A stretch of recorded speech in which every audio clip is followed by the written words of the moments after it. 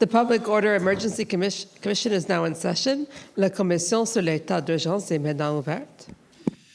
Good morning, bonjour. Great Monday morning. Nice to see you all back again. So we have a new witness this morning. Okay, you go ahead.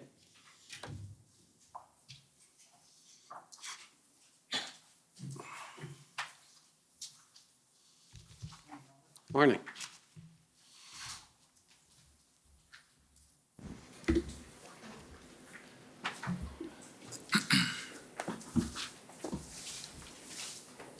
Interim Chief Bell, will you swear on a religious document or do you wish to affirm? I'll swear, please. We have the Bible, the Quran, and the Torah available. The Bible, please. Good morning.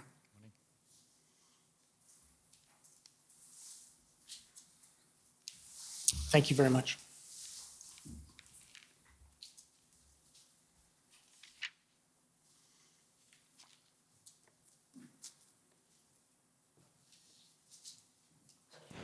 For the record, please state your full name and spell it out. Stephen Bell, B-E-L-L. Do you swear that the evidence to be given by you to this commission shall be the truth, the whole truth, and nothing but the truth, so help you God? I do so swear. Thank you. Thank you very much. Good morning, Commissioner. Good morning, the Interim Chief Bell. Sorry. Thank you. Now, Interim Chief, you remember You that, could just introduce yourself for the record. yes, it's Frank Au for the Commission. Interim Chief, you remember that we met in the summer remotely, and you attended an interview that we arranged. After the interview, we prepared a summary of the interview, and you reviewed it. Am I correct? That is correct.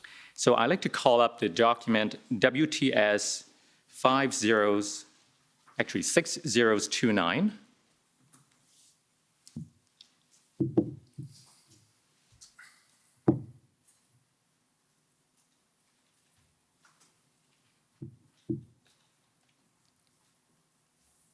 And this is a copy of the summary that you approved. I believe so. If we could scroll through the document, please. Could we scroll through?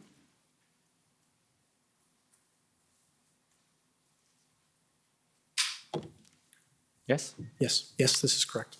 But from Okay. what I've seen so far, yes. Now, is there any correction that you'd like to make to this document? No. So you adopt these contents then? Yes, I do. Thank you. Now, Interim Chief, you've served with the Ottawa Police Service for some 26 years. Almost 27 now. And over those years, you've been in charge of many different portfolios. That's correct. I've been involved in several different places within the organization. Could you give us a quick highlight of some of your responsibilities over the years? For sure. I was obviously a patrol officer for a number of years. I was a neighborhood officer. I spent time in our professional standards section, our human resources section, our drug enforcement section. I've had the ability as an executive within the organization to work within all the directorates and now currently have the interim chief position. Mm-hmm. And in January of this year, you were deputy chief in charge of what Deputy Ferguson has described as the 3 I's. Those are intelligence, information, and investigation. That's correct. Now, for the purpose of this hearing, we're going to be focusing on intelligence. What were your responsibilities as the deputy chief in charge of the intelligence unit? So my responsibilities in terms of overseeing that section would have been to make sure that our intelligence unit was gathering, collecting, analyzing, and sharing information. And I would do that through what was an established chain of command. And I'm going to show you a document of the organizational chart. And perhaps you can explain some of the people involved in that unit. OPS 30-14925.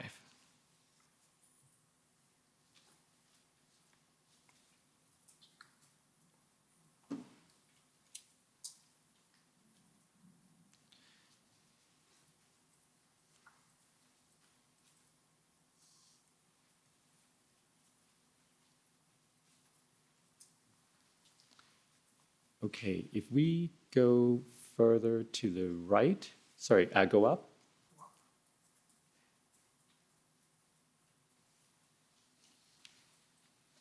Yeah, further to the right.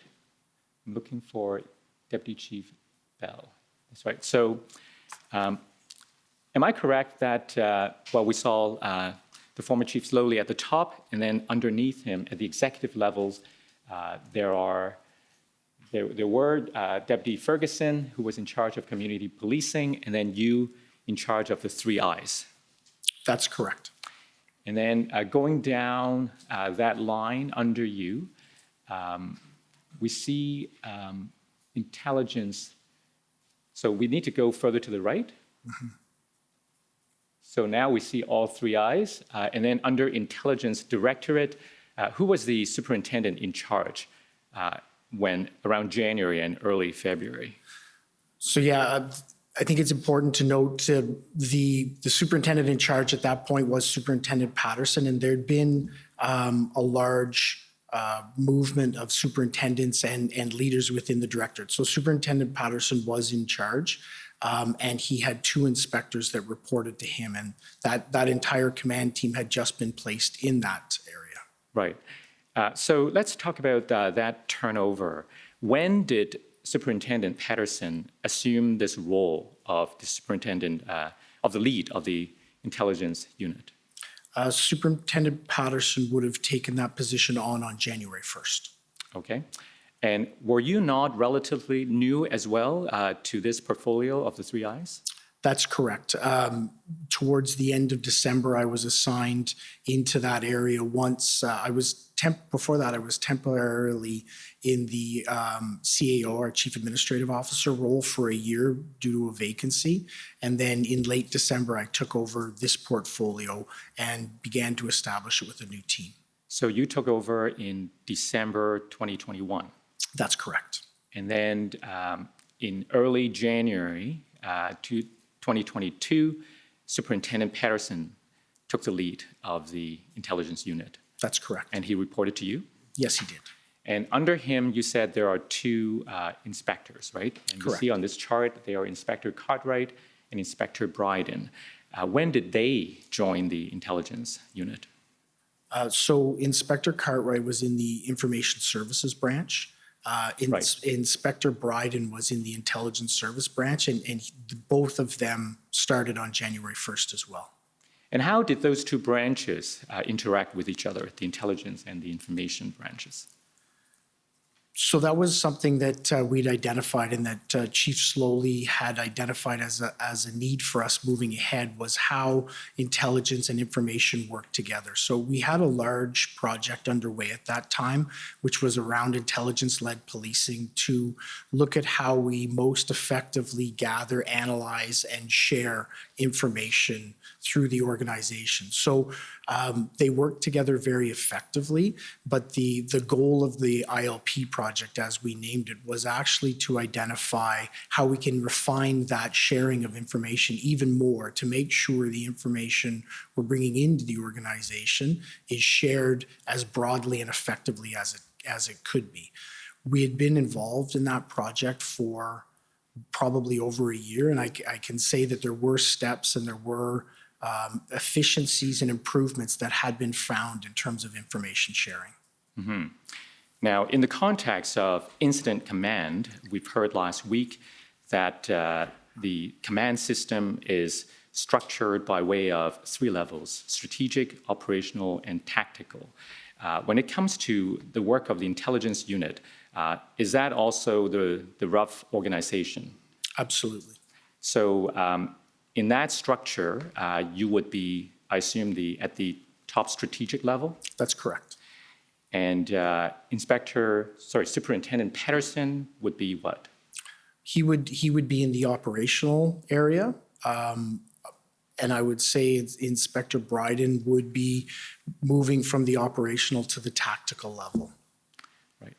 And so, inferring from this chart, did Inspector Bryden report up to Superintendent Patterson then? Yes, he did. And they both report to you? That's correct. And, okay, so let's first talk about that reporting process. How often would you receive an update or briefing from Superintendent Patterson? Specifically around the issue we're here to talk about, or Right, so- overall generally? So let's turn our mind back to around January, February of this year.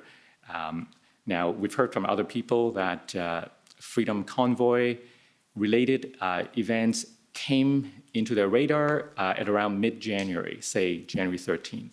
So starting at around that time, I'm just trying to understand the frequency of briefings and meetings and so on. So we had regularly scheduled biweekly meetings that we called CTOM, Crime, Traffic, and Order Management meetings, that were run by the information branch and that were specifically designed to identify key areas of risk and our response to it within the organization. So that level and frequency of briefing to the entire executive command was on a biweekly basis as it related to overall issues, specifically to the Freedom Convoy and the events around that. That was flagged, as you say, through a Hendon report around January 13th. Superintendent Patterson and I began having discussions on it in and around the 20th, and the briefings to me in terms of the activities that they were taking, ensuring that the information was flowing, would have been on a regular basis. I heard January the 20th. Did I hear it correctly? Would have been in and around that week. I can't say which was the specific date through that week, but that's when it would have been flagged and raised in prominence that we did begin discussing it. Mm-hmm. Now, we've spoken to the former chief slowly, and I expect that he may give evidence that he became aware. Well, he was in receipt of the first Hendon report as of January the 13th, and he forwarded a copy of that report to you. What's your recollection? So my recollection is that I did not start receiving the Hendon reports until the 27th of January, and that was through discussion with Superintendent Patterson. So I don't recall, and I don't have in searches. I don't believe I received that report. Now, we've also spoken to Inspector Bryden, and during his interview, he informed us that he received a copy of the January 13th Hendon report from Superintendent Patterson. Do you have any recollection at all that you received any Hendon report before the 27th? No, I didn't. No, don't have any recollection. And we've searched to our database to identify when I did start receiving them, and it was on the 27th of January. Now, as one of the deputies assisting the former chief, and you were tasked with the intelligence responsibility. Do you recall any discussions you had with the former chief about your specific assignment with respect to the Freedom Convoy events? Oh, absolutely. The chief slowly indicated when we began to discuss it. We also had morning command calls from 9 to 10 a.m. And during those calls, we would discuss issues that had occurred and emerging issues. The issue of the Freedom Convoy came on our radar in and around that week of the 20th. I can't specifically identify the day. And we had discussions, and there was clear discussion around intelligence responsibility to be involved and identify risks and threats and make sure that we were informing any sort of planning that was going to occur around our response. I understand that Mr. Slowly, the former chief, made it clear that he wanted all operations to be intelligence-led. Is that your understanding too? Oh, absolutely. One of the things that Chief Slowly was very firm about was that intelligence, and I absolutely agree with it, intelligence needs to inform the planning cycle, and it needs to be utilized to actually identify what our appropriate response is. And he assigned you the specific responsibility to ensure that appropriate intelligence were collected and disseminated to the planning team. That is correct. And so that would have been your duty as of around when? When do you recall that first discussion with Mr. Slowly took place? So again, I don't have a specific date, but it would have been in and around the week of the 20th. I'm not sure the specific date of it. Okay. Now, was a threat assessment eventually completed by the intelligence unit? Yes, it was. I want to take you to a threat assessment that the Commission has received. And the document number is OPS 404039.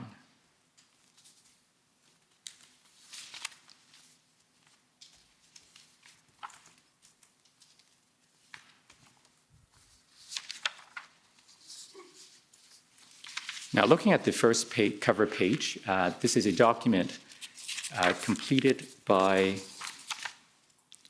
Sergeant Chris Keyes, am I correct? That's correct. It is dated January 28th, but the title is Freedom Convoy, Ottawa, January 29th, 2022. Is that right? That is correct. And is the title date January 29th because it was initially expected that the events would start on the 29th? That's correct, yes. But this version was completed on the 28th, right? Correct, and it's version 4, so there's been iterations of this as more intelligence has been received, gathered, and analyzed. Right. And I understand from earlier witnesses' testimony that that week in particular was a very fluid and dynamic week. Lots of things happened. That is correct. In any event, we have reached now the 28th, and this is the threat assessment. I'd like to take you to page 3. If we take a look at the second paragraph, can we enlarge Yes, please. the screen a little bit? Thank you. Thank you. So you see that in the second paragraph starts with the most likely police matter at this time will be the vast number of vehicles on the area roads. The convoy will be able to stop and effectively shut down movement if they desire. That's the understanding as of the 28th, right? That is correct. And if we go down the page to the very bottom, the last sentence in bold says, these conditions create grounds for passionate emotions. And those conditions refer to the sentiment of the truckers. Sorry, I'm just reading the paragraph. Yes. Take your time.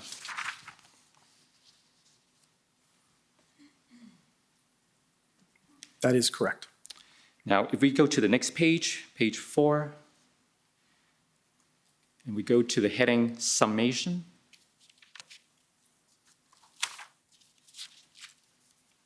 So the writer concluded that there is a quickly growing financial fund that can pay for food, lodging, fuel, and legal costs.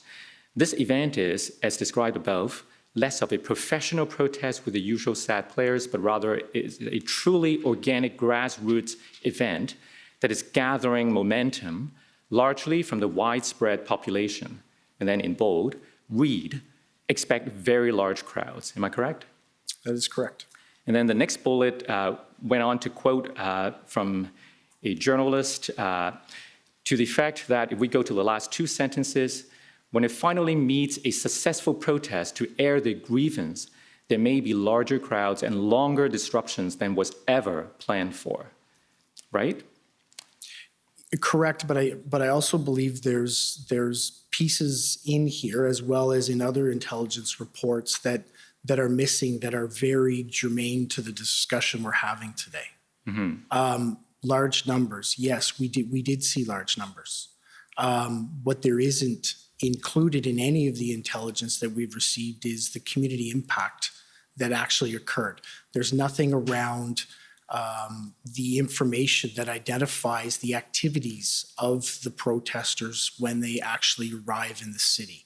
There's nothing that indicates that the protesters are going to use the citizens of our community as the leverage point to have their voices heard. In Ottawa, we manage multiple protests on a yearly basis. We've managed protests similar to this on previous times. We've never experienced and had no intelligence to indicate that it was actually going to be the leverage of the community and the activities of the protesters to use our community members through their activities as the leverage point to be heard. Right.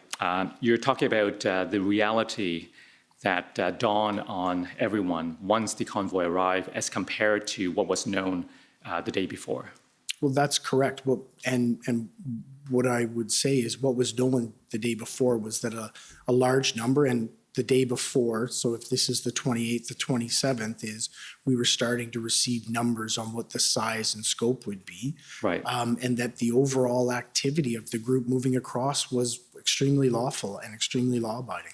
Right. But you agree with me that this is an assessment, and this is a summation part where the writer was trying to draw some conclusions, right? That's correct. It's not, the writer is not here just reporting various pieces of information. This is the conclusion, at least from this writer, having gathered all of these disparate sources of information, correct? Correct. And I would say the conclusion here is that large numbers could attend the city, and we accepted that. Right. That there could be traffic disruptions, absolutely, and that it could be emotions associated to it, but not anything that would relate to the activity that we ultimately saw on our streets. Right. Now, if we go to the next page, and we look at the third bullet. So the author is here saying that in 6 years of working, large demonstration events, from the intelligence point of view, the writer has never seen such widespread community action, which means 3 things for planners. Now, the third thing is redacted, but we can look at the first 2. The event is likely going to be bigger in crowd size than any demo in recent history, possibly on par with Canada Day events, but more disruptive. Second, there is significant popular support for this event on a scale not seen in recent years. This means the protest groups have access to larger protester pools than they have ever had access to, which means there will be likely widespread disorganization and confusion. Now, the author seems to be warning here of something quite unprecedented, at least compared to recent experience. Do you agree? Yes, I would absolutely agree with that. So it may not contain as much detail about, some of the events that the residents subsequently experienced, but it's providing a warning here as to something quite significant, not seen before. Well, I would agree with that, and I would say that all of the intelligence gathering that we'd had prior to that indicated a very similar fact. This group had only come on the intelligence radar in late summer of 2021 and never actually materialized. As they moved across the country, they seemed to build support, but they seemed to build grassroots support. And all of the activities that we had seen them engage in prior to that had been very lawful, had been very pro-social. The amount of people that were supporting them, from my perspective, actually gave it more credibility that it was a grassroots initiative, not that we were going to see the violence that we saw on our streets. Right, and there's nothing here to suggest anything other than a lawful protest, but the author is pointing to the significant number and the likelihood of disorganization, or at least if not likely, there will be likely widespread disorganization and confusion. Now, if we go on to the paragraph underneath the third redacted point, the demographic of the convoy is very unusual. The protests globally are made up almost entirely of middle class, members of society, since the so-called silent majority is numerically much larger than the professional activists. As a result, law enforcement is being met with numbers of people beyond the norm. So it's just reinforced the theme that we've been on, right? That's correct, but I don't know that the numbers of people who attended from a pedestrian or from a protest perspective were unmanageable or had any sort of we had any sort of consideration about the activities that they would be involved in. Numbers on their own are something that we have managed in the past at different scales. This was large. This was unprecedented. Everyone realized it was unprecedented. But for us as a policing organization, what pushed it over the top was the activities that the people protesting were engaged in and the harm that they did to our community. A large protest that was lawful could have been managed, would have been managed. It was what was anticipated. The activities engaged in were never clearly identified. And from my perspective, that is exactly what made this unprecedented to any other demonstration that we'd ever seen. Right. Now, what Chief Slowly wanted was for you and Deputy Chief Ferguson to coordinate an approach with you, I mean your unit, the intelligence unit, providing the best intelligence to the planning team so that an effective response could have been developed before the convoy arrived, right? That's correct. And he took some oversight role in the days leading up to the arrival of the convoy, right? That's correct. You mentioned so an that- oversight role. He had a role as a chief of police. He was informed and briefed on the progression that was being made. So let's talk about those briefings. You're reporting up to the former chief. How often do those briefings occur? So we would have had discussions on this on a daily basis at our command team calls. And that's where I would be briefed by Superintendent Patterson, and that information would be shared on our command team calls. As we came into the week of the 24th, which I believe is a Monday, and we started to increase those briefings. And actually there was in-person, I don't know the specific time, but there was in-person briefings by Superintendent Patterson in terms of what we were seeing and how we were moving ahead to the command team. Now, if Superintendent Patterson knew of the Handon report as early as January 13th, why was it that you weren't aware until the week of the 20th? So one of my responsibilities as the deputy chief is to make sure that the information is shared. And Superintendent Patterson and I had discussions around that. We had discussions around Project Hendon. And one of my responsibilities was through him to ensure that the information we were receiving was gathered by intelligence, but also shared with our planning team. And he ensured me that that was happening. And then briefed me on the information that was occurring. He identified that there was regular ongoing calls that picked up in tempo and intensity as the convoy moved across and came closer to Ottawa. And it wasn't until some point during that week that he identified that Project Hendon actually had an output in a formal report. It was unknown to me before that. And that's when I requested that he started sharing it with me, and he started to share it with me. Okay. Now, I want to ask you about the plan, the initial plan that was developed to respond to the Freedom Convoy events. That plan was also dated January 28th, right? So I would need to see the plan Yes. you're referencing because there's different plans. Right. So can we call up the document OPS 404221.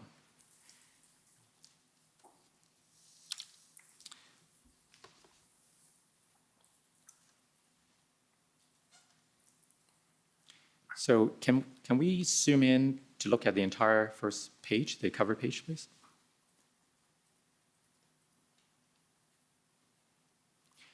So this document is titled Freedom Convoy, Canada Unity, January 29th, 2022. So the title date is also 29th, but if we go down, we may need to enlarge it now to see the print. Here it's noted that it's authored, oh, well, actually the name of the author is redacted. Let me put, we have the identical document in an unredacted fashion, and I've spoken to counsel about this before. Let's call up the identical document in an unredacted version, which is OPP 404262.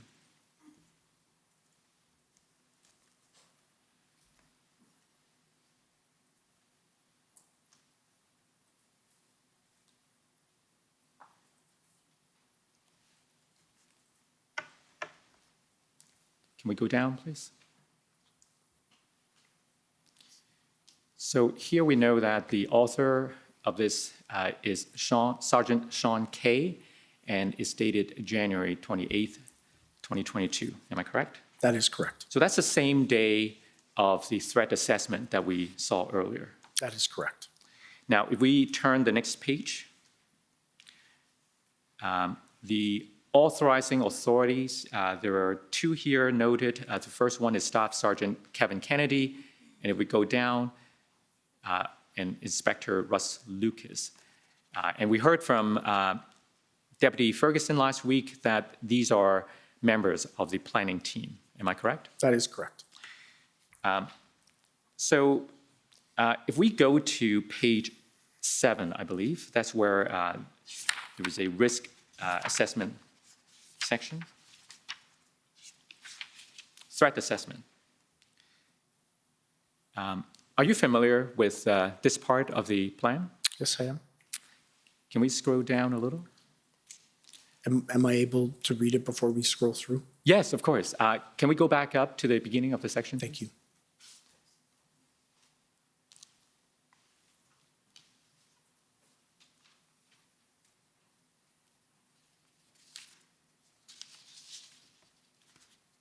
Thank you. Yes? So we can we scroll scroll down, down please. now? Yeah, I'm good to move on. Okay, next page.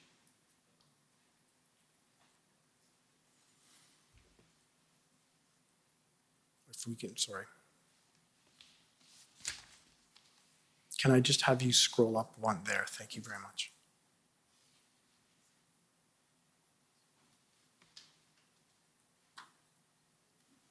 Okay, thank you. Thank you. Now, did you read it at around that time? Yes, I would have received the threat assessment as I was provided, and I believe it was on the 28th, the copy of the operational plan that was being put forward. And what did you think of it at the time? So I received this prior to receiving the actual threat assessment that had been finalized. And what I did know is that there had been very good levels of intelligence sharing amongst the planning team. The planning team had been direct. Excuse me a minute. I'm Are sorry. you, Sorry, no, the only thing I want to point out is we've lost connection to the database. So it's difficult for me to see the screen from there. I gather some of my colleagues have also lost connection. okay, we have a, It's the internet that appears to be down, Commissioner. I don't think it's the party database. We've all lost internet connection, if that helps. so internet connection is gone for everyone, but not for me? Maybe there's something to be read into that. I'll just take a moment, and the technicians are dealing with it, because obviously those who don't have perfect sight may not be seeing the monitors. Can you tell me when it's back up, Thank you very much. please?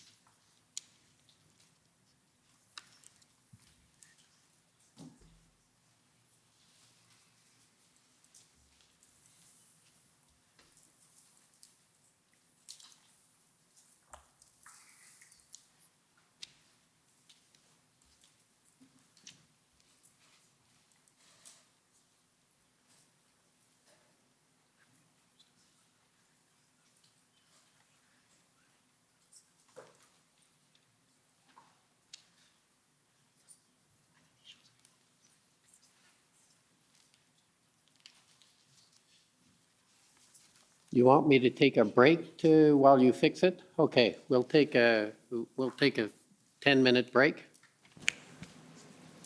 and come back. Sorry about Thank you, sir. that. No, that's fine. Thank you, sir.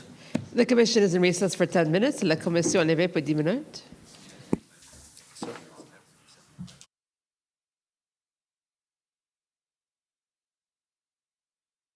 Order à l'autre.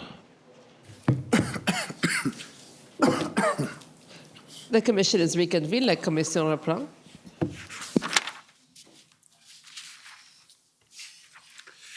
Okay, I understand the technical glitch has been corrected with our apologies. Thank you, Commissioner. Interim Chief, if I could take you back to the initial plan of the 28th of January at page 7, where the threat assessment is found. I think you were in the process of going through the assessment. Yes, that's correct. I'm going to ask you to repeat if there was a question in there. I believe I had an answer, but I want to make sure I'm answering the correct question. Well, that's a very good question. I actually don't remember what I asked, but let's start with, have you reviewed, have you completed your review of this Yes, I have. section? Okay.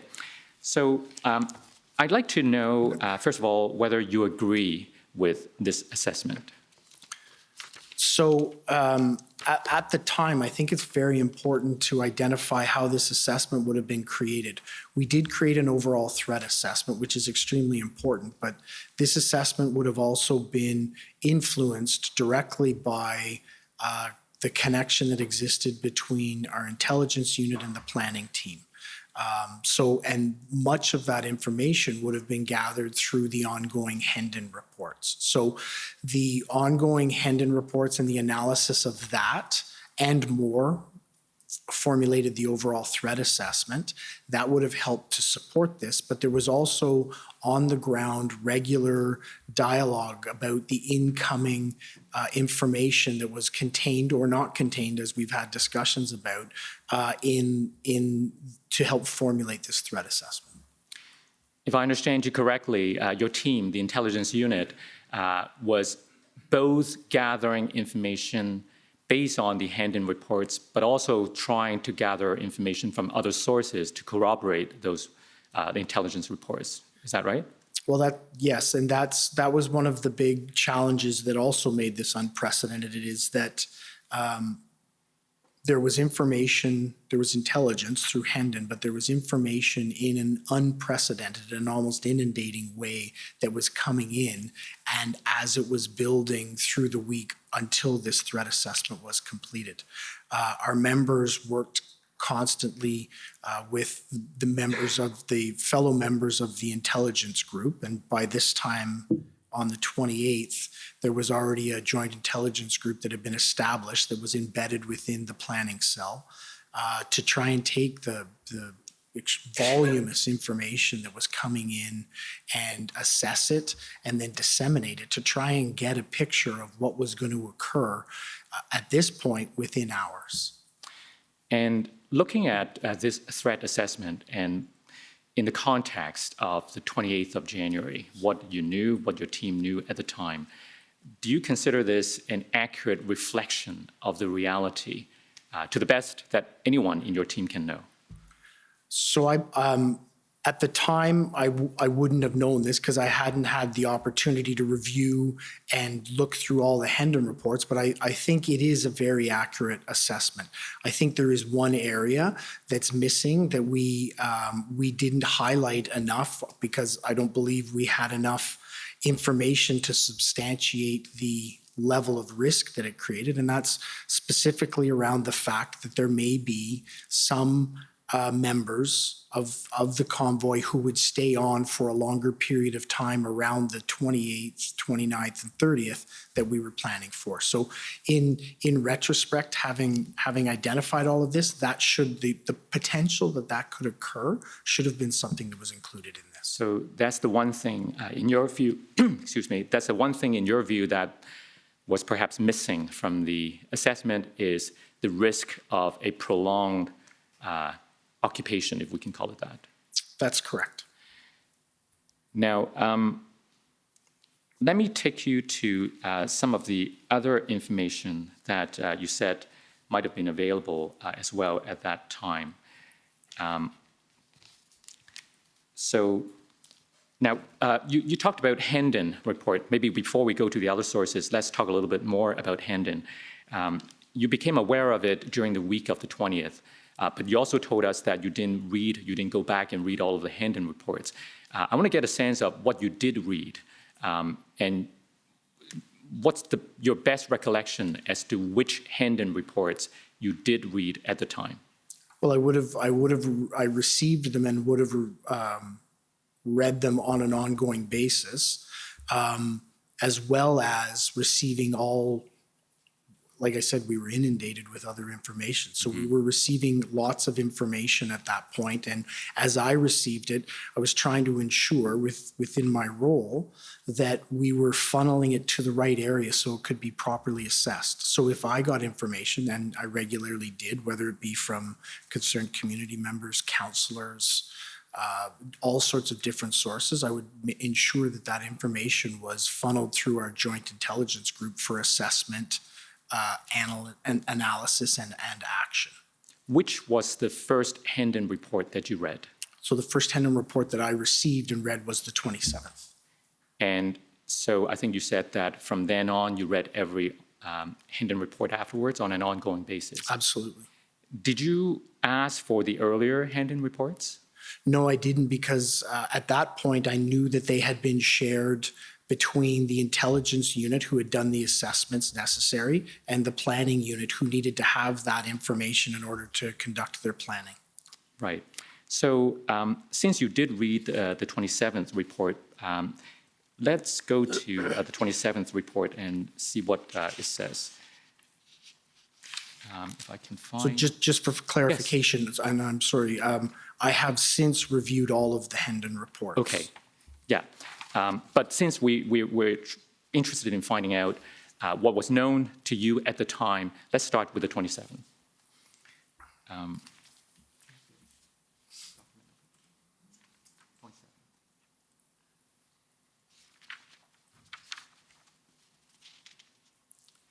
I believe it is OPP 401331.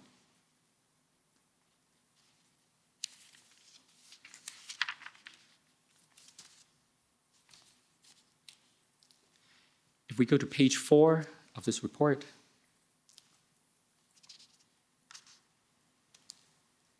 go down. Okay, so do you see the paragraph that says, it is highly unlikely that heavy machinery would be transported in the convoy if there was no intent to use it, or if some individuals in the convoy did not anticipate that it would be needed. Such equipment could be used to facilitate or secure access to strategic operational positions in Ottawa. The presence of this equipment in the convoy may indicate that some convoy participants intend to reinforce positions for long-term occupation in Ottawa, to block access to strategic locations, to damage property, to render roadways impassable, or to intimidate the public, government, and law enforcement. So this is the part of the January 27th Hendon report that you read, right? That's correct. So do you agree that the presence of the heavy machinery supported what the report called positions for long-term occupation? So while I do agree that the report states that, I think the subsequent action is very important to put context to this. We identified this. This was one of the early areas that I identified as a concern. So as a result of that, through discussion with Superintendent Patterson, intelligence was worked with the operational branch to actually start to look at this, look at the existence. By this point, this is on the 27th, people are coming across, and there are police resources, specifically in this case, I believe OPP, who are with the convoy participants. The follow-up that we received from that was that the PLT, the police liaison team, who we've heard about through through these hearings as well, engaged with them, and there was understanding that that heavy equipment would not be taken into the downtown core. There was also understanding through information we received back that many of the pieces of equipment that we're seeing were fluid within the convoy. It appeared, and as we understood, as it came across Canada, the numbers fluctuated up and down on a regular, daily, almost hourly basis. Some of the equipment that was seen in here was people that in different locations had joined in.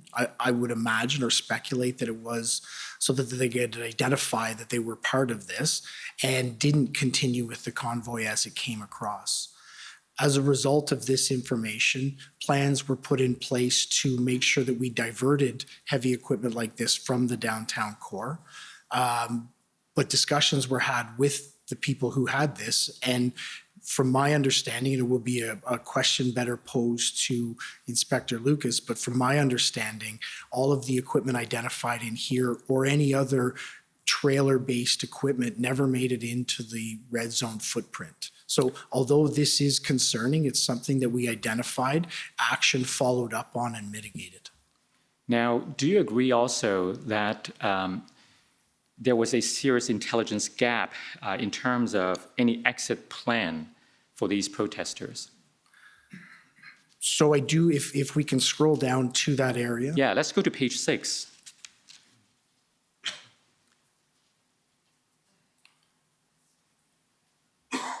So I do understand, and I know this is in black and white, but there is bolding there around priority intelligence gaps. So I believe this area highlights some of the areas where we were concentrating on and some of the reasons for the assumptions that were made. This is, by this date, this is third or fourth, I can't be for sure until we pull the other ones up, where the intelligence and information had clearly identified a 3-day event. All of the discussion was around the 28th, the 29th, and the 30th.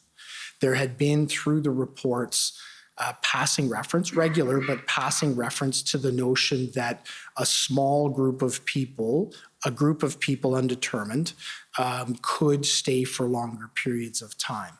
But predominantly, the intelligence identified it as a 3-day event. And the top 5 areas in here are identified in red as priority taskings. The plans for departing Ottawa was something that was a concern and was identified, but based on the fact that it was believed to be a small group, was obviously not identified as a priority tasking. And as part of our planning, the egress plans for the demonstration to leave Ottawa, based on the fact that there was the concern about how they would get out of Ottawa, was built and developed into our plan. It just never materialized once the groups dug in and decided to stay in the city. Now, there are obviously many hand-in reports. This is just one of them, and the information continued to evolve, as you pointed out earlier. But Superintendent Morris from the OPP did testify here last week as to the likelihood of a weekend event, and he said that he did not recall, I quote, he did not recall any information which could lead to the induction that this will only be a 3-day event based on his review of the hand-in reports. Do you share his view? So I have ultimate respect for Superintendent Morris. I think he's an incredible intelligence leader in this organization, in this country. But when I read these reports, the specifics around the 3-day event are very clear as it moves ahead. There is references that some small numbers would stay beyond that, but all of the information being gathered, even in terms of the priorities for the intelligence gathering, is specifically around that 3-day period. Okay. Now, let me ask you, along this line, about the fact that many of these truckers were coming a long way from the west, right? That's correct. And you knew that. So for example, you understood that a group of participants from the Western convoy would stay, well, let me give you the reference. If I could take you to your summary at page 6, so this is WTS 6029.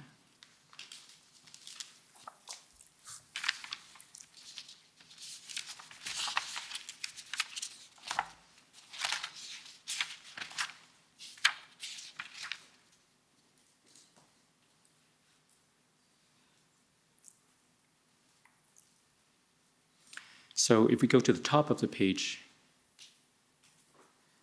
the second line, as an example, PLT reported that the Western Freedom Convoy lost many vehicles when it's crossed the Manitoba-Ontario border. Interim Chief Bell stated that as the Freedom Convoy drew closer, OPS knew that it was projected to be large. He noted that by January 29th, OPS was expecting 3,000 to 4,000 vehicles to arrive in Ottawa. Is that correct? That is correct. Now, given that these convoy participants had driven across the country for more than a week, wouldn't it make sense that they might want to stay for a little longer than a weekend in Ottawa? So I think that's an inference we would now make. But I think it's important to identify that they did drive across the country. The numbers ebbed and flowed.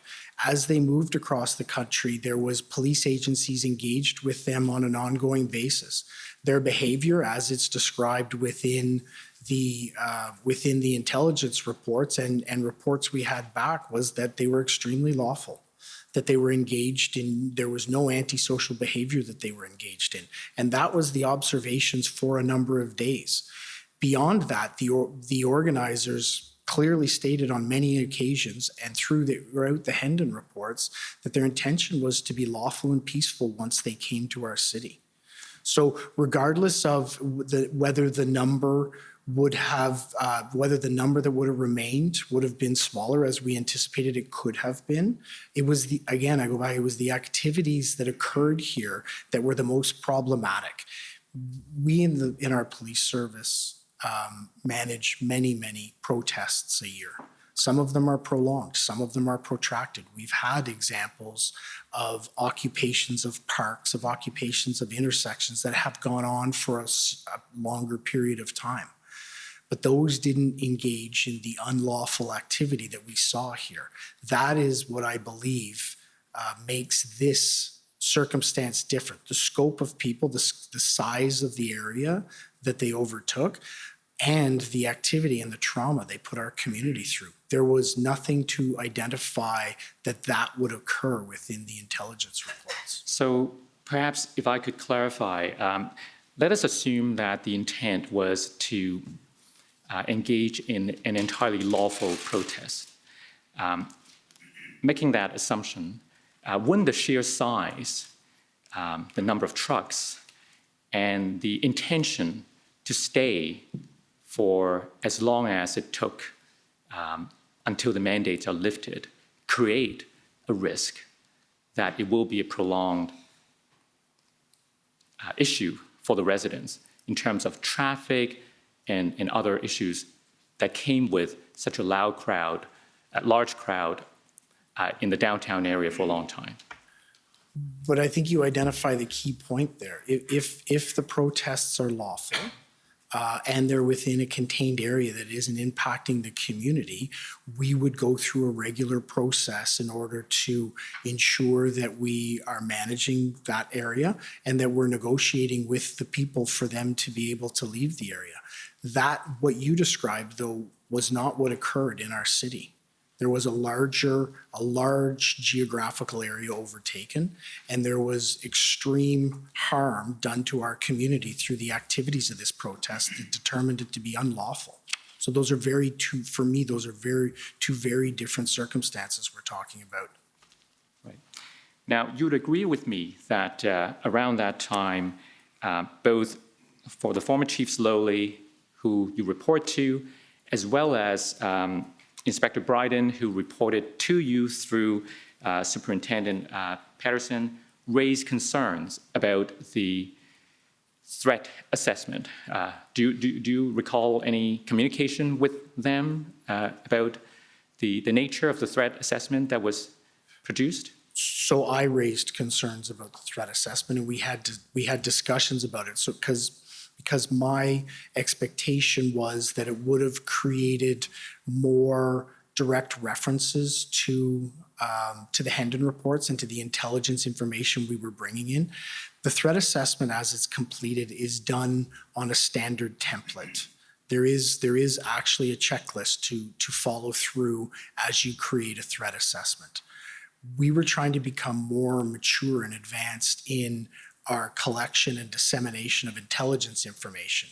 What wasn't included on the checklist was direct references to actual intelligence information that existed. So I was looking to make sure that we had that included in that threat assessment, or at least references to the mechanisms that we were drawing that intelligence from. Now, it would appear that the former chief was concerned that the threat assessment reflect the actual reality. And in the days leading up to the arrival of the convoy, if I could take you to some of those documents, OPS 403073.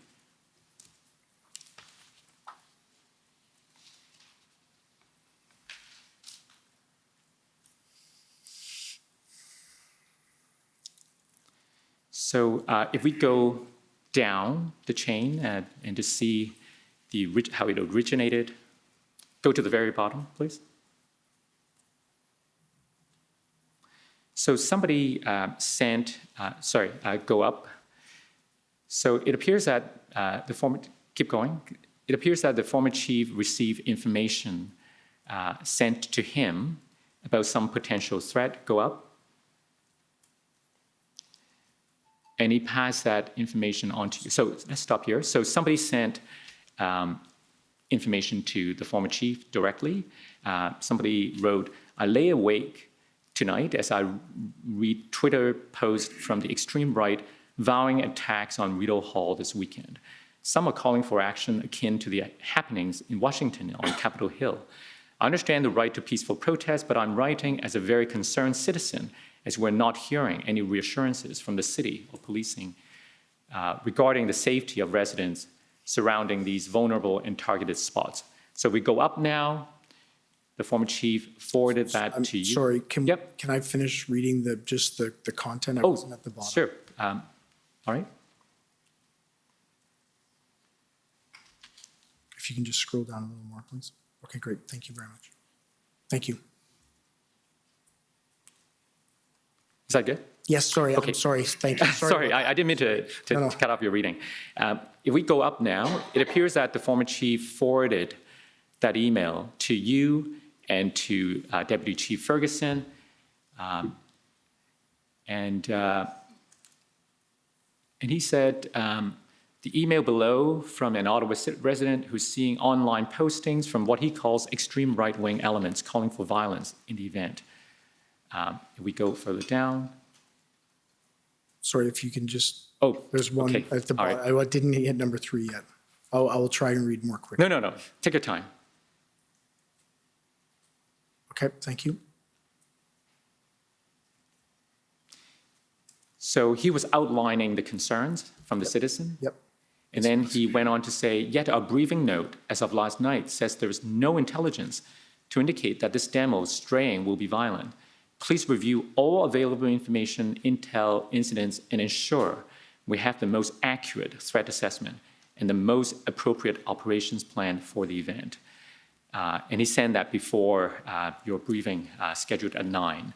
So you agree with me that the former chief was taking an active interest as you got closer to the event, and he wanted to ensure that the threat assessment reflects the most accurate information the intelligence could provide, right?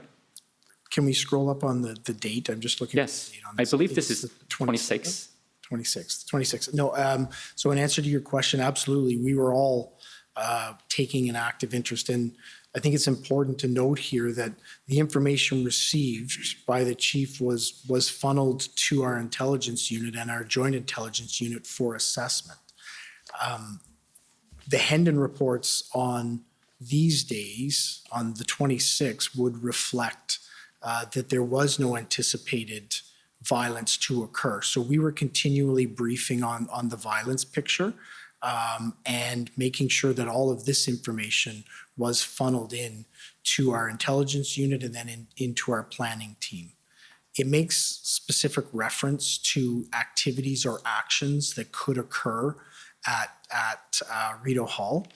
We did look into that it raises a national security issue, and I can tell you that there was national security representatives, including CSIS and the RCMP, in our joint intelligence group. So again, this was information that was taken in, assessed, evaluated, put towards our threat assessment, and ultimately this didn't bear out to be accurate. There was no threats made against Rideau Hall. And the former chief was also concerned about the language and content in the threat assessment. If I could take you to the next document, OPS 403748.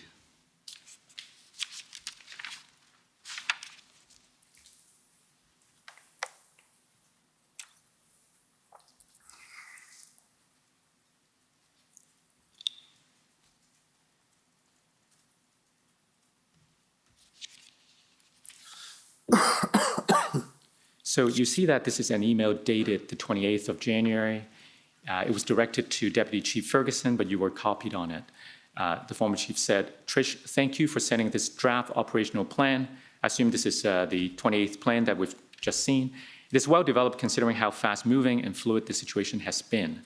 I provided you with feedback on this draft report at our 9:45 a.m. meeting in your office. Review and improve the language and content in the threat assessment.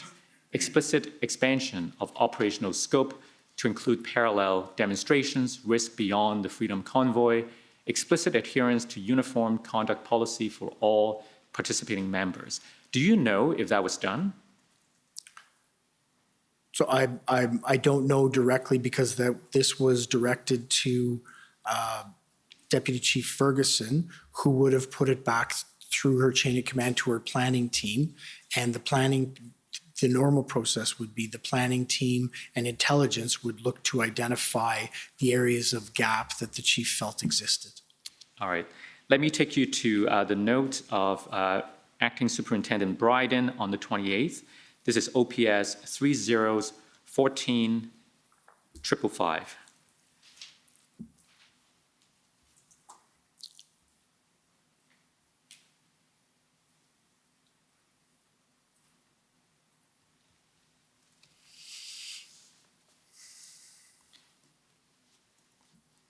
Can we go down?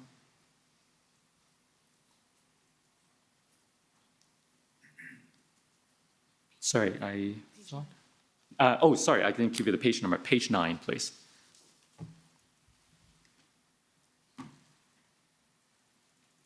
So, TA issues, is that the threat assessment issue? I would believe so. So the notes of Inspector Bryden said, narrative around convoy, but need more info on activist. If we go further down, you see the bullet? Sorry if I can, I haven't. Yes, I'm sorry. Reading the notes. I'll let you read it.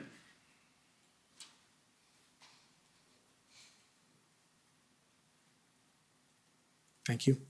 The bullet I'm interested in is the one that starts with, plan is to demobilize the convoy on Sunday, but current threat assessment does not support that operational move. Current threat assessment says low or no threat. Do you know what that means?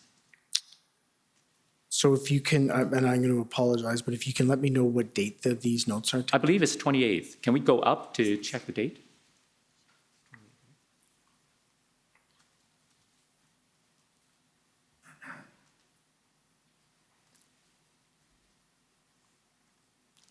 Friday the 28th.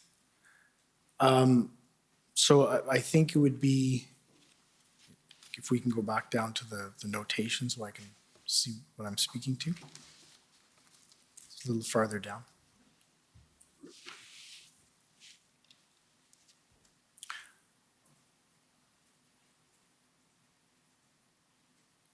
So I'm not sure, that isn't a meeting that I'm involved in. So I'm not sure specifically what he would be speaking to specifically there.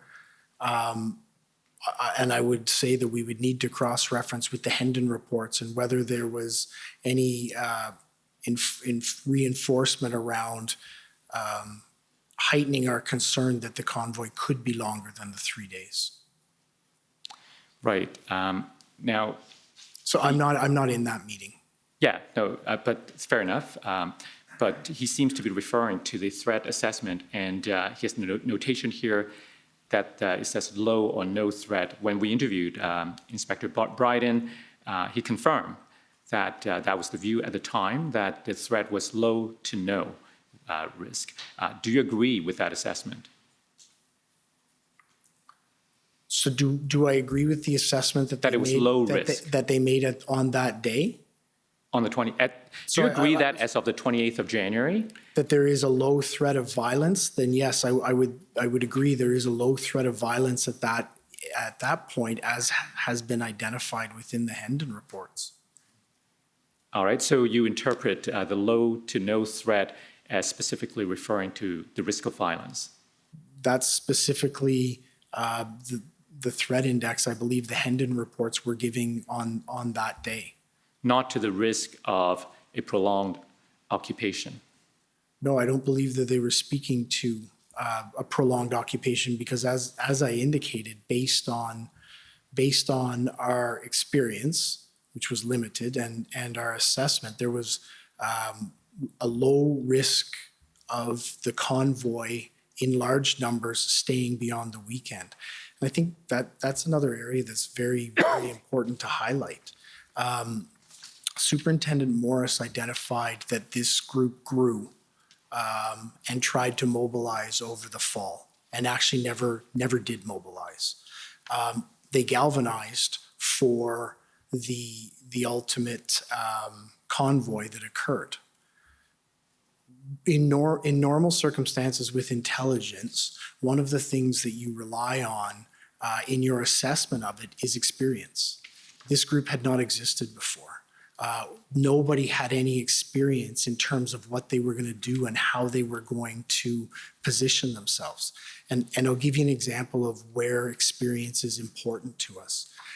We have a yearly demonstration at one of our embassies that has gone on for a number of years.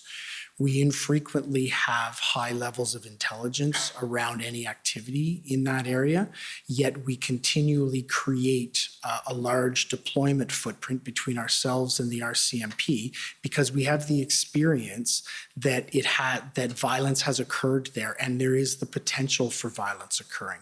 The same could be said about the Panda game. Homecoming. There is little intelligence that comes out, yet we create deployment plans around experience. Nobody had ever experienced this group coming into an area. Ottawa on the 28th of January was the first experience in that. So I do know that following this, there has been extensive changes internally and people have seen a definitive change in our response based on our experience. But across the country, police leaders identified that they now had a scope of what their experience could anticipated to be with this group. Before they arrived on the 28th, we had no experience, and all of the experience as they moved across was that they were lawful and that they indicated they were coming to lawfully protest in Ottawa. That experience package changed for us on the 28th. Mm-hmm. And I suppose one of the challenges you faced at the time was the presence of conflicting information. We put to Deputy Ferguson last week the information that we heard from the Hotel Association that people were booking stays of upward of 30 days. And I believe she mentioned there were some information to the contrary. So let me take you to one chain of email, OPS 30 14930. First of all, do you know of which I'm speaking? The Hotel Association was in touch with the City of Ottawa, and I believe that information was transferred to the OPS. Yes, it was. And so on the 25th of January, there was information that there are all these people who may be staying for more than 30 days. And then on the 26th, we have this email from, now Steve Ball, do you know who Steve Ball is? Yes, I do. He's one letter off of my name, but he is the CEO or the executive director of the Ottawa Hotel Association. Right. So if we go down a little bit. So it appears that this is, do you know who Matthew Gravel is? Yes, Matthew Gravel is a member of the mayor's office staff. So this is an exchange of email between them about the information they had received earlier. And now if we scroll back up. Sorry, can I read the bottom first? Oh, I'm sorry, I keep doing that. Please take your time. How far do you want us to go down? If we could go to the bottom. And Certainly. It won't take me very long. No, not at all. Can we go down to the very bottom? Please. Okay. You can scroll up.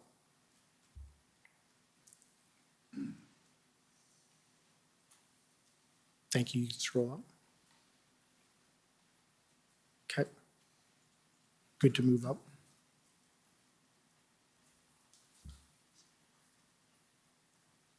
Okay. Okay. Thank you. So I just want to draw your attention to this part at 9:08 p.m. I'll get a sense of how long they're planning to be here by how long they, I guess it should be book rooms. So far, it's only for a few days. So is that one example of information not being entirely clear? So it's an extremely good example of that. And I can tell you, we did receive this information from Mr. Ball through Mr. Gravel, I believe. It went into our Emergency Operations Center, where it was put into the intelligence group to follow up. As a result, a member of our police liaison team contacted Mr. Ball, and what initially was identified as a large track of people who were going to be in the city for many, many days was narrowed down to being, no, it's a smaller group of people who have booked a 3-day stay. So one of the challenging thing for us is this was information that helped contribute to our view that it was going to be largely a 3-day protest. Right. Now, so everyone's trying to figure out to the best they can what's going to happen. And this commission has heard from Ms. Carrier, for instance, a week or so ago. I referenced this when I examined Deputy Chief Ferguson last week, so I'll put that to you again, because Ms. Carrier, who was a businesswoman, a layperson with no access to any police intelligence, just based on her observation, she said, if I could find the transcript, she said, to me personally, it was clear that the 70-kilometer train of trucks that crossed the country was not coming in for a small protest in a day. And to me, that Sunday night was the proof that, somebody somewhere had underestimated or not listened to the anger, frustration that at this point, large number of people felt. They were coming to the city of Ottawa as the representatives of what they thought, and they were going to stay there. They were going to stay there until they were heard. So entirely apart from intelligence, reports, and so on, there's this common sense inference that some people draw, that people are not going to drive all the way from the west with all of these emotions that the intelligence reports also refer to only stay for a weekend. So in terms of contingency planning, what role did intelligence have to inform? contingency planning? So I think intelligence would have played an important role, and to try and highlight the risks that they knew at the time, and I believe that was done. It became more possible, as was identified, that a small group of people could continue beyond the weekend, but that mainly was being planned around a weekend protest.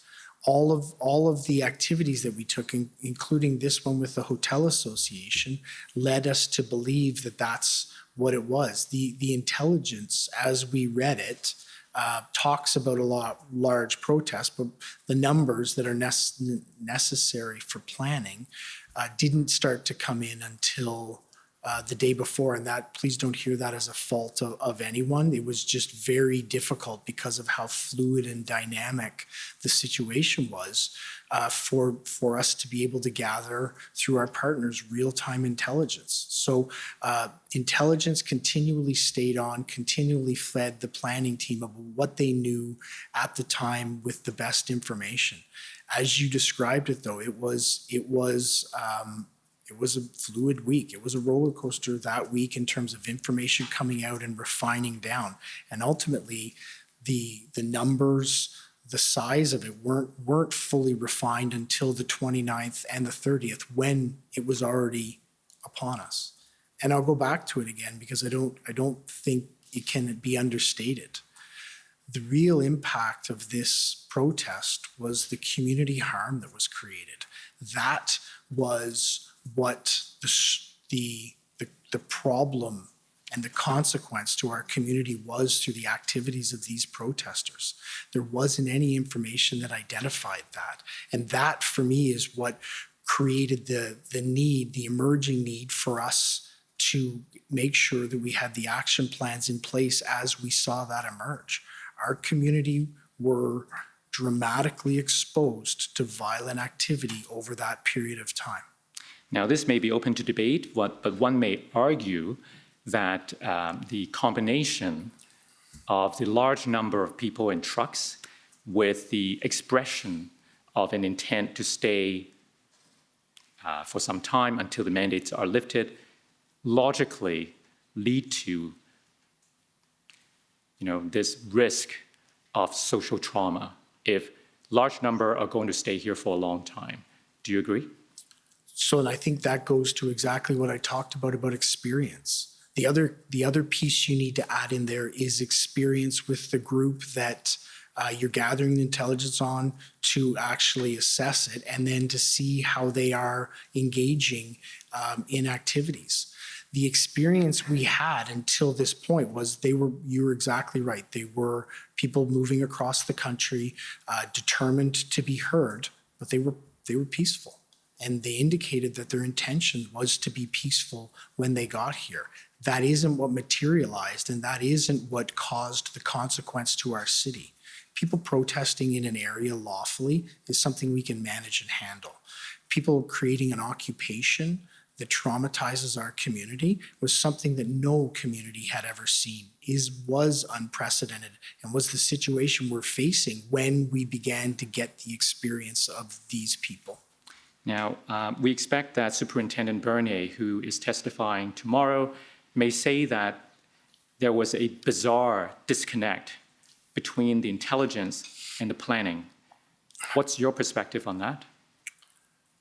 So I would need to know exactly when at what point he's speaking of, because what I do know is as the planning team was doing their assessments, and as the planning team was building their plans, that the intelligence and the planning team were very tightly connected. I've seen and observed several emails over my preparation for this that indicate that at every point that one of the planners is looking to develop a plan, they're referencing intelligence. And that's, as a leader in this organization, is exactly what I would expect to happen. Okay, so let's go to his interview summary so that we have more context. WTS 5068 sorry, 6 zeros, 30, page 4.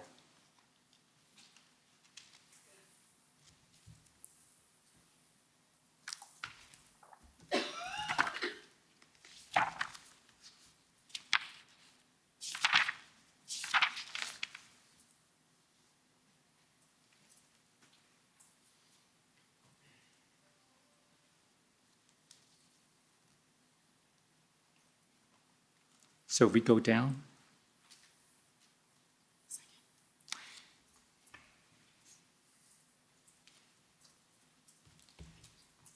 Oh, sorry, it was earlier.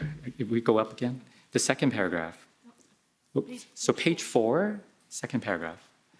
Superintendent Bernier also shared his concerns about the Freedom Convoy with his supervisor, Superintendent Drummond, on the 27th of January. He told Superintendent Drummond that there seemed to be a bizarre disconnect between the intelligence contained in the Project Hand-In reports and OPS's preparations. Do you agree with that? So those issues were never highlighted to me. I don't know what would form Superintendent Bernier's opinion on this, but those issues were never raised. And I would hope at that point they would have been raised if somebody felt that there was such a disconnect between them. But the question I guess I put to you is not whether they were raised, but whether you saw a similar disconnect between the information contained in those reports and the way the OPS was preparing for the arrival of the convoy. No, I didn't, because I think what you could observe, and it'll be very important to flush out through our planning team, is that the information was fluid, that we continued to develop more, receive more information that became more refined as we moved ahead. That information was shared with planning. I believe that's why the planning process was as fluid as it was as well. This was a circumstance that was changing by the day, by the hour, with information coming in, and intelligence was bringing it in and assessing it, and planning was trying to respond to it. And then it wasn't finalized until the convoy actually arrived in our city.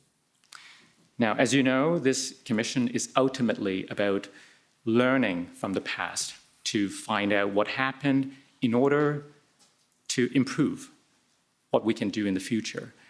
So as the deputy chief responsible ultimately for the intelligence unit, what are your thoughts on what could have been done differently or better in order for the OPS or other police services to respond better to an event like this in the future?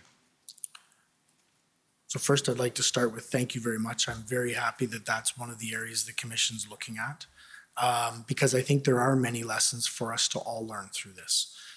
Some of those lessons I can tell you we've already learned and put into practice. In terms of intelligence, I know that one of the things that we've developed is better capacity and capability around open source information.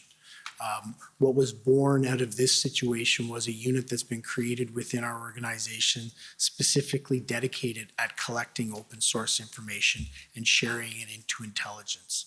I think the opportunity around intelligence is to ensure that intelligence, open source, and police liaison team information is more readily shared so that it can be cross-referenced. We've seen that develop within our organization. I also think, and one of the things we've been able to do is we read the intelligence differently now. We've had multiple subsequent events in this city where we've used our experience to leverage our operational planning. One of those was Rolling Thunder. And when you look at the intelligence, there was the identification that it may not have been a large risk event for us, but we used our experience to apply towards that intelligence and created a deployment model that actually ultimately did, I believe, prevent a subsequent occupation to our streets. So I think from an intelligence perspective, the coordination and cooperation and it has always been good between ourselves and our partners. I think this identified that we need to expand that and that we need to broaden the sources of information that we're bringing in and properly leverage them in our operational planning with the experience we have. All right. Now, let's leave intelligence for a minute, but still, I want to ask you about planning. If I could take you to your interview summary, which is WTS 6029.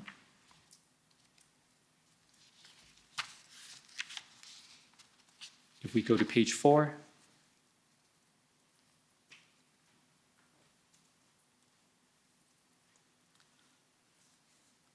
Page 4. I'm looking for the part where you said that the OPS's approach to the protest at the time of the Freedom Convoy did not consider community impact. That paragraph right at the top. Okay, sorry. We There. lost it. Interim Chief Bell saw it as OPS. That's right. Interim Chief Bell saw it as OPS's role to respect lawful protest. He noted that OPS was experienced dealing with lawful protest on national and international issues and ensuring public safety at these protests. He commented that OPS's approach to protest at the time of the Freedom Convoy did not, however, consider the community impact of demonstrations. If we go down a bit. Since the convoy, you not only consider public safety and Charter of Rights and so on, but also the impact on the community. That goes to part of what you just told us. Now, at the time, though, you sought a legal opinion on what lawful authority was open to the OPS to respond to the arrival of the convoy, right? That's correct. I requested that legal opinion following one of our morning calls, our command team meeting, as one of the requests that was going to be, we needed to fulfill in order to make sure we understood our legal grounds. Do you remember when you sought that opinion?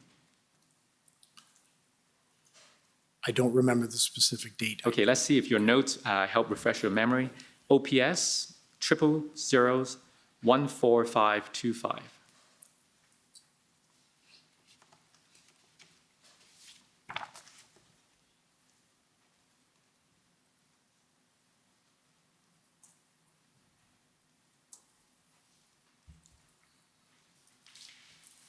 So it says here January 27th, and you have a note, convoy plan will develop legal opinion on how we will be able to end the convoy.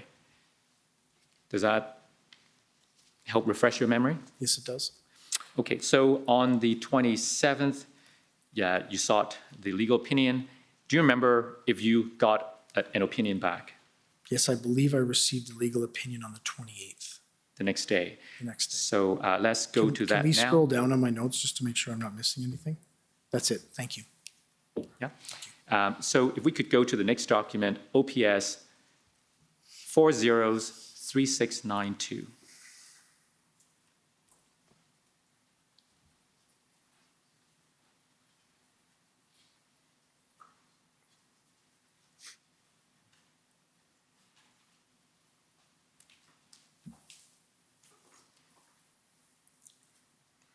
Is this the opinion you received? Yes, it is. Did you read it at the time? Yes, I did. Sorry. Yes, sorry. Yes, I did. Okay. Did you circulate this opinion to anyone else? Yes, because it was requested at one of our morning calls, I would have shared it with the entire command team, I believe. That But I don't have includes- independent recollection that I did forward it on. Okay, but you believe you did? I believed I did. I collected it on behalf of the executive team, so I would have shared it with the executive team. And just to be clear, by executive team, you meant? So it would have been anyone who was present. So it would have been with legal counsel who would have done this. Deputy Chief Ferguson, CAO Dunker, Chief Slowly, the Chief's Executive Officer, Kevin Maloney, and others. I just don't have recollection of who I forwarded it to. Okay, so let's take a look at this opinion. Staying on page 1, if we scroll down, the paragraph that starts with while the convoy, we could go up, yeah, that's good. While the convoy has not yet reached the city of Ottawa, various considerations will need to be assessed and reassessed to determine the appropriate response, including the balancing of competing charter rights, impacts to public enjoyment and the right to mobility, impacts to health and safety, impacts on obstructing emergency vehicles, and impacts to public safety generally. So I want to ask you, in preparing for response, how did you and your executive team consider these bullets, including the impacts to public enjoyment and the right to mobility, and the last point, impacts to public safety generally? So I think that would have been done by an ongoing assessment that was being conducted by the planning team and intelligence moving ahead. Those areas were specifically impacted, as I indicated, and we only realized that once the convoy arrived. The anticipation of the community trauma and violence to our community that was going to did occur wasn't anticipated because nobody saw that coming. Nobody knew that that was going to be the tactic that the mob that got here was going to actually engage in. So that is something that we look at. We look at public safety, we look at Charter of Rights and Freedoms, and all of these index, but we had never taken the view of making sure that the community and the surrounding areas, we were as responsive to their needs. We take that into account more than ever now, and that's what you've seen as we've responded to Rolling Thunder, responded to Canada Day, to make sure that we interpret our intelligence with our experience, but also make sure that we identify potential hazards or concerns that could occur within the community and put that absolutely front and center in our planning.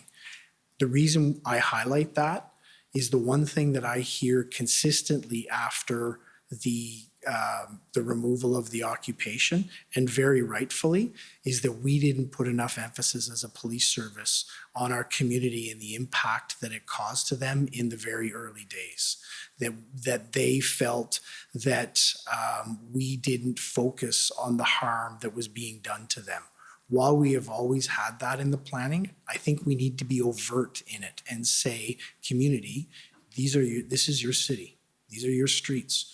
We will conduct ourselves in order to protect you within this community and protect you within those streets. So I think the emphasis that I'm playing is that we need to always have charter rights and freedoms in our mind. We always need to have community safety, but we need to make sure that we bring the community impact to the front of everything we do, because it was the area that was most violated during this event. Now, the opinion talked about the balancing of competing charter rights. Perhaps many of the residents felt that there was an imbalance. And one of the central questions that arose from the planning perspective is about the ability of preventing the trucks from entering the downtown core in the first place. So I want to ask you, what was your understanding of the lawful authority for the OPS to prevent the trucks from going downtown and park there that first weekend? So I believe that we do have the ability, and I think we've exercised it several times since then, to prevent the vehicles from going down. A truck isn't a protected entity under the Charter of Rights and Freedoms. People are. That is something we had not exercised prior as an organization. When we had vehicle-borne demonstrations, protests, or events in what is the downtown core, we had always allowed them because our experience was they had come and they had left, and we had managed them. And that was a regular occurrence for us. So that happened many, many times, usually many, many times a year. So although the charter doesn't protect the vehicles, I do know that our experience had been that we would allow those type of vehicles. I think there's another side to it as well that's very important, particularly as we became closer to the date. We saw the volume of vehicles that were going.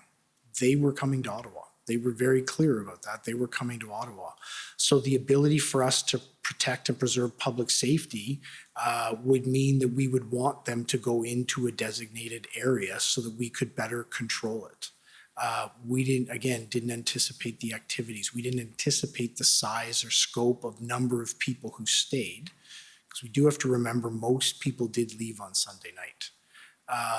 So the ability for us to manage the protest and demonstration in a core, as opposed to people coming and have a blocked off downtown core and leaving their trucks on the 417 or trucks dispersed around many different areas. It was going to be more manageable for us in a centralized area. Right. Now, we asked the same question or a very similar question of Mr. Slowly, the former chief, and I want to show you his answer and ask you if you agree with him.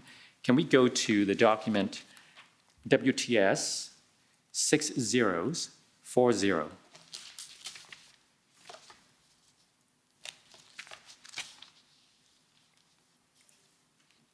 And if you could go to page 15, please.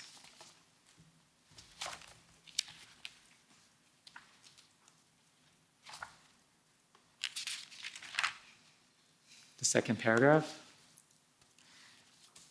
Chief Slowly was advised that based on the known intelligence reports, OPS did not have the legal authority to deny the Freedom Convoy access to downtown Ottawa simply because some people disagreed with the views of some participants.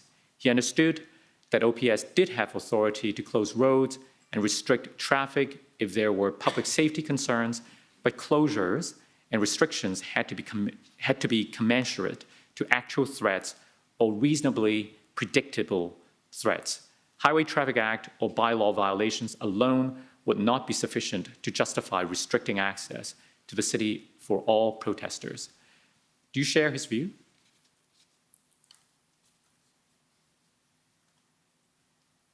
So I think it's important. There's a lot packed in there, so I think it's important that Take your time, we go through it. to reflect upon it. So I would say I would absolutely agree. Based on the intelligence we had, we didn't have legal authority to deny the protesters from a protest. All of the activity had been lawful and peaceful, and there was no indication of anything contrary to that. Let me ask you this. In the subsequent events, Rolling Thunder and so on, did you have different intelligence assessment to suggest a more violent event or a higher risk in other aspects? No, we had experience. We had experience in exactly what had occurred. We had seen and learned from what had occurred during the Freedom Convoy, and we had worked with our city partners and policing partners to identify different mechanisms to actually restrict access to an area. So, in other words, it's not the nature of the anticipated protest that changed the planning. It's the experience of having been through what Ottawa went through in January and February that caused a different planning approach. Absolutely, and I think that experience that I talk about is something that you saw across the country as people planned and responded to similar incidents. Toronto Police Service and the City of Toronto had a much more successful intervention in a protest in subsequent weekends to what we had initially. And Chief Raymer's been clear in identifying it. Part of that was because of the experience that they saw occur in Ottawa, that they identified different threats in different ways and built a plan around the experience that they saw us endure. Would you agree then that the only thing that's changed is the appreciation of the potential risk?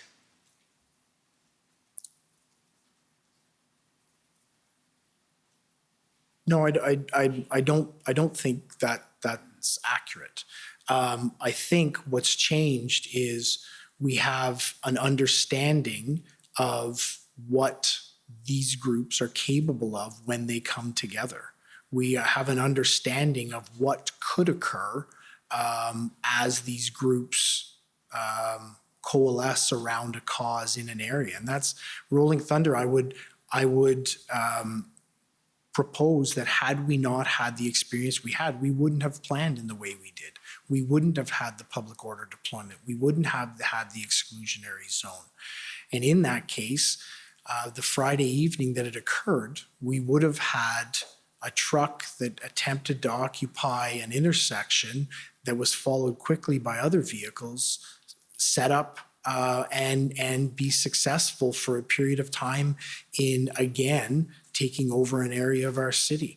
That's the appreciation that we have of what is possible when these groups come together. That's the experience that I'm talking about that we are now applying to all of the intelligence. So if I understand you correctly, you said what's different is the new understanding of what could occur, right? Those are your words?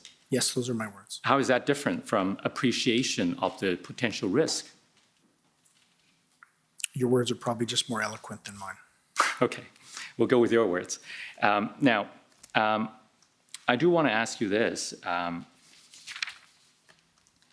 Taking you back to the legal opinion, which is OPS 403692.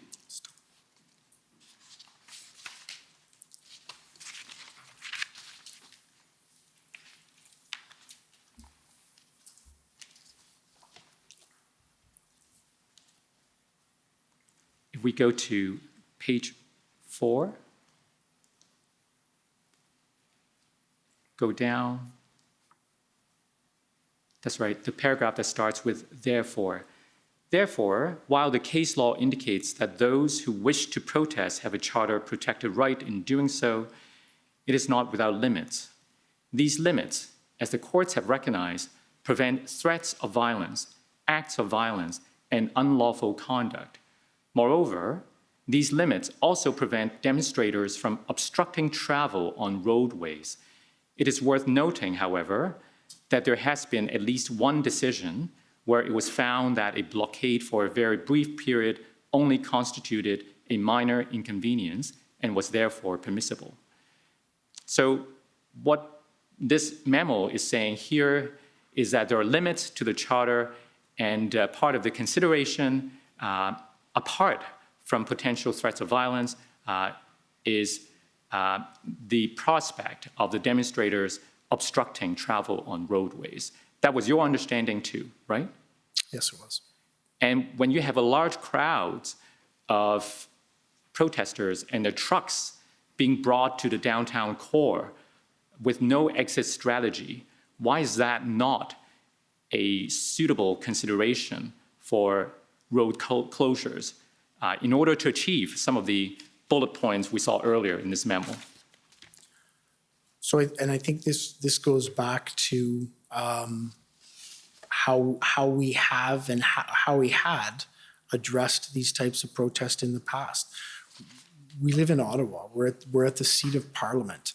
Protesting is something that lawful protesting is something that our community accepts, and I believe our community appreciates. And they have an expectation on us to be able to appropriately manage and facilitate those protests. So for a large demonstration to come into the downtown core in and around the seat of Parliament and protest for a number of days would not be abnormal in this city, even with the traffic disruptions that would occur. What was abnormal in this situation was the volume of vehicles that came and the area that they actually occupied. What was particularly, and I've said it and I will say it again, what was particularly different in this event was the interactions of the protesters between themselves and the community. We had never seen that before. That was unprecedented. Okay. Commissioner, I'm about to embark on a new area. I don't know if this would be an appropriate time for a break.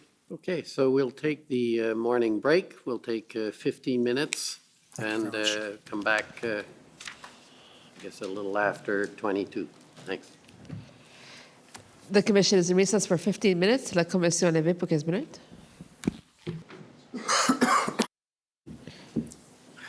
The commission is reconvened. La commission reprend. Good morning again. Morning. So before the break, we were talking about intelligence and other aspects of pre-arrival planning. I'd like to take you now to the events after the convoy has arrived. And during our interview, you explained to us that the events after the convoy arrived could be broken down into different phases. So I'd like to take you to those different phases, and perhaps you can first explain to us what those are. And it may be helpful if we go to your interview summary first. For sure. So could we call up the WTS 6029, please?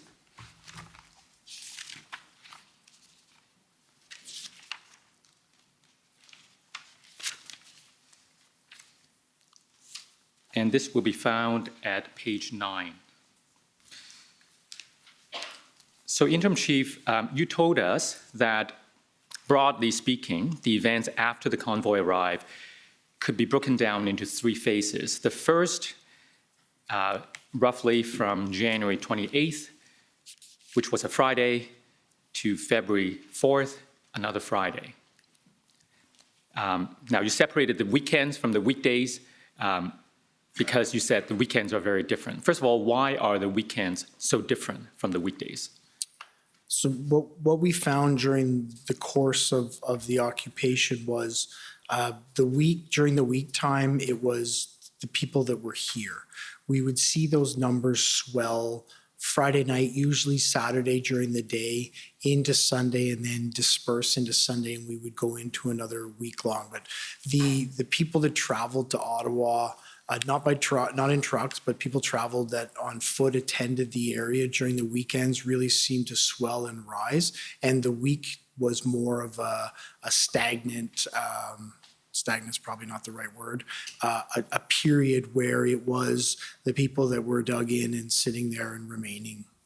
Mm-hmm. So phase 1, from January 28th to roughly February the 4th, I believe you call that a period of orientation or adaptation after the convoy's arrival. Tell us what you meant. So during that period, several key things occur. So on the 28th, the convoy arrives. We are anticipating a 3-day event with the potential of a smaller group of people staying, and there's massive numbers. So through the weekend, and I wouldn't be the one to best speak about it, but through the weekend, the event is managed. Sunday night, so I believe that's the 30th, we then anticipate most people leaving. Many people left, but we still had a very large red zone that we identified it with lots of trucks, with antisocial behaviors that are targeting our community. So we start to then move into the Monday where we're seeing an entrenched group who are actively demonstrating, protesting, and targeting our community. During that phase, so on the 30th, as we're looking at going into Monday, demobilization planning, as it's called, is being identified by Deputy Chief Ferguson. So there's direction that's being put out by Deputy Ferguson. Okay, so always the potential of them, some staying. We have a very large footprint now. What are our potentials to actually remove people from this area if we need to go there? So that's tasked out on the 30th. So during that week, we're starting to orient ourselves. So I wasn't present at it, but on the 1st of February, so 31st is Monday, 1st of February is Tuesday. There's a meeting that occurs between Deputy Chief Ferguson, Chief Slowly, and the large public order unit commander table to start looking at options for a tactical resolution to this. So that group then is tasked out with coming up with options that could be used. That public order team then brings back options to Chief Slowly, myself, Deputy Chief Ferguson, and other senior leaders to identify the three options that they had identified on the 4th of February. So that would be I believe that's the Friday. From that optioning solutions that have come out, there's 3 that are identified. The command team has the discussion with them as we go through, weigh all the benefits of each of them, and ultimately an approach is then identified on the 4th. So that takes us through the first week. So the orientation is figuring out what's going on within the environment, making sure, trying to get the resources that we require or assign the resources that we require to hold the red zone in a safe manner, try and manage public safety issues in the way that we can with the limited capacity we have, as well as then start to develop planning or at least identify strategic concepts around how we're going to approach this moving ahead. Right. Now, I have more questions for you about this first phase, but before we get into that, I'd like you to tell the Commissioner, first of all, what the other phases are. So the second phase, I believe it is from February the 7th, which is a Monday, to February the 11th. Is that a Friday?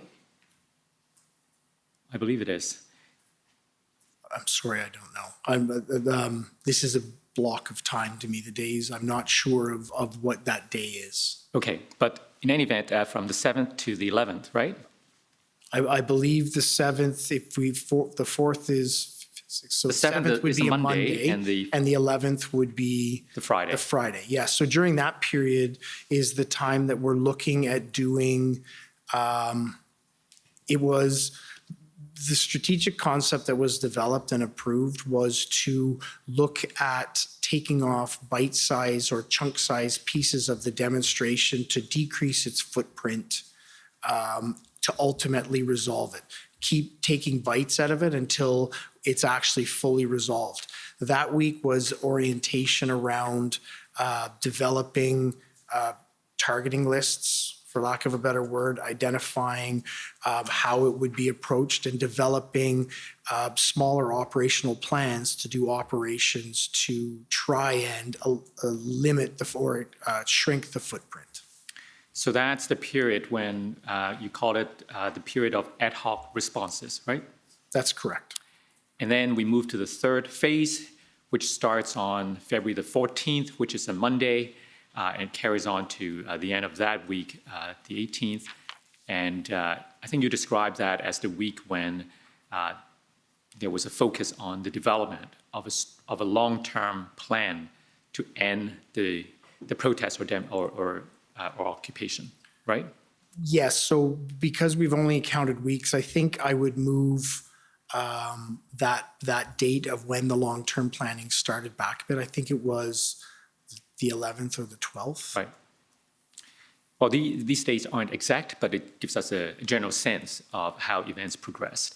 So going back now to the first phase, now you've told us in our interview in the summer that that was a time, you described it as, I believe, let me look for the reference, you said the OPS was exceptionally unprepared for, and the team realized that after that first weekend. Do you still agree with that description that you gave before? Yeah, I believe we were unprepared for what transpires. In the sense that you weren't prepared for what would eventually turn into an occupation. That's correct. Now, so I want to take you to some documents and see if we can explore further what happened during that period. Superintendent Abrams from the OPP testified last week that he had a conversation with you on, I believe, the 31st of January. That would be the Monday after the first weekend. And you told him that the OPS is now looking for a 4-week sustainability plan. Do you recall that conversation? Yes, I do. Tell us more about that conversation. So as we transitioned from the Sunday night of the 30th into the Monday morning of the 31st, the reality of what we were facing was much more clear.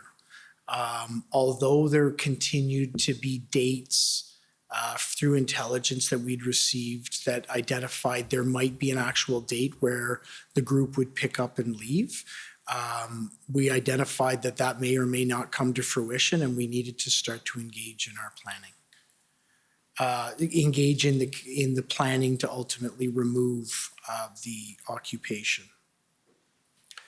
So one of the things that we did at the very early outset in a command team meeting, I think it was actually at our morning call or a specific briefing around the convoy, I can't remember which one it was, but we established for the purposes of planning what would be a long window of what we could potentially be looking at for sustainability perspective. It's an important premise for us in order to look at the window that we're going to need to plan for. This is mainly not to identify when it's going to end, to identify what is the potential that we may need from a staffing perspective, from a resource perspective, so that we can actually look at planning how we manage our members and other resources coming in. So although we didn't know what the length of it would be at that time, we identified on the long end a 4-week planning period for sustainability so that we would know we had the resources in place that we needed when we needed them. Mm-hmm. And you and Superintendent Abrams had ongoing discussions as the events progressed about the different challenges facing the OPP and the OPS, correct? Yes. So one of the things that we agreed to, because there were so many tasks at that time, there was a lot going on, that I would support Deputy Ferguson by being the conduit to the OPP to either ask questions at a strategic level or get input or questions from them. And that's the role that I played. And that's the context that I had my conversations with Superintendent Abrams around. Right. Now, if I could take you to Superintendent Abrams' summary of the events around that time, perhaps you can tell us if you agree with his description. Could we go to WTS 6013, please?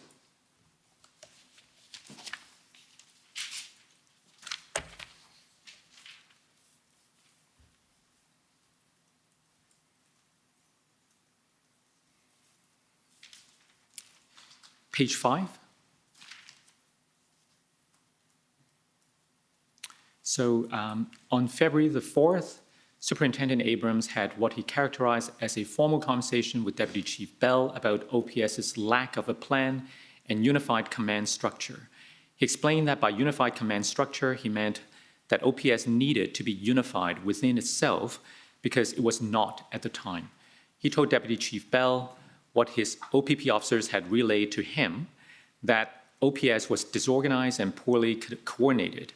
He also told Deputy Chief Bell that OPS's maintenance of multiple command centers at the 245 Greenbank Road, OPS office, where OPS's MIC, that would be Major Incident Commander, Superintendent Patterson was based, the OPS headquarters on 474 Elgin Road, and at the NCRCC in Orleans, where OPS's incident commander was based, were contributing to these problems. Deputy Chief Bell agreed that OPS needed to formalize operations and told Superintendent Abrams that OPS was trying to develop a plan and a unified command. In characterizing the conversation, Superintendent Abrams explained that it was an uncomfortable situation, but he felt compelled to raise his concerns and offer advice. Now, there's a lot here, so let's unpack it. First of all, he mentioned that there are multiple command centers, and I believe there are at least 3 locations there. Is that what happened at the time, that there were multiple command centers within the OPS? So there was different areas where work was being generated out of or coordinated, but the NCRCC, the National Capital Region Command Center, was the dedicated command center for this event. The Major Incident Commander, Superintendent Patterson, did originally work out of his office at 245, but I believe he regularly attended the NCRCC. I'm not sure, that we'd have to verify that through Inspector Lucas. There also was there another one there? Based The on headquarters on 474. 474 was where the executive command was. So the NCRCC was our command center. That's where all operations were resourced out of. That's where our Joint Intelligence Group was. That's where our incident commander was. There was meetings that occurred in different areas. There was different locations that did need to feed information into the NCRCC, but ultimately the NCRCC was the area where operations were controlled from established from before the convoy arrived and only demobilized many days after it had been dismantled. If the NCRCC was where all the actions were, where the command post was, do you know why Superintendent Patterson was operating initially, at least, from a different location? I can't comment on that. I don't know. Okay. Superintendent Abrams also pointed out that there was a lack of a plan and unified command structure. Do you agree with those concerns? So we would have had a command structure that was based out of a unified command that was based out of the NCRCC, the Ontario Provincial Police, the Ottawa Police Service, the RCMP, PPS, Parliamentary Protective Services, were all co-located in that area. So there was the unification of all of those resources there. From a strategic level command, no, I would absolutely agree with Superintendent Abrams' assessment that we needed a better, more integrated strategic level command. One of the learnings for me from this is, even though it was assigned to me, it wasn't necessarily more helpful for Superintendent Abrams from a strategic command within the operation perspective to come to me instead of managing directly through Deputy Chief Ferguson. So those are some of the issues we identified and continue to rectify, particularly as we moved towards our integrated planning team and our unified command. Right.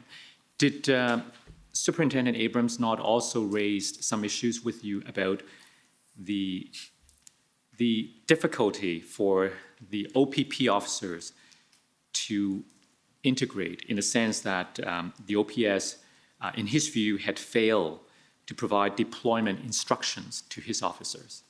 So Superintendent Abrams identified several different issues that were relayed to the incident command, and I know one of the issues in the early days was the tasking of a number of Ontario provincial police officers who had actually the lack of tasking of a number of Ontario provincial police officers who had attended to assist. That was relayed to Deputy Chief Ferguson, and it is my understanding, and would have been my expectation, that she would have moved that down to the incident commander, Inspector Lucas, who would have rectified it with his partner at that time, the OPP incident commander, who he was sitting across the table from at the NCRCC. Is it your understanding that there were, in fact, OPP officers physically situated in Ottawa who were just sitting around and not being effectively deployed, notwithstanding the lack of resources on the part of the OPS? So I do understand that there was an occurrence of that did happen, that was raised to me, and it is my understanding that it was immediately rectified and didn't occur again. And was there not also concerns that in terms of the planning, there were OPP planners provided to assist the OPS, but they couldn't really do their job because they were getting conflicting directions from the OPS. So I don't believe that was a concern that Superintendent Abrams raised to me. Okay. Could we go to page 4 of this document?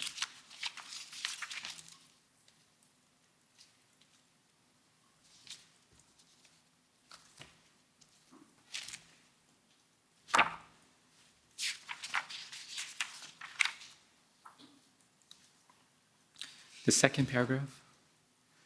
Superintendent Abrams also reported that OPS planners and the OPP planners assisting them were receiving contradictory directions. At OPS's request, OPP assigned 2 members, Inspector Yunan and Staff Sergeant Govan, to help OPS develop plans.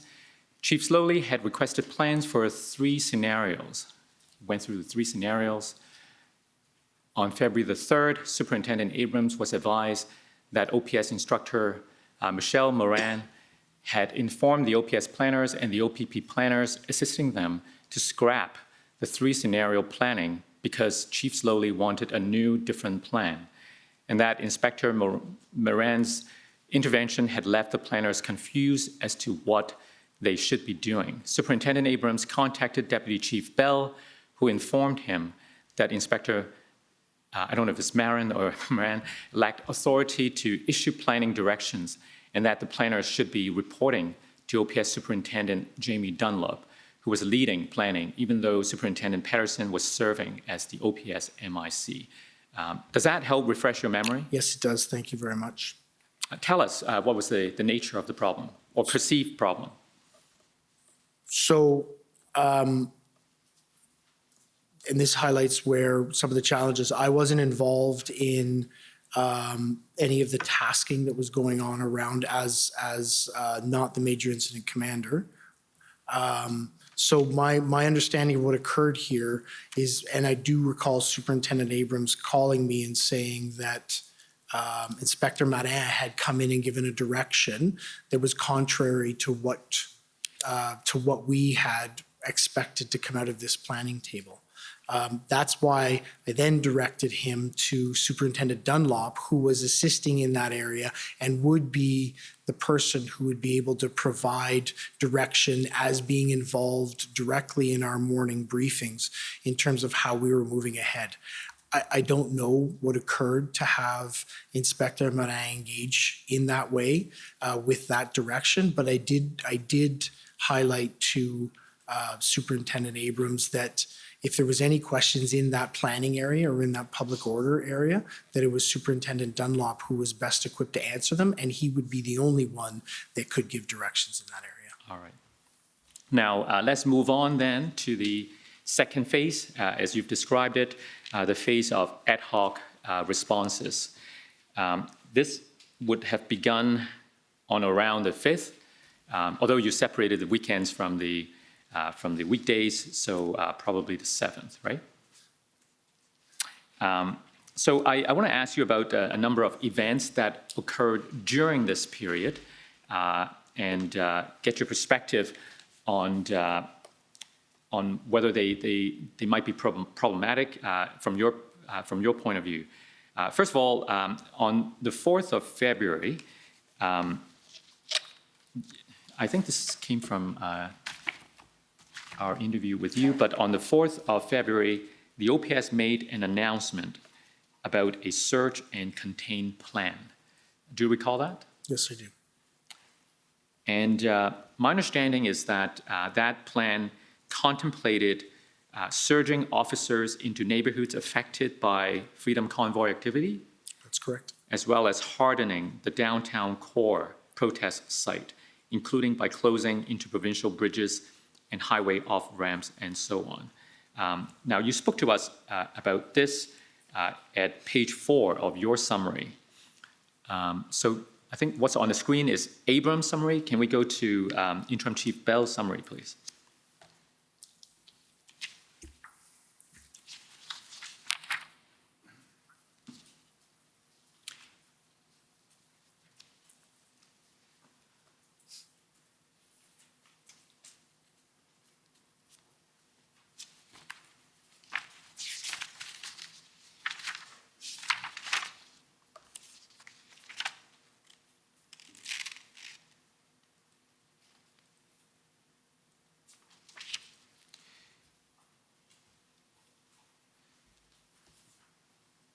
So if we go to page 14,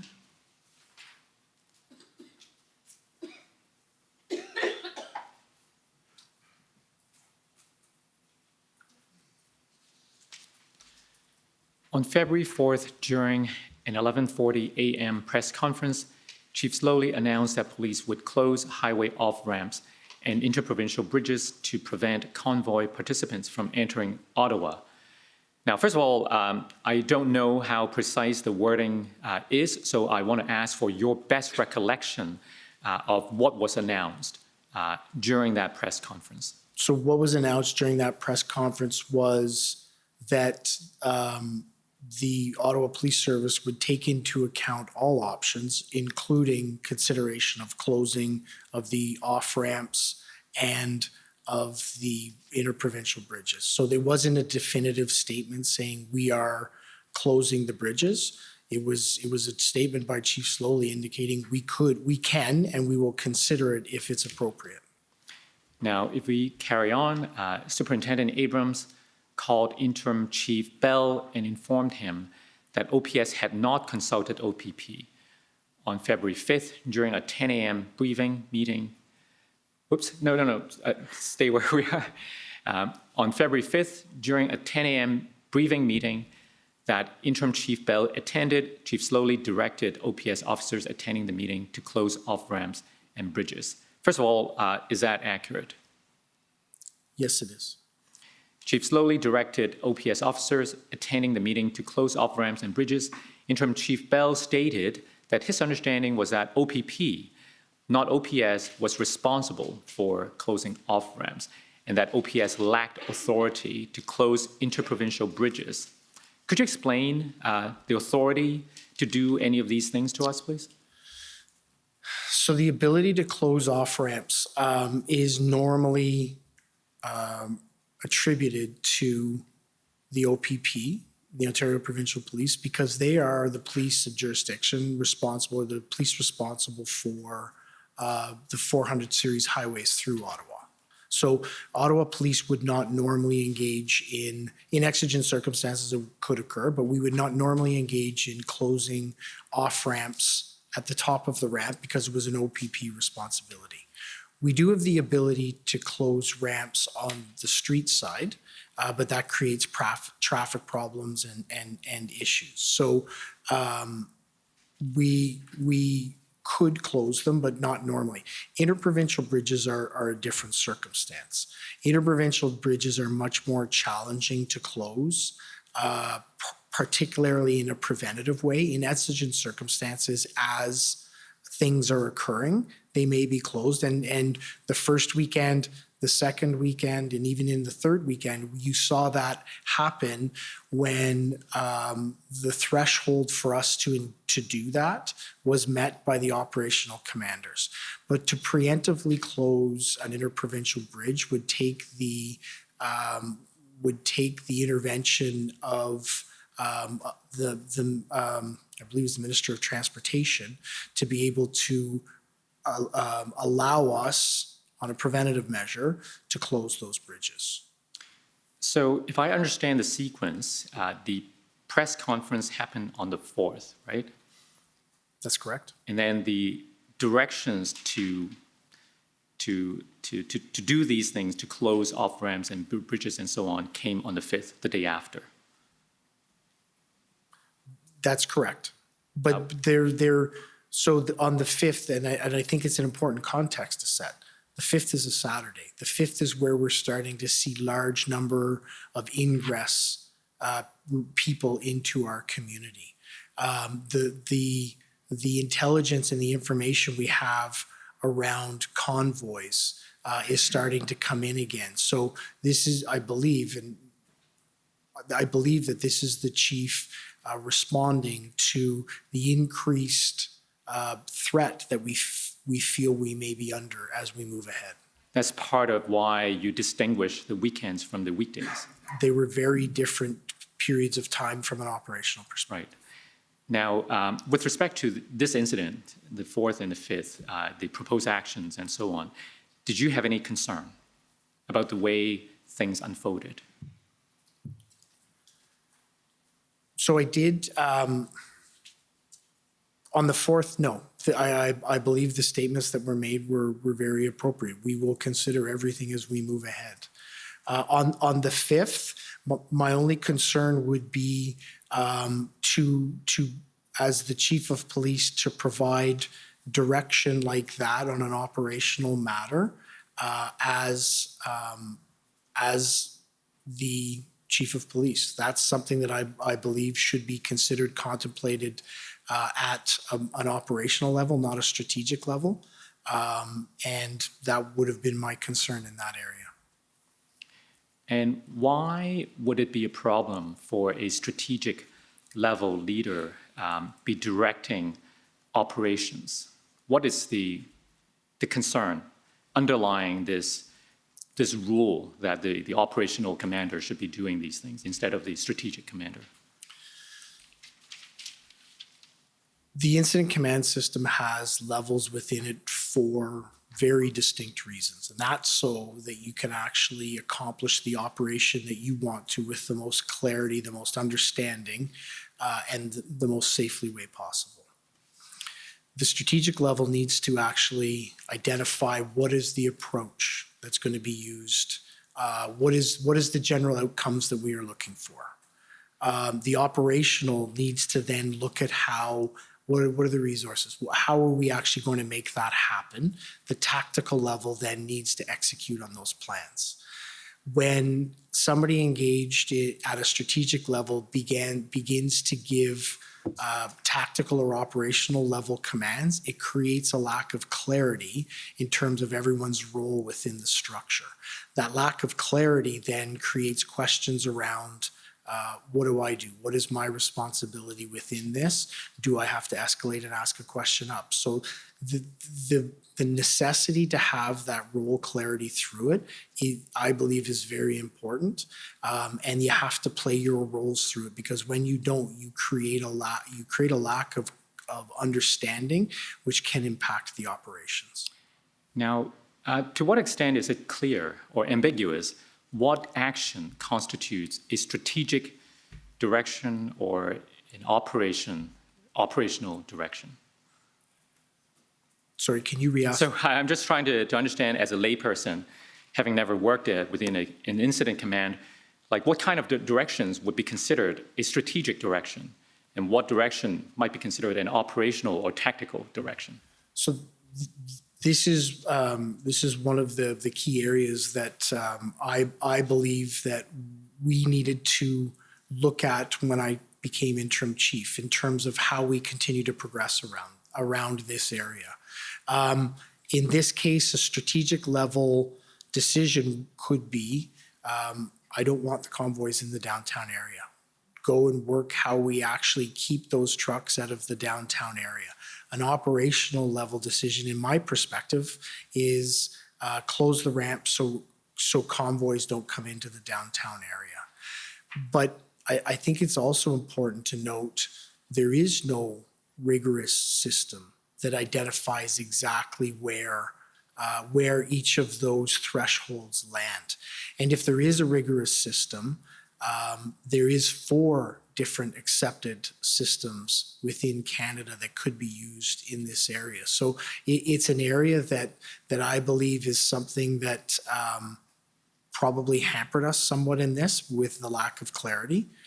No fault attributed to anyone, just there was not clarity across the services, across ourselves, in terms of what constituted each of those decisions. So I believe that clarity needs to be struck and needs to exist. And that's one of the things that in the early days of me taking over the operation as interim chief that I spent a considerable amount of time doing. So the people that I was working with, Deputy Chief Ferguson, Superintendent Bernier, had a really clear understanding of what I felt was a strategic role and what I felt was an operational level decision. Mm-hmm. Now, in this paragraph that we just read, it would appear from what Superintendent Abrams said that the OPP was not consulted before the announcement was made on the 4th, because he heard it from the news. And since you explained that the OPP would have been responsible for the highway off-ramps and so on, would it have been important to consult the OPP before the announcement is made? So if the announcement was we will be closing ramps, I would say yes, it would be extremely important. If the announcement was we will consider that, I would say not as much, and only because the OPP at this point is integrated within our NCRCC, our command center, and those would be operational level decisions that would be made. There would be tactical responses developed within that area to be able to respond to the issues. Mm-hmm. So this is the weekend of the 5th and the 6th. If we go to the following weekend, and if I could take you to your summary at page 20.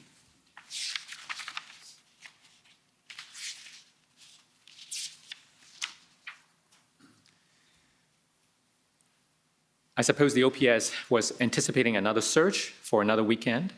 I'm sorry. No, go ahead. Well, what I know was occurring, not what I think, what I know was occurring here was there was intelligence and tracking of a convoy that existed, I believe, within Quebec that was being followed towards Ottawa. That it would have been the early morning intelligence briefing in terms of what was to occur. This is a Saturday as well. This is the second final Saturday. So we are continuing to build, monitor, maintain the area, but we are tracking a convoy at this point. So in the middle of the first paragraph, during the briefing, Chief Slowly directed that OPS close interprovincial bridges and highway off-ramps into Ottawa until Monday, February the 14th. Chief Slowly indicated that OPS needed to act because of the municipal and provincial state of emergency. So there appears to be a perceived need to close these off-ramps and bridges again, and he's directing, it appears from this paragraph. Is that what happened? That's correct, yes. So if we go to the next paragraph, Interim Chief Bell engaged in back and forth discussions with Chief Slowly about whether OPS had authority to close interprovincial bridges and highway off-ramps, including at a 12:17 p.m. meeting that OPS General Counsel Christian Hanaud attended. Now, first of all, wasn't this discussion, didn't you already have this discussion with the former chief the weekend before about the authority to do all this? No, I hadn't had it the weekend. I see. Okay. So anyway, you have these discussions with him on the 12th, I believe. And then in the middle of the second paragraph, Interim Chief Bell explained that while planning and operations would ordinarily have been Acting Deputy Chief Ferguson's responsibility, he was relieving Acting Deputy Chief Ferguson that day so that she could rest. Ultimately, Chief Slowly agreed that OPS lacked authority to close the bridges and off-ramps and rescinded his direction. So first of all, this is the weekend that Deputy Chief Ferguson took 2 days off. We heard about that. Is that right? Yes, that's correct. So during her absence, you stepped in to look after her responsibility. And that's why you were engaging in these discussions, right? Because normally this is part of the planning. That's correct. This would have been under Deputy Chief Ferguson's purview. Right. The next paragraph, during these discussions, Interim Chief Bell informed Chief Slowly that Superintendent Bernier had developed a traffic mitigation plan to divert arriving convoys away from the downtown core instead of closing off-ramps and bridges. So first of all, we heard about directions to close off-ramps and bridges. Did you have the same concern expressed earlier the weekend before about a strategic level leader providing operational level directions? Yes, I did. But in this case, we have a different incident commander or event commander who already developed a traffic mitigation plan, right? That is correct. So we start reading from the middle of the third paragraph. Chief Slowly told Interim Chief Bell that he needed more details on Superintendent Bernier's plan so he could decide whether to approve it. Now, do you have any concern about the former chief expressing the need to approve the event commander's plan? So it is not typical in incident command structures. The strategic level doesn't approve operational level plans. After some back and forth, OPS implemented the traffic mitigation. Can we go up? Oh, sorry, go down. Traffic mitigation plan, which kept convoys from entering the downtown core. Interim Chief Bell's notes record that during the 12:17 p.m. meeting, Chief Slowly told him that Chief Slowly would assess the plan and, if not satisfied, would take appropriate actions. Interim Chief Bell explained that Chief Slowly was asserting his authority to approve or reject the traffic mitigation plan that Superintendent Bernier was developing, as well as to hold Interim Chief Bell accountable if that plan did not meet the thresholds that Chief Slowly believed it needed to meet. What did you mean by that? Holding you accountable. So I don't know, but he did indicate to me that I would be held accountable for the success of that plan. I don't know specifically what that would mean, but those were the words used by Chief Slowly. Okay. Did that cause you concern? No, I think there's I believe there's a level of accountability in every level within the organization. I actually believe I would be accountable for the delivery of that. And I was confident in the plan. So you were accountable because you are now stepping into the shoes of Deputy Chief Ferguson, who was the strategic commander, right? That's correct. And so when Superintendent Bernier was implementing that traffic mitigation plan as the commander, you were the one then providing strategic oversight. That's correct. And that's why you would have been accountable if anything went wrong. Well, we ultimately, the chief's accountable for everything. Right. That's part of the responsibilities of being a chief of police. The delivery of this day and the diversion of this convoy would have, from a strategic level, come to me, and from an operational level, come to Superintendent Bernier, who developed a very effective plan and had teams that executed those plans very well that kept them out of our downtown core. So was that an example of you trying to protect the autonomy of the operational commander? Yes, I would believe yes, because I strongly believe in the autonomy of the operational commander. And I believe at the end of the day, the strategic intent was clear here: keep convoys out of the area. Superintendent Bernier and his team took that away and developed a very strong plan to manage that. Members of our organization and other organizations executed that plan very well, that ultimately did result in those convoys not attending. That is how strategic, operational, and tactical level decision makings are intended to work. Mm-hmm. Now, I want to turn your attention to another aspect that happened during the convoy events. If we could go to your summary at page 13.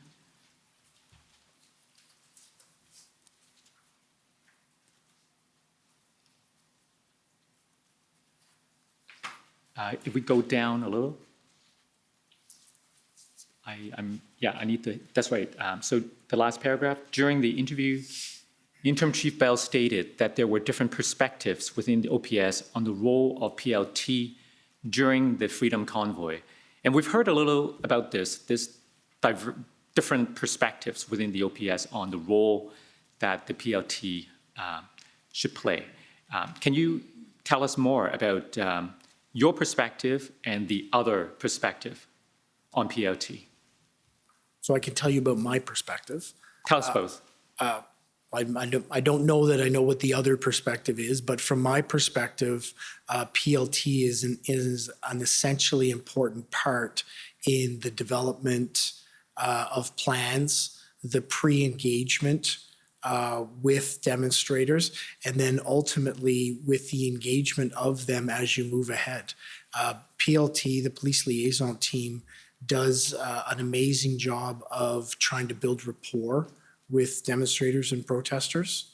And we utilize it now beyond that in order to be able to have clear lines of communication, but even more so have a good set of understanding of expectations of the protesters and expectations of what the protesters are anticipating to do when they're in their area. So they're very effective in the pre-planning phase and in the early development phase. They're also extremely effective in the demobilization portion because effective PLT utilization can actually result in usually through small sets of concessions, through finding common ground with demonstrators and protesters in order for them to be able to successfully and peacefully negotiate an end to a demonstration. This specific demonstration posed exceptionally challenging for our PLT members from the perspective that there was so many different people, so many different organizers, so many different groups. Those leaders, organizers, and groups changed on a regular basis, and many of them had very different agendas. There probably could not have been a more complex and challenging environment for our PLT members to work in. And I can tell you they came into work every single day with the absolute best intention to get this resolved peacefully. Now, the reason I asked you for your perspective and the other perspective is because when you spoke to us in August, I believe, and as captured in this paragraph, you explained that there were different perspectives within the OPS. So you've just explained to us the perspective that you adopt, as well as Chief Ferguson, Deputy Chief Ferguson. But as this paragraph explains in the middle, it says, in contrast, Chief Slowly and Superintendent Patterson wanted to obtain quick wins. Unless PLT could convince the protesters to leave, they saw no room to negotiate and preferred utilizing enforcement. Interim Chief Bell explained that because of these different perspectives, there was often no agreement on how much negotiation should occur before OPS launched an enforcement operation. Now, does this paragraph accurately describe the tension within the OPS? Yes. In relation to the utilization of PLT. That's right, that's right. Yes.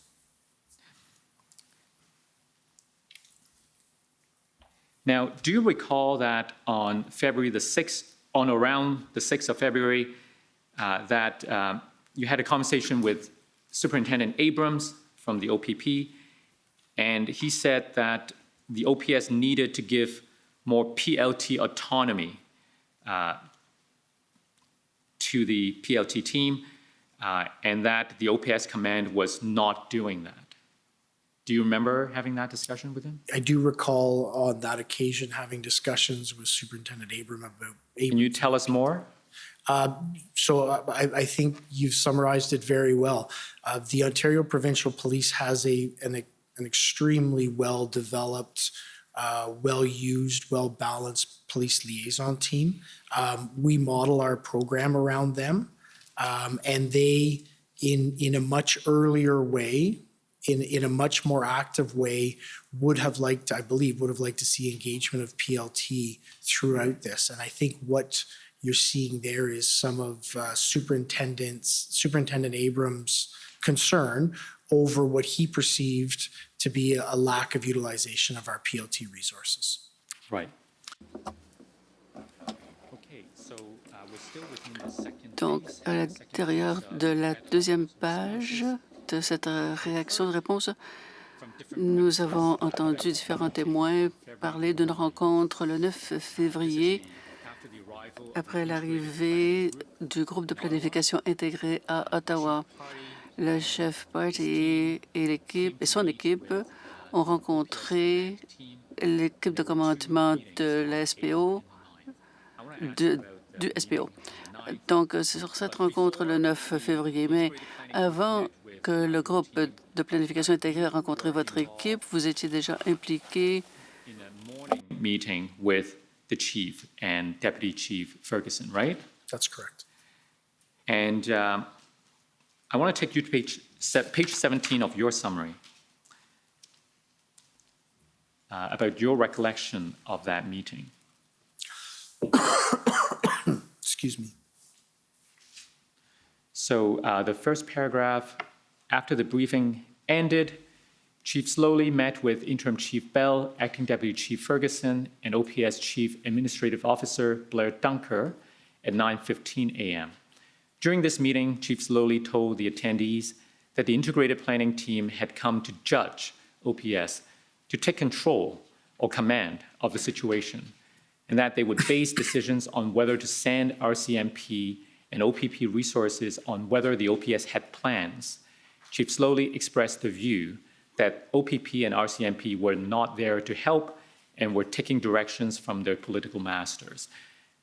Does that accord with your recollection of what happened that morning? Yes, it does. What do you understand? Sorry, excuse me. What do you understand to be the reason that the former chief expressed those concerns? So I don't know what the reasons would be. I don't know what Chief Slowly's experience would have been with the OPP or CMP. It was surprising to me because up to that point, all through this and continuing on, I've had the ability to work with both the Ontario Provincial Police and the Royal Canadian Mounted Police, and they have been exceptional partners, and they were exceptional partners to us through this.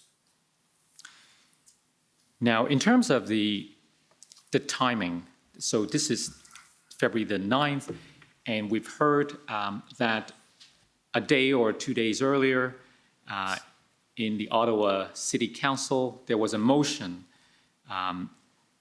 I can't remember who was the councillor who brought forward the motion, but effectively to ask the RCMP to take over. Are you aware of a motion? So through this, there was many motions. I think you're specifically speaking about a motion on February 7th that was forwarded by Councillor McKenney in relation to asking the RCMP to engage in takeover policing of the parliamentary precinct. So I am aware of that motion. Now, you were there that morning when the former chief expressed these comments. Did you understand his comments to have anything to connect with the events before, such as the motion in the council? So again, as I indicated, I don't know what motivated these comments by Chief Slowly. What I do know is that in relation to that motion, we had identified that it actually wasn't grounded in law.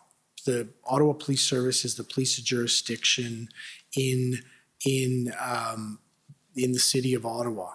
So in all of the city of Ottawa, including the parliamentary precinct. So we had provided a letter to the city to indicate that. So it wasn't grounded in law, that motion. I don't know whether it contributed to these comments. That's a question better suited for Chief Slowly.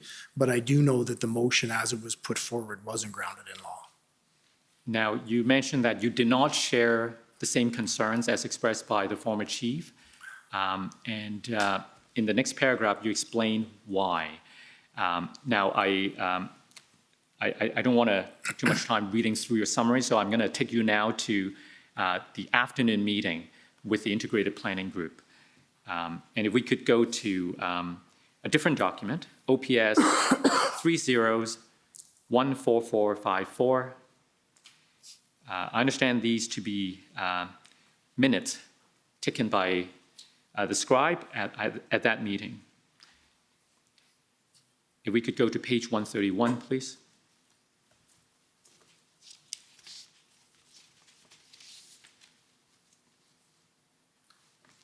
So can I just ask for a point of reference on where these notes are from and who's taking them?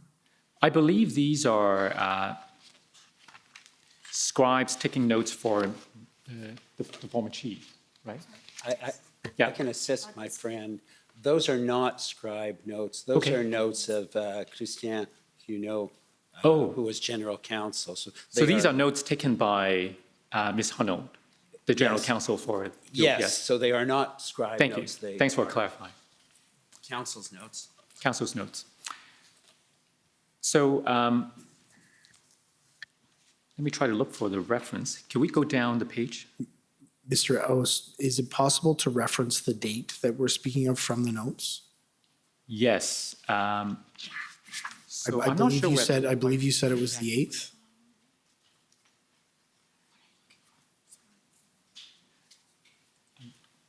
Moments, indulgence.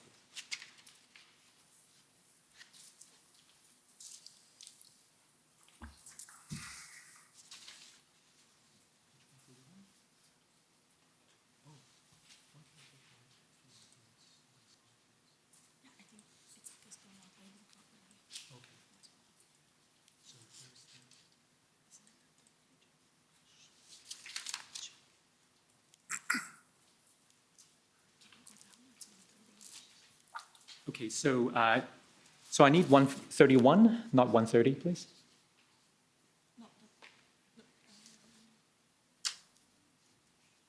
Keep going down. Oh, was it early? Sorry, can we go up again?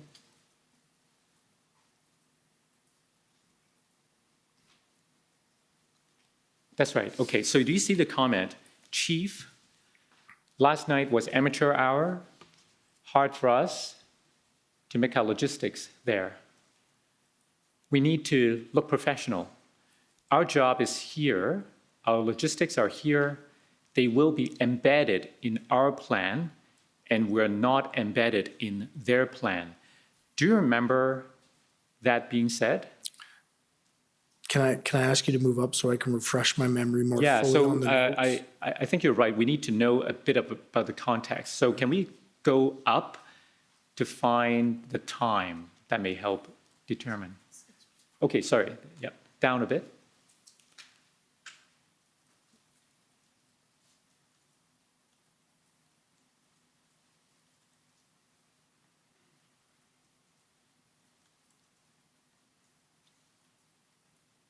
Sorry, can I just read that portion?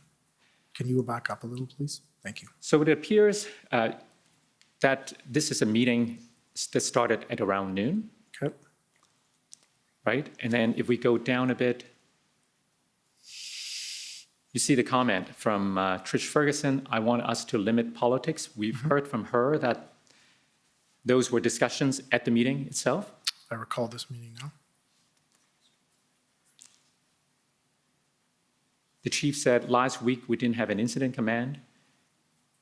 Everyone was running around with confusion. Now we know our roles as of noon. And we go down.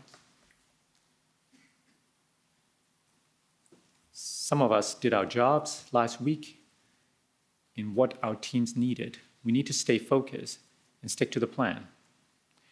Trish, they're here to help. Not sure why we're forcing them to arrive here. I believe that was a reference to their attending at the headquarter location. That's correct.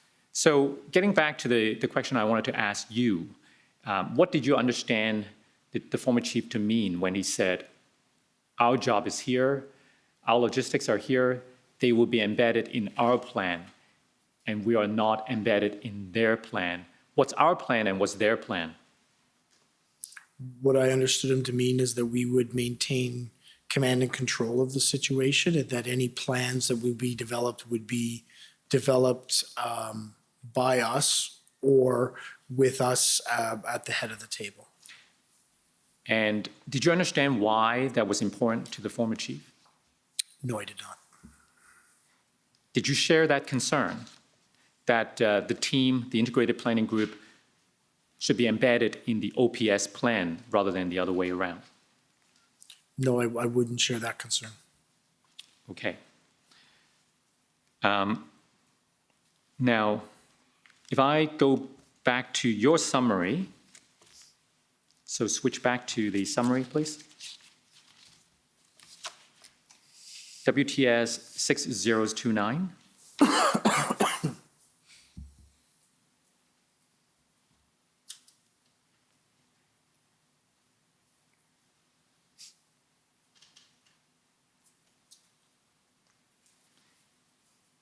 We go to page 17.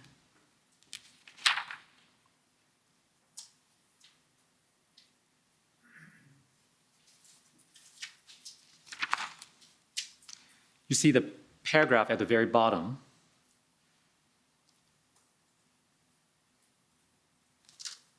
The very last line. You describe this meeting as contentious and heated.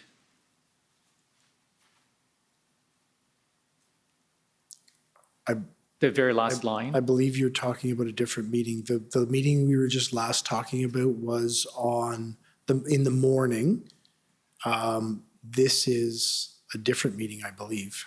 No, sorry, I thought there was a meeting within So we the had OPS team. I'm sorry.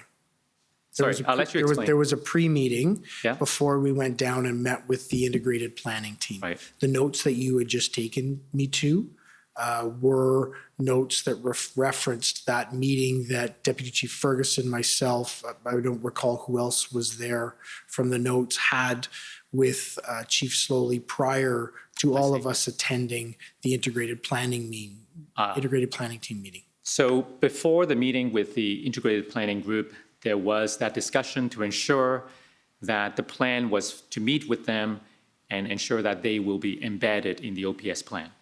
That was the comments and And direction. then the OPS command team met with the integrated planning group.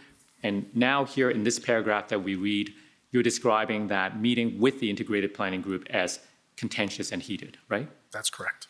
Now, I understand that we also put to Chief Party of the OPP, who was present during this 12:10 p.m. meeting, about the discussions that was had during this meeting, including the OPS asking the integrated planning group whether they were willing to be embedded into the OPS plan.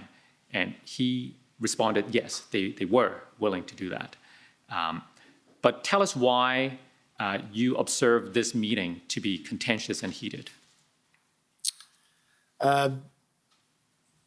Well, Chief Slowly, as this meeting went on, expressed reservations about the reasons for which the OPP were present.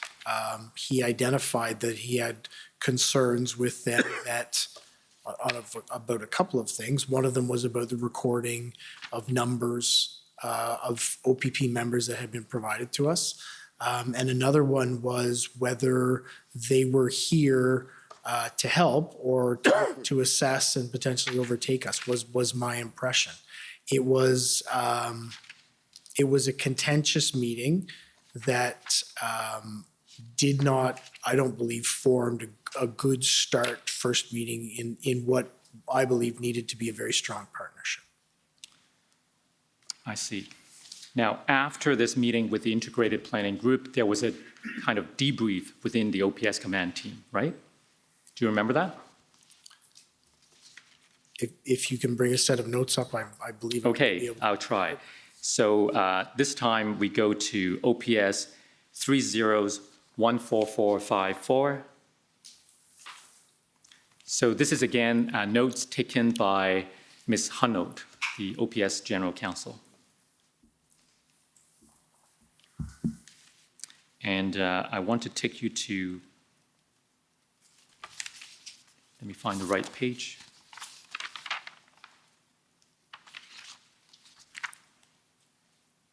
Let's try 139.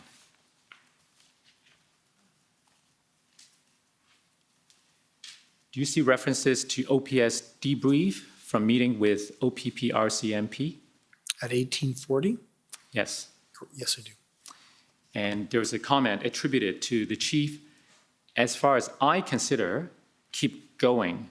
Nothing has changed until I hear something different coming from RCMP/OPP. There's a portion redacted, but if we keep going, Chief said, no, they aren't part of the command. Just a pie-in-the-sky idea by him. Nothing concrete, promises was made. So I wanted to ask you about just what was discussed at this debrief, because we know that during the meeting, there was a request that the integrated team be embedded under the OPS structure. And they agreed.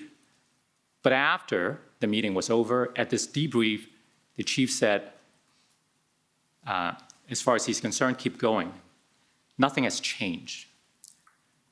Do we have, can we scroll up, please? Because I just want to. Yep, let's scroll up.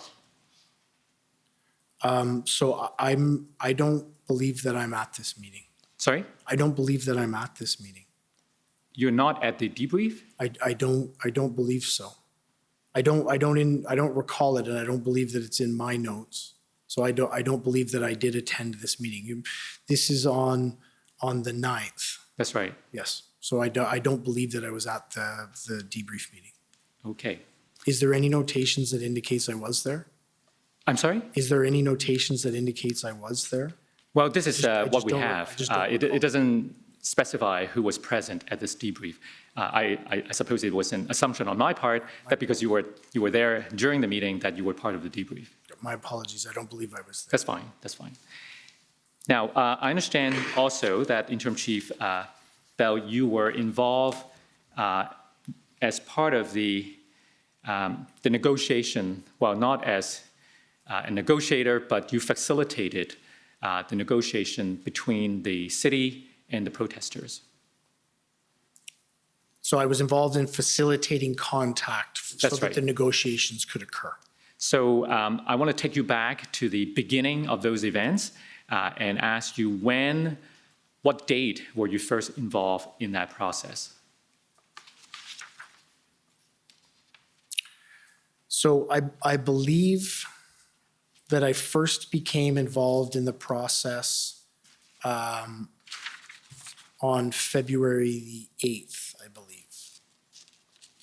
And I'm not 100%, I don't know if you have a document that references the specific date. I do recall the sequence of events, but I'm not sure of the specific date. I believe it's the 8th. Okay. Well, tell us your best recollection as to what happened when. So I was contacted by Superintendent Patterson, who identified that he was looking for a contact between the police liaison team and someone in the city to have a discussion with a group of protesters. So I questioned him as to what level are you looking for? Is it, are you looking for somebody to help arrange getting porta potties, or are you looking for somebody at a higher level? So we got some clarification around exactly what the request was, and it was determined that it was somebody in a senior level position, either from the city or politically from the city or from the city bureaucracy, i.e. the mayor or Steve Kanalakis. And that they were asking me to make bridge contact with them. I contacted Mr. Kanalakis and arranged for members of our PLT to attend and have a discussion with him. And then ultimately, I created that bridge, and I believe they directly contacted after that. So those were the initial events on or around, well, you asked if we could help refresh your memory by taking you to your notes. So let's go to OPS 30,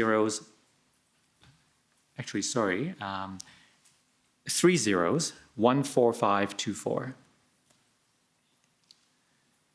And I'm looking for February the 7th, but I'm not entirely sure what the page number is. Yeah. So could we call up that document, please?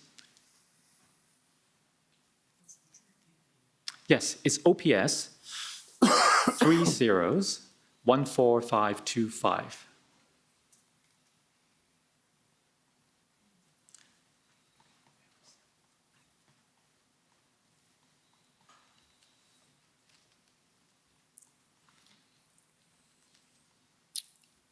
So my understanding is that, can we scroll down to February 7th? It starts on page 25.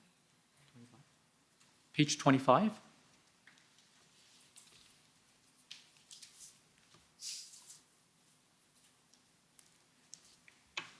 I believe it's in the evening.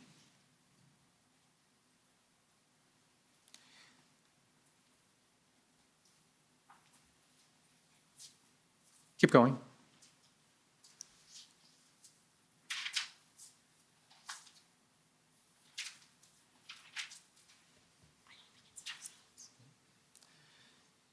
All right, maybe let's try another. Let's try another way. There's another. I'll take you to an email, OPS 408464.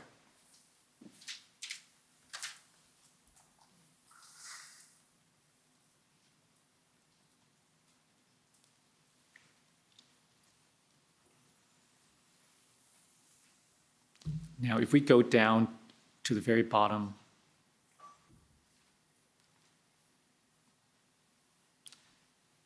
so this chain began as a request from Mark Pedersen to John Ferguson. First of all, who's John Ferguson?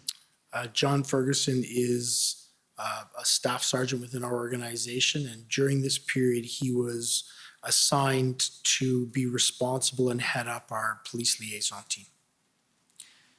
So it started as a request from Superintendent Pedersen to Staff Sergeant Ferguson, and then if we can go up and follow the chain. Sorry, can I take an opportunity to read that? Thank you.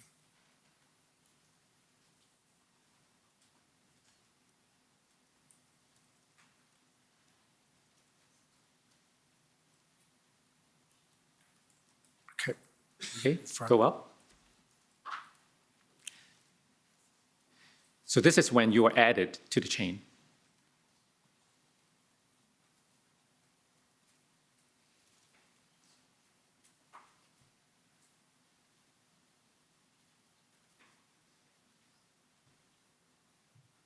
Okay. So does this help refresh your memory as to the date? Yes, absolutely. February 7th. My apologies. I said the 8th. It is actually the 7th. Okay, and the events are essentially as you've relayed. Can we keep going up? Go down a bit, please. Sorry, can I see the rest of that? Go down, yeah. Thank you. Thank you. Now go back up.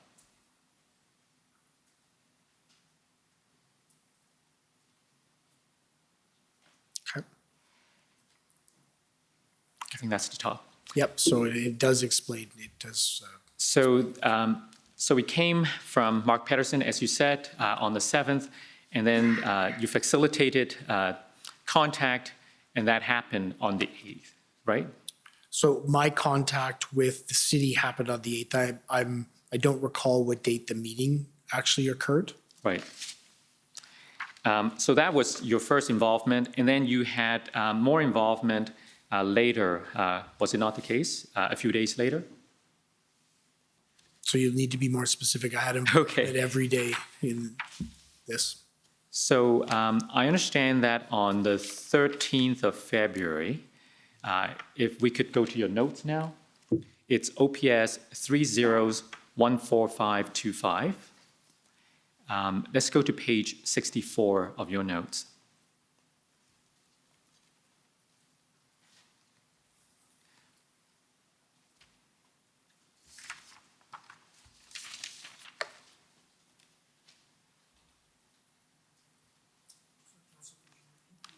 Yes, page 64.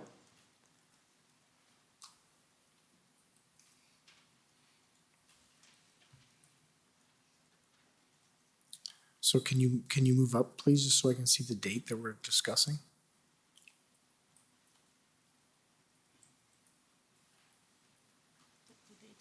I believe the date is February 13th. Okay. So, okay, yeah, okay. February 13th? Yeah. Okay. So let's go to 12 p.m. So it appears that there was a briefing and in which you were told of a deal to move the trucks. Do you recall that? Yes, I do. What can you tell us about that? If you can go down so that I can refresh my memory, I'll. Okay, if you can go down more, please. Go down, please.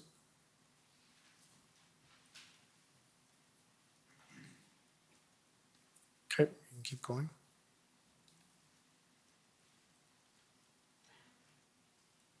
Keep going, please. Okay. Now, I wanted to ask you, so in the previous page, page 65, there were some concerns noted around the logistics of moving trucks and that crowd filling the neighborhood roads and so on, right? So it wasn't crowd filling, it was concerns that if we displaced a truck from Kent Street, say, and put it onto Wellington, that another truck would then occupy behind them on Kent Street. Those were some of the early concerns that were identified.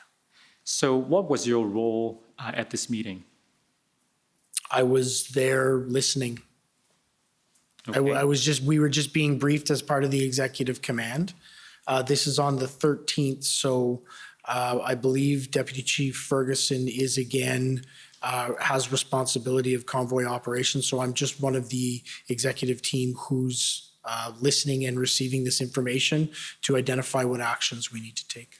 Now, by this time, Deputy Chief Ferguson would have been back, right? Yes, that's correct. And so how did you become involved in this? So I believe if we go up, it was an overall command level briefing. So if you can go up and I'll identify the people there.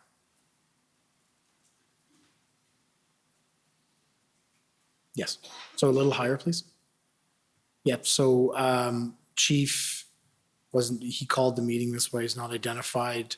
John Steinbeck's, Christiane, Kathy Burns and Vicki Nelson's are scribes. Steve Box, who's the chief of staff for Mr. Kanalakis and Mr. Kanalakis. So it's a command level briefing for us. I didn't identify Deputy Chief Ferguson, but I do believe she was present at this meeting as well. So we understand that there will be evidence that later that day, is it Inspector or Superintendent Drummond? Superintendent. Superintendent Drummond met with the city and protesters to work out some of the details of the deal. To what extent were you aware of those details? So Superintendent Drummond was assigned to be the liaison back to the police because we would need to facilitate the movement of those vehicles. So he was assigned by, well, I believe it was Deputy Chief Ferguson who assigned him to do that. So that was my understanding of his responsibility.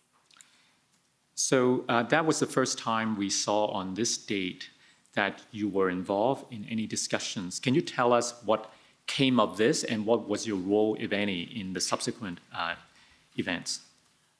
So I didn't, I was continually briefed. I didn't have a specific role. At this point, we'd ensured that, the chief had ensured that Deputy Chief Ferguson was the single point of contact for the convoy operations, and I was responsible for things that included our enterprise project management change projects. So I wouldn't have had any direct role in it, other than being present and helping to support whatever was needed of me. Now, let's go to your summary.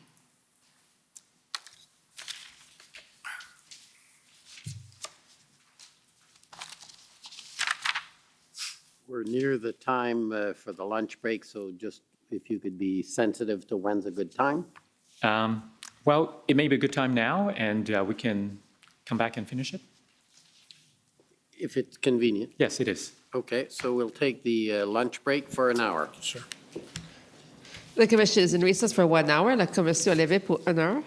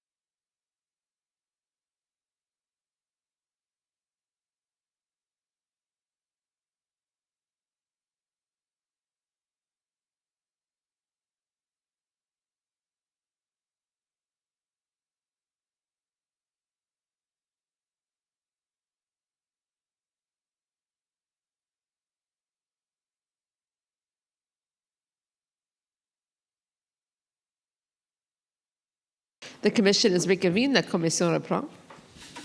Okay, well, welcome back. There's a bit of an internet problem. It's not here, it's the service provider, which means that we don't control it. We're working on trying to get it going. We have two choices. We can continue and all of our functions continue, the webcast and the access to the documents, but you will have not access on your laptops. You may be able to tether to your phones, but that's an issue. So the question is whether we should or should not proceed on that basis. We can delay. I'm looking for a consensus or a response. I obviously don't mind because it doesn't affect me. So that's what I'm canvassing. If you could, I'm told you have to introduce yourselves because they're having trouble in the transcripts when there's an objection.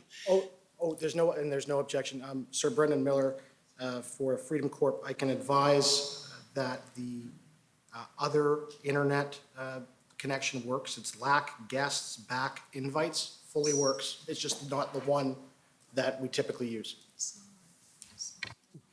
Very creative. Obviously, there's a lot of organization in the convoy organizers.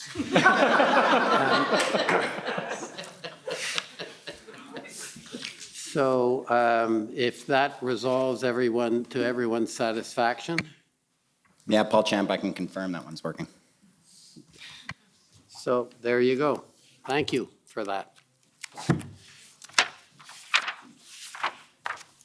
Good afternoon, Interim Chief. Good afternoon. So just before the lunch break, I took you to the events of February the 12th, I believe, 13th. And I took you to your notes. Perhaps we could go there again.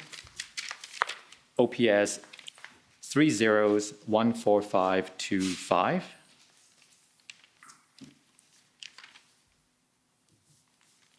So you may remember that I asked you about this meeting you had at 12 o'clock. Yes, I do. And it was a meeting in which you and your command teams discussed this deal that the city was entering into with the protesters, right? That's correct. Is it possible to get the notes up? The notes are up. The page reference is not there yet. Oh, I apologize. It's page 64. Thank you. That's correct. And I think you mentioned that you were there in a listening capacity.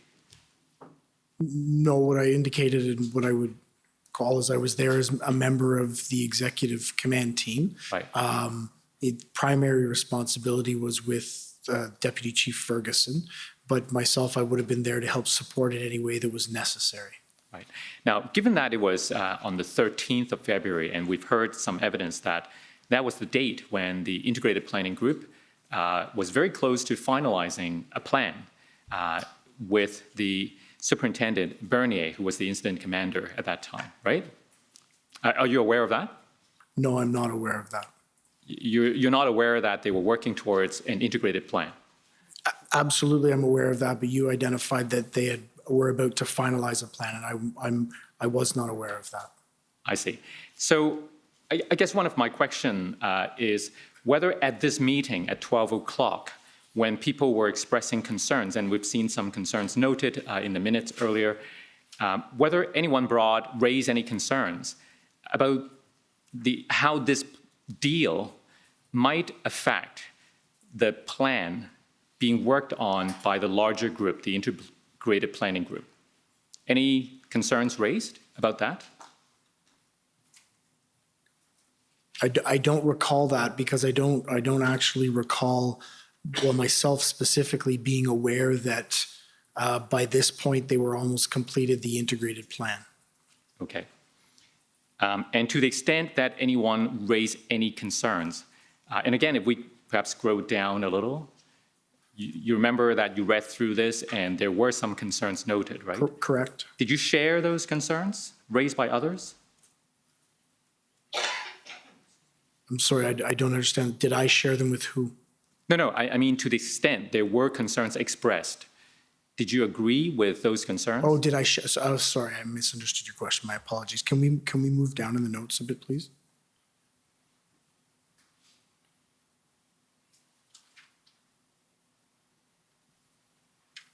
Keep going, please. Yeah, so I believe thank you. I believe they're legitimate concerns that needed to be identified and raised in terms of how we would move ahead. Yeah, so if we scroll up a little, for example, feds are moving into stage of engagement. What does that mean? I think one of the discussion points that we were having at this meeting is that the federal government was coming to the point, somebody had made the comment, not myself, but that the federal government was coming to a point that they were looking to engage in what was happening in Ottawa. Okay, and if we go down, concern of logistics on how to move trucks. What was that about? So the logistics specifically would be, how do you organize ourselves to move the trucks? Which trucks are going to move? Where are they going? Just the overall logistics of the movement of the vehicles from one place to another. Now, you may not have been aware of the details of the progress of the integrated plan, but you were stepping in on the 11th and the 12th for Deputy Ferguson, and in that capacity, you were involved with the planning part, right? Absolutely, in terms of how the work that I understood that the work was coalescing between the integrated planning team, but I didn't have any indication of how far along they were with establishing a unified command and a unified planning team, or how far along they were in actually completing the plan. Would it have been important to understand how this deal fit in with the overall plan? We've heard from Chief Party about the importance of ingredients, fitting into the overall plan. And I would agree with Chief Superintendent Party that it is important that these two activities mesh together. But you don't recall any discussions at this meeting about those concerns being expressed? No, I don't. Okay. Now, we know that on the 14th, the next day, by the way, maybe if I could take you to your summary. So again, this is, I think Mr. Clerk will know the number better than I now.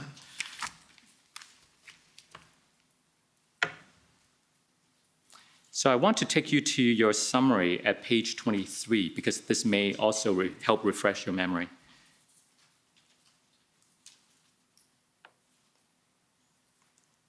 Page 23.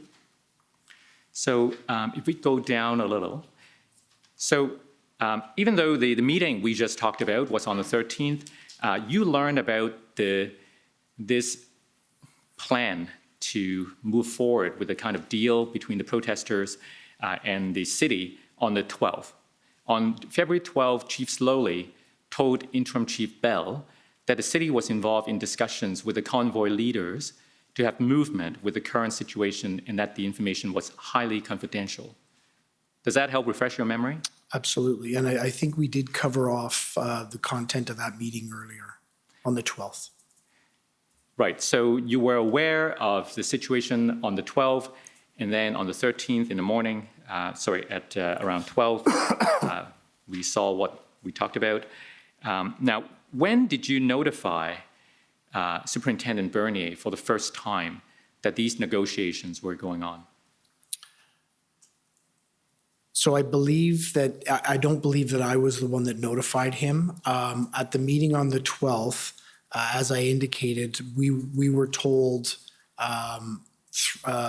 through the city and through the chief that these negotiations were highly confidential and that they shouldn't be shared. So I don't believe it was shared until the 13th with Superintendent Bernier. Right. Now, I understand the sensitive nature of these discussions, but wouldn't you agree that if anyone needed to know, it would have been the one responsible and had the authority for the overall plan, right? And that would have been Superintendent Bernier at that time. I would absolutely agree that we could have handled that notification better, and it should have been done earlier. So when you became aware as the strategic commander on the 12th that this was going on, it would have been preferable that Superintendent Bernier be notified at that time. Yeah, I would agree with that. Now, that didn't happen, and he found out later. Are you aware that Superintendent Bernier expressed concerns about this negotiation? Not directly from Superintendent Bernier, I don't believe, but I believe that Superintendent Drummond did indicate that to me in conversations we would have had. Right. Now, if I could take you to the interview summary of Superintendent Bernier, and the number would be OPS 6 zeros, and the last two digits would be either 30 or 40. Let me just confirm.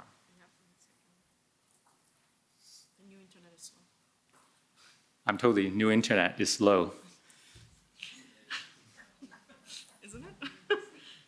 Could we try 30 and see if I have 1 in 2 chance of guessing right? 30, yes.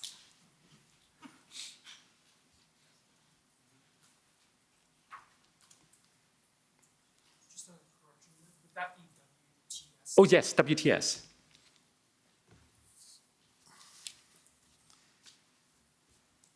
So if we could go to page 17.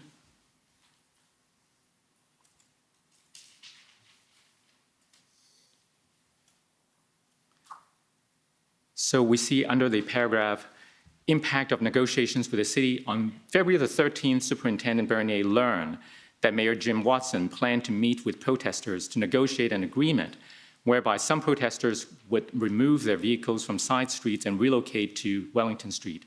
Neither the city nor the OPS executive had informed Superintendent Bernier of the negotiation. Superintendent Bernier was concerned. He told Inspector Springer that OPS should stay clear of the negotiation because political influence and political negotiation could adversely impact the police operation that OPS was preparing.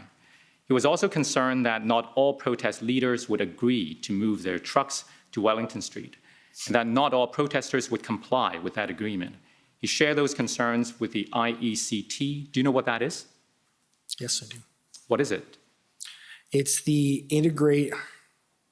command team. It's the integrated, so apparently I don't know. I know what it represents. It's a combined table of many different disciplines that come together to do collaborative and comprehensive planning around integrated event command table.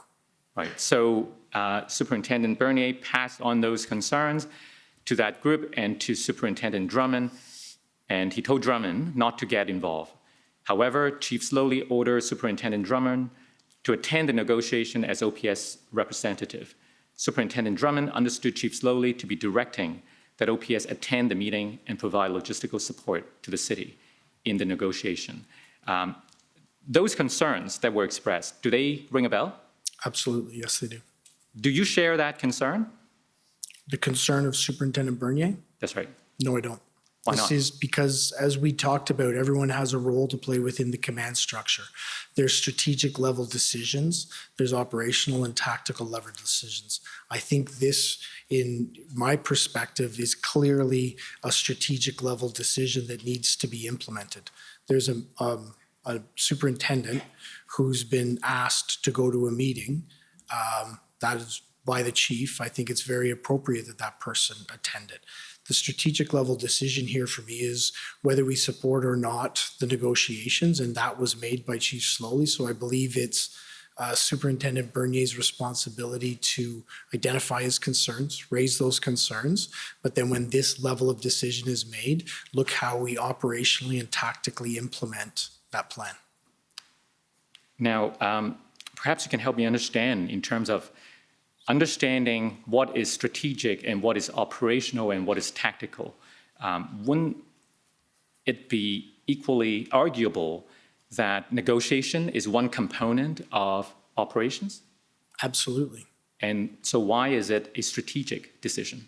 So this was a strategic decision to be involved in this negotiation. And I think it's more clear as you play it out. So the strategic level decision here is to be involved in this negotiation to create the logistical circumstances for the trucks to be able to move.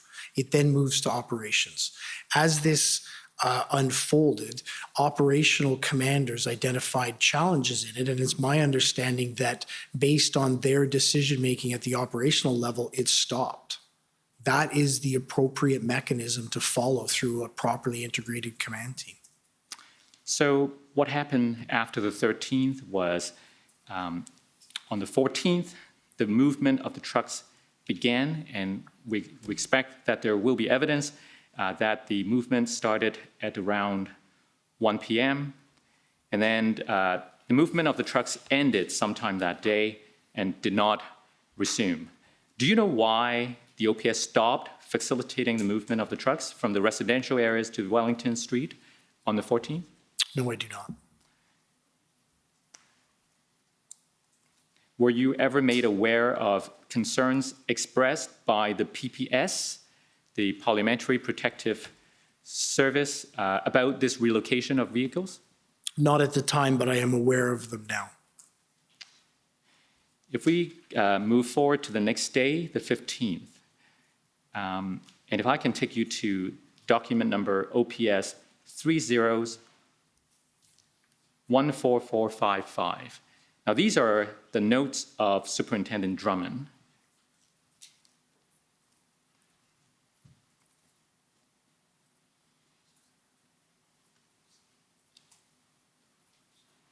If we go to page 59, and let's go to 11:20 a.m. Now, you see the reference, call from Steve Bell. Direction, continue to provide safe, not sure I can read that. Safe passage for trucks to Wellington as per the city agreement with Freedom Convoy. So he's suggesting here that he received a direction from you to continue to provide safe passage. Do you recall giving that direction to Superintendent Drummond? Yes, I do. Tell us about the circumstances, why you gave this direction. So I believe this is in relation to conversations Superintendent Drummond and I would have had or been having during the day for him to arrange the logistical movement of this agreement that had been reached. He had identified with me that there was concerns from Superintendent Bernier, specifically around, as I recall it, the political nature of this negotiation. So this is the point at which I advise Superintendent Drummond, yeah, I understand there are concerns, continue to operationally move ahead with it. And I think there's important context to this agreement that we lose the story if we don't actually talk about it.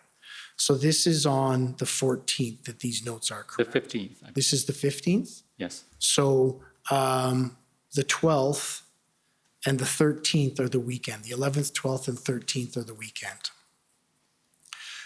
I remember that weekend having extreme concerns for the safety of our members, for the safety of our community based on the volatility and escalation in violence, in direct confrontational interactions with our members as it relates to them trying to manage the area or conduct any enforcement in it. It was concerning. The situation at this point was becoming exceptionally more volatile, and you could see it escalate almost on an hour-by-hour basis. One of the components that, for me, contributed to wanting to be involved in something like this is negotiations tend to take the temperature of the situation down. That is exactly, in my opinion, what occurred in this circumstance. I will absolutely concede we didn't notify Superintendent Bernier early enough. Will absolutely say that when it operationally became unfeasible to do it, Superintendent Bernier made the call and that this stopped. But you have to remember the time and place we were in, and this was becoming what was a dangerous city before, this was compounding it. So the fact that we were able to be engaged in a level of negotiation to take the temperature down, I believe gave us breathing room through the next week for us to be able to successfully mount and execute our operation. Now, we heard from Chief Party, who, as you know, was leading the integrated planning group in Ottawa. We heard from Chief Party that the integrated planning group, expressed concern on the 14th when they heard about these negotiations, because, in fact, it raised concern for them that the unified command or integrated command was not truly integrated or unified, because they were concerned that the OPS was still doing its own thing and not being part of the integrated plan. What do you say to those concerns? So those concerns weren't shared with me, so I don't know the specifics of the context of what Chief Superintendent Party would have indicated. But you told us earlier about the need for autonomy of the operational commander, and that would be Superintendent Bernier now working in concert with the integrated planning group. If there were to be changes in strategic direction, wouldn't it have been important to convey those directions, change of directions, to the group so they could adjust and adapt their plan, rather than having plan and then being told that something now different, altogether different now is happening? So as I indicated earlier, yes, I agree with you on that. There's many lessons we've learned through them. How we integrate with the incident commander around something like this is one of those lessons.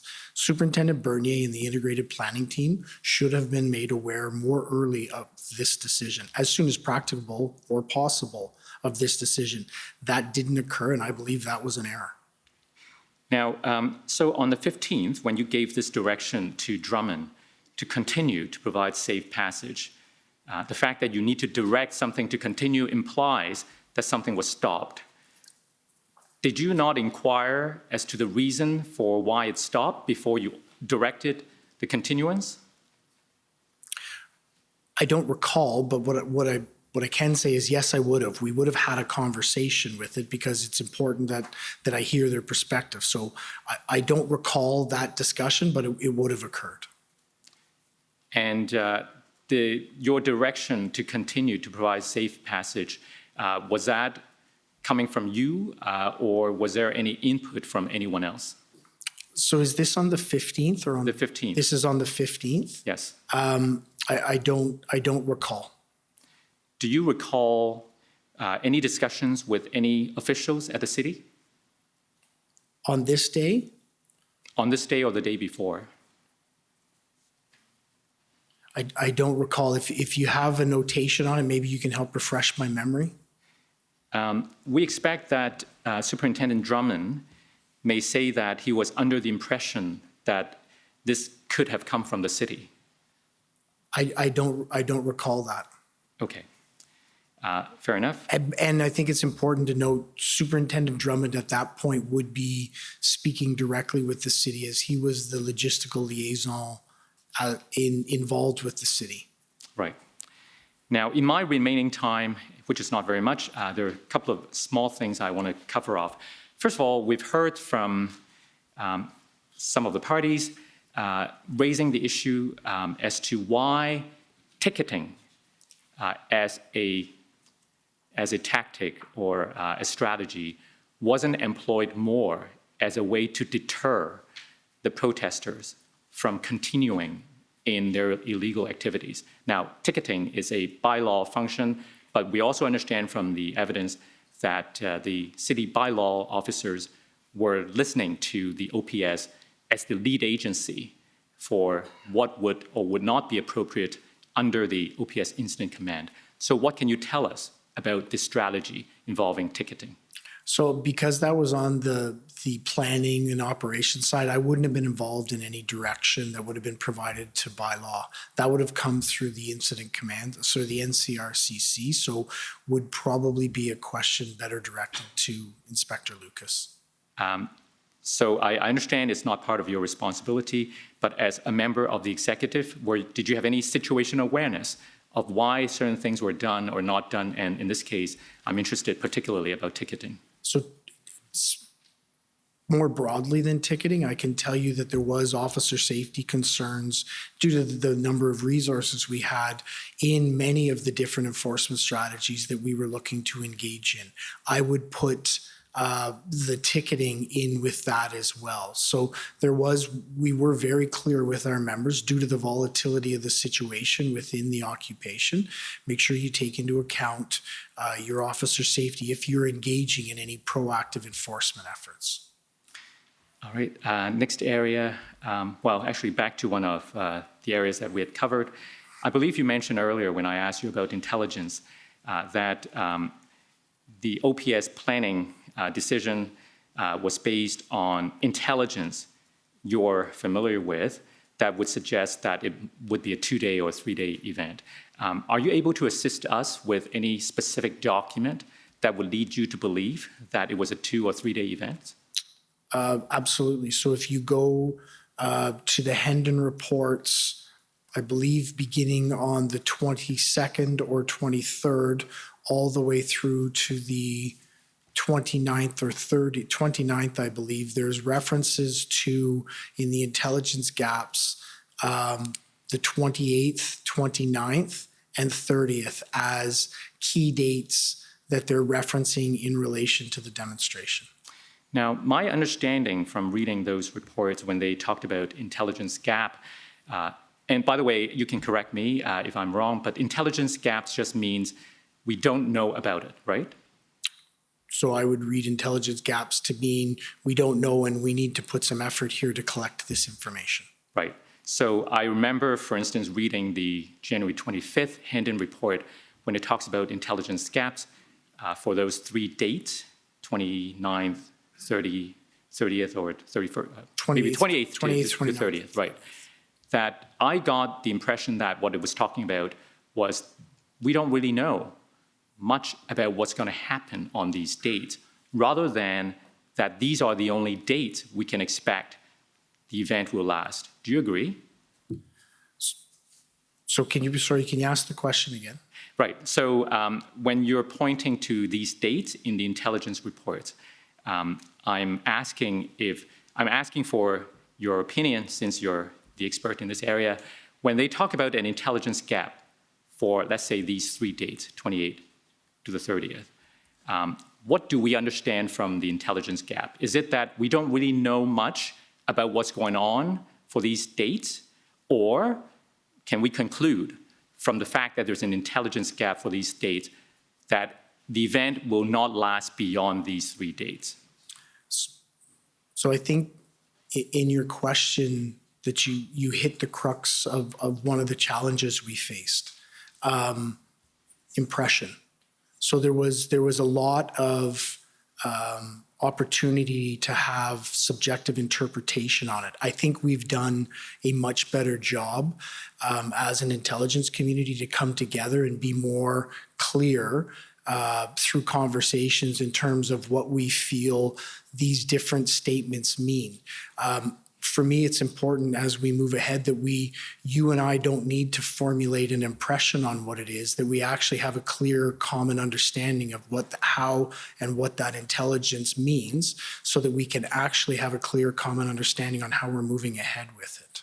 As I read those reports, my impression was that they were largely scaled around a 3-day event with the potential and possibility that there could be a small group of people stay longer than that.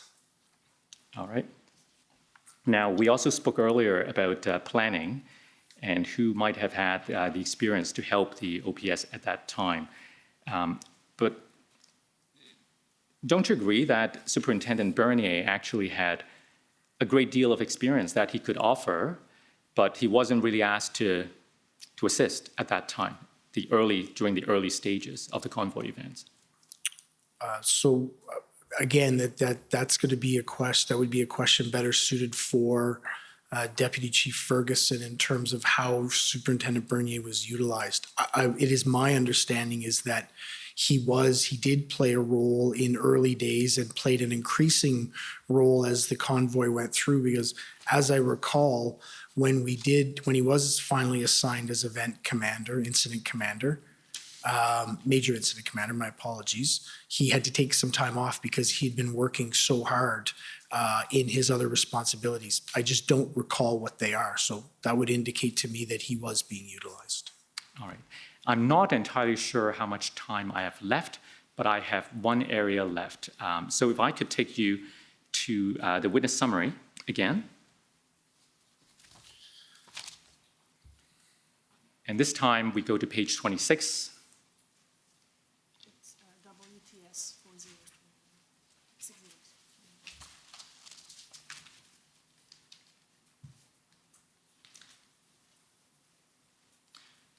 I want to ask you about the impact of emergency declarations. So first of all, we know that the city declared emergency on the 6th. In your view, did that declaration of emergency had any impact on the way the police operated? So did it have any direct declaration of the emergency? The declaration of the state of emergency for Ottawa had no direct operational impact. What I do believe that it did is it actually escalated the understanding, or demonstrated the escalated understanding to the community that we understood, the city understood the circumstances that we were in. We couldn't, as the state of emergency is structured within the city, there are very few powers that would assist us in our police operations because we didn't have any large procurement needs. What about the declaration of emergency by the province? I would say absolutely that, and I would when I talk about the benefits of it, I talk about it from a unified command perspective, because I know that the EMCPA was mainly utilized around traffic and mainly utilized by our OPP partners as they developed their part as they developed that highway part of the plan moving ahead.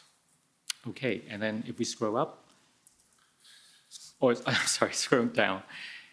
So finally, any impact of the federal declaration of the emergency on the 14th of February? Yeah, I believe there's probably 4 key areas that benefited us. The first one is around allowing us to streamline the swearing in of members coming into the city from other provinces. It's a challenging, sometimes cumbersome process that has multiple stages to it. So the ability to not go through that process with many different checkpoints in it allowed us to more streamline and effectively create operational bodies with members coming in. The second area would be around tow trucks.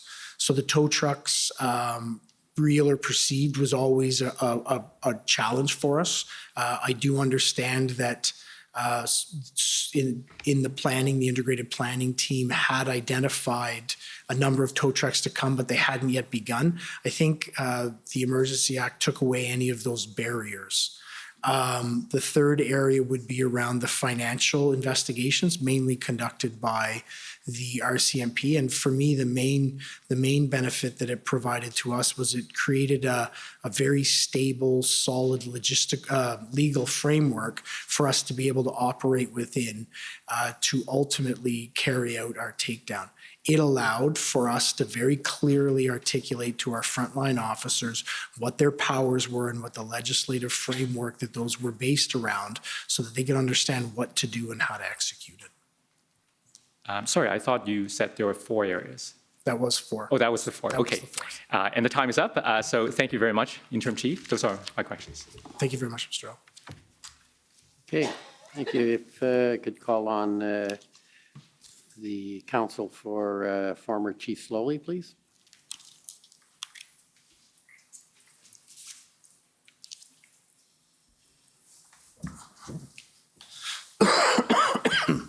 Thank you. Chief Bell, I'm Tom Curry for former Chief Slowly. Good afternoon, Mr. Curry.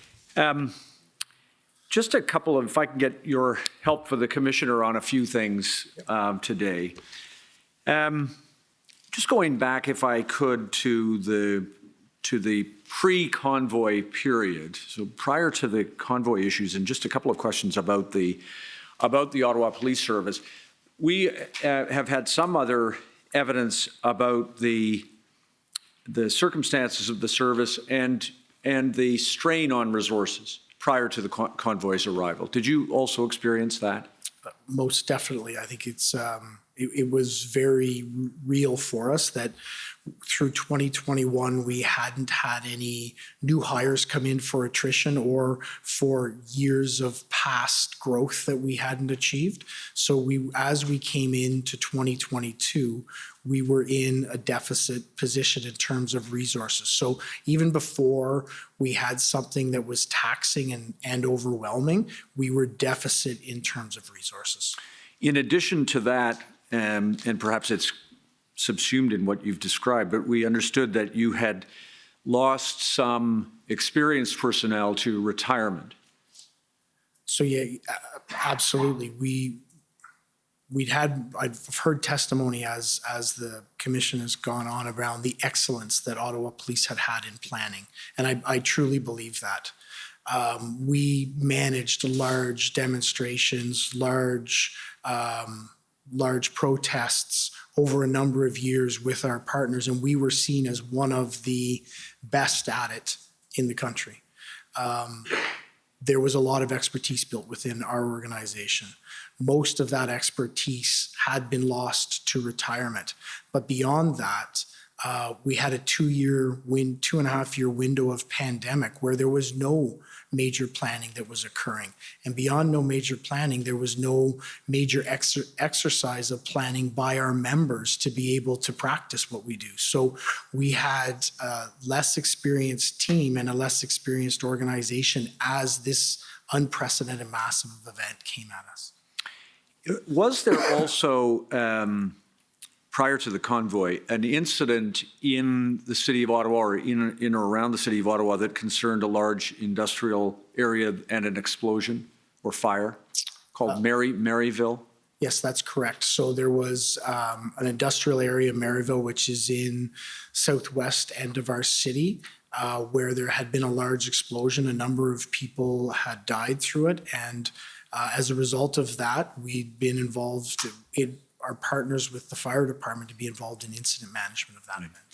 Now, I raise that because there were, during the time that you, the senior command in the service during the time of the convoy was Chief Slowly, as you've described, Acting Deputy Ferguson and yourself. You had worked successfully on other incidents and under incident management systems, including at Maryville. Is that fair? That's correct. But I would also add to the senior command CAO Blair Dunker. She's also part of our team. And thank you. There were, as I understand it, no issues prior to the episode that we'll come to talk about in terms of the convoy. No issues in the way the police service was functioning at the senior command level in relation to incident command. Is that fair? I believe that's fair. And in terms of you and Chief Slowly, you had a good, productive working relationship with him and with Acting Deputy Ferguson. We've had a professional relationship, absolutely. You told the commissioner that there were command meetings amongst that group that you just described every morning, including during the convoy. Yes, those meetings came into effect. They would have been in effect for probably 2 years at that point. And during the time of the convoy, it's no exaggeration to say that at the Ottawa Police Service that it was truly all hands on deck. That is absolutely not an understatement. Leaves and time off were canceled. That's correct. Shifts were extended.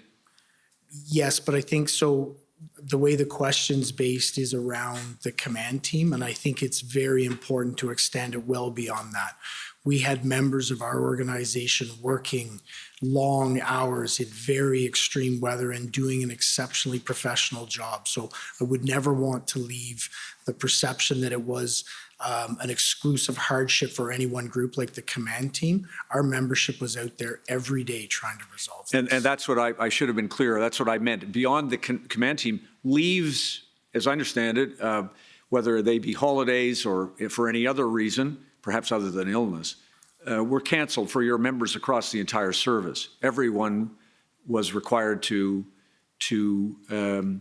stay on duty effectively. Absolutely. And when we speak about shifts being extended, with the Ottawa Police Association, the service reached an accommodation to provide the resources that it needed to get through this protest. Yeah, we reached an agreement to lengthen the shifts and reduce the number of platoons that we had in order to be able to make more resources available throughout the day. Understood. Now, as you have told the commissioner, I anticipate that your colleague Chief Slowly will say that this protest represented a paradigm shift in the way protest is understood, in the sense that you've described the use of you've described the leveraging the community for the protesters. Do you agree? Well, absolutely, and that's what I was trying to articulate this morning. Absolutely, it was a paradigm shift that we saw in terms of protesting in our city and across the country. And therefore, in your opinion, a national security threat? I don't think I'm in a position to identify whether it's a national security threat or not. I can absolutely say it was a paradigm shift in how protests were conducted, how members in those illegal occupations engaged with our community, but there's specific intelligence that would be brought in that would be identified as national security threat or not, and that was monitored and managed throughout the protest. In terms of intelligence, you told my friend Mr. Au that there were within the intelligence directorate there were members of your team who did receive the Hendon reports. You were not on that list at that time, but your colleagues were including them among the other pieces of intelligence that they used. Oh, absolutely. Right from the first Hendon report that was integrated and sent to our intelligence unit and our planning team. So the information that was contained in there was known to our organization and I believe disseminated properly. And it came in through your directorate, and the idea was to try to make certain to the extent that it could be, the best extent it could be done, to send into Acting Deputy Ferguson's planning efforts. Well, it is actually, as we look at the tracking, it was simultaneously sent into both areas. Could I please just have your help looking at that plan that was, I believe, dated January 29th. So this is for the registrar, OPS 503531. Other witnesses have seen this, and I think you told us while it's coming up that you saw it, but at the time it was presented.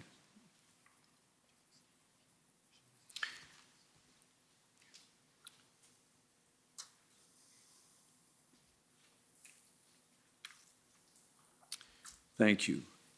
Now, could we look, please, just scroll down if we could. I want to get your help.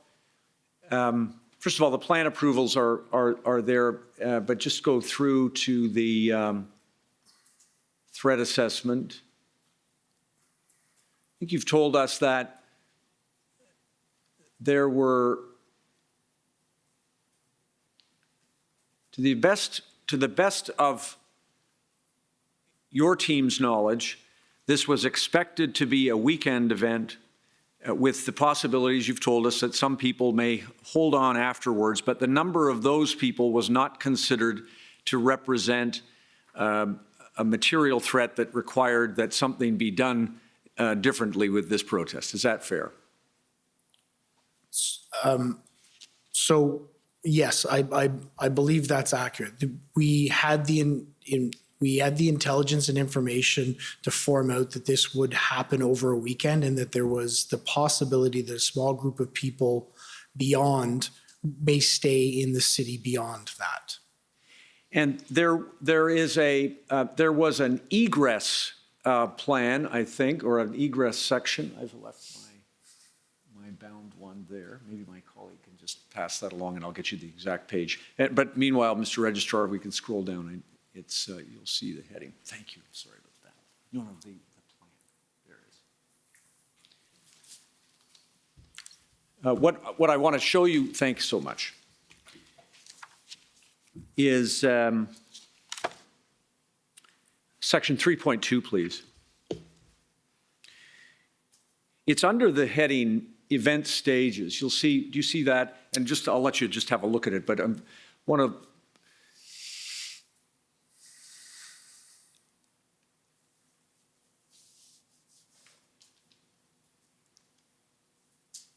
you'll see it's 3 stages: ingress, demonstrations. The purpose of the event is for participants to express their lawful opinions and so on. And then 3, egress. It is expected participants will leave the city at different times depending on their personal intents. The egress period could continue for an extended period, and this stage will continually be assessed and reassessed to determine the appropriate supports that are required to manage. Does that refresh your recollection that it was thought that it's a large group of people, they're not all going to go at the same time, they'll go over a period of time, and we will assess that as it unfolds? So yes, that's accurate, that how the plan was developed. And then finally, just if I could ask you to look with us at 3.6.5.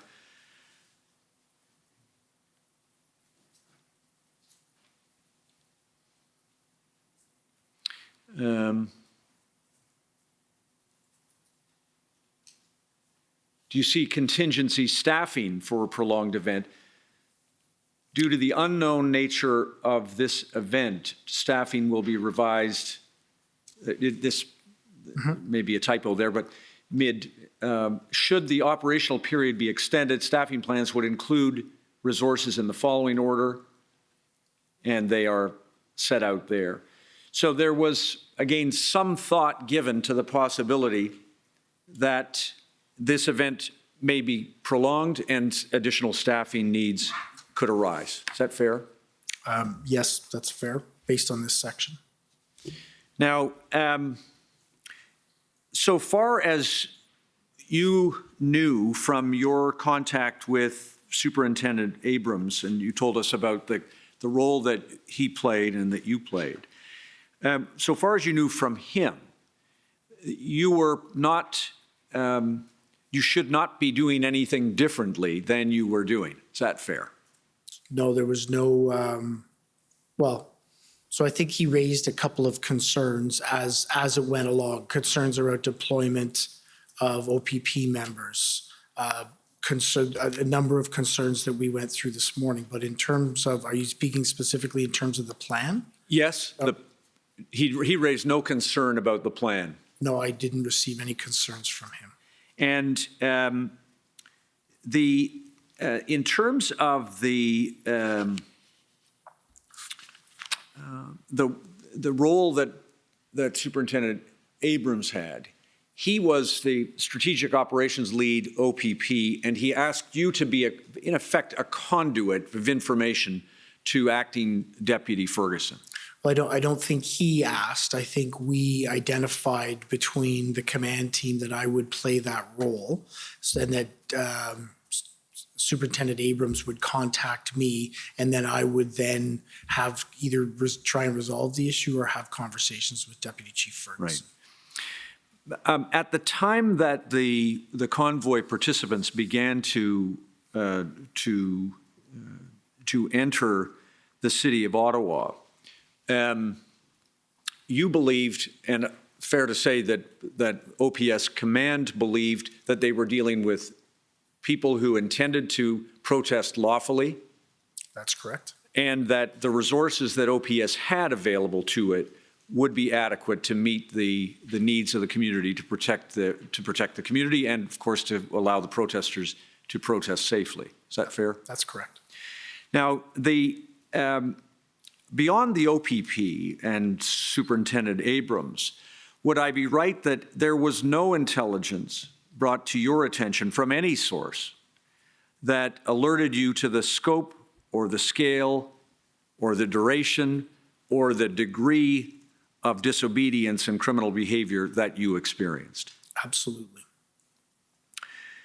Now, of course, had any intelligence come to your attention in the days, even the few days prior to the convoy commencing, I think you told my friend Mr. Rao, you would have faced a significant challenge with the resources that the OPS had available. That's correct. And like I said this morning, and I would want to reiterate it, what we didn't see in any of the intelligence, what was never brought to our attention was the actual activity that the protesters were going to become engaged in. All the way across Canada, through almost every policing jurisdiction in Canada, they were monitored, traveled with, and always lawful and always acting in pro-social behavior. So there was no indications to us about the activity that was going to happen. Right. The number of commercial vehicles, trucks in particular, that came to the city would have presented a significant challenge in terms of logistics as to where they could be diverted without cooperation from the operators. Is that fair?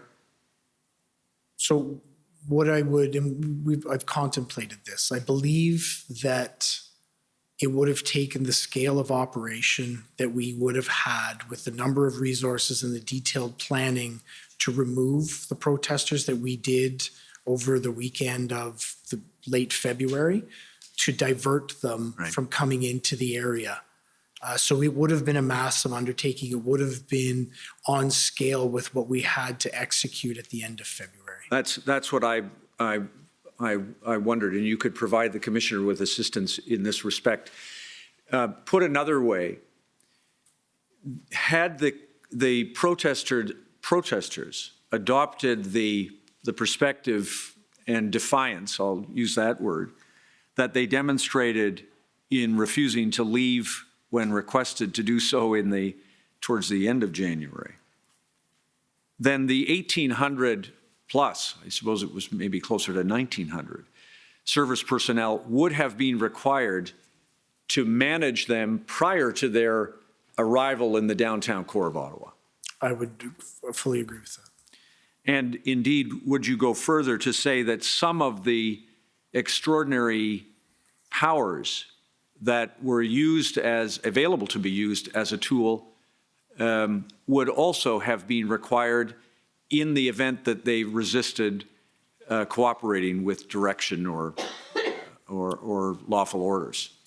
That's difficult to say because that's not a plan we ever contemplated. So we didn't actually get to the planning perspective of that, but it would have been a massive undertaking with massive planning requirements and massive resource requirements to undertake keeping them out of the downtown core. Fair to say that there was no time to have drawn the plans that you're talking about or to have made the resource requests of the OPP, RCMP, and other municipal police forces in the short time that you had available prior to the protest arrival in Ottawa? So I would say that there is always time to do planning. We would have been under tight restraints. It would have been very challenging, and I don't believe we would have had the level of detail or specificity. I think the big challenge would have been trying to access resources without having the level of plans that we know we should have to be able to bring resources in. I mean, one of the things the commissioner has heard is that there is perhaps a fair question about whether resource requests should proceed ahead of plans or plans should be in place before resource requests. In this case, do you agree that once the protesters arrived and you saw what you were dealing with, as you've described it, that the most urgent thing that this city required was resources? So I think there's a balance to that question.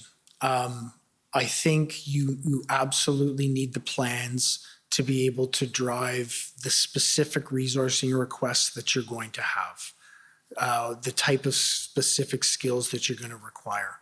But the other side of it is you also have a responsibility as a leader in an organization to make other organizations aware that this request may or is coming, regardless of the specific skills you need. So I think it is actually a parallel track that you can travel down.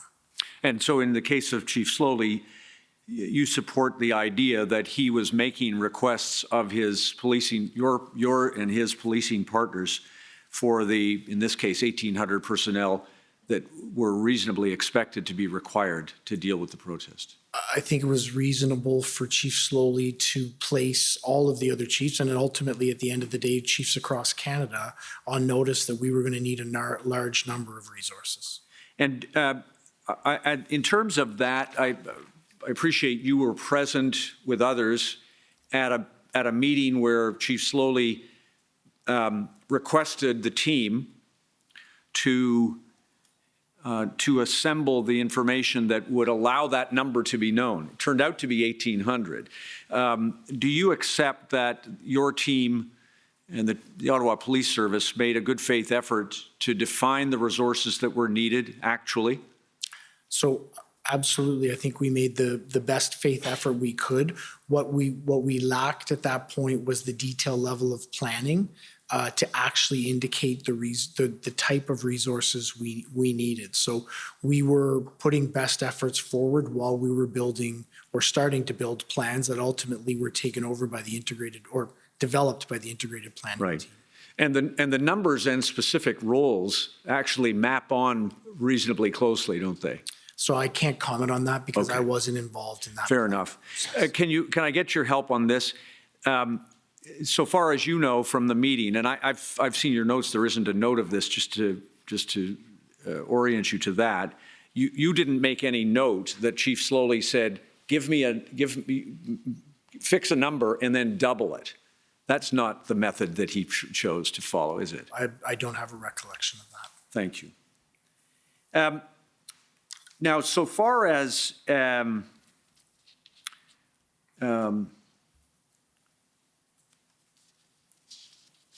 couple of other things, if I can, make sure I get this right. I understand the Ottawa Police Service, or perhaps the city, has an arrangement with the Government of Canada to provide policing services in and around the parliamentary precinct that are beyond the parliamentary police services, and that there is an MOU or another arrangement that by which the Government of Canada pays the Ottawa Police Service the sum of $3 million for those policing services? So the Ottawa Police Service is the police jurisdiction in the city of Ottawa. So short of security details that are done within the parliamentary precinct, which the Parliamentary Protective Services is responsible for, so security, primary response, the police is still the police jurisdiction within that area and all of the city of Ottawa. So if there's a major incident, we will assist in response. If there's a criminal investigation, the Ottawa Police Service will be the ones that conduct that investigation. So as part of the responsibilities that we as the police jurisdiction in the city of Ottawa undertake, which isn't just response in parliamentary protective services, which is demonstrations that would impact us directly because we're the nation's capital. The need for us to be engaged with embassies and have a different level of response or different level of training as it relates to diplomats in and around our area is something that we've come to an agreement with the federal government to compensate us $3 million a year for extraneous costs such as Canada Day or other events. Right, understood. Is that under review after this event? Yes, it is. A couple of things about incident management systems, IMS or ICS, Incident Command Systems. You mentioned that was a process that is well understood and had been used in the city of Ottawa by the Ottawa Police Service.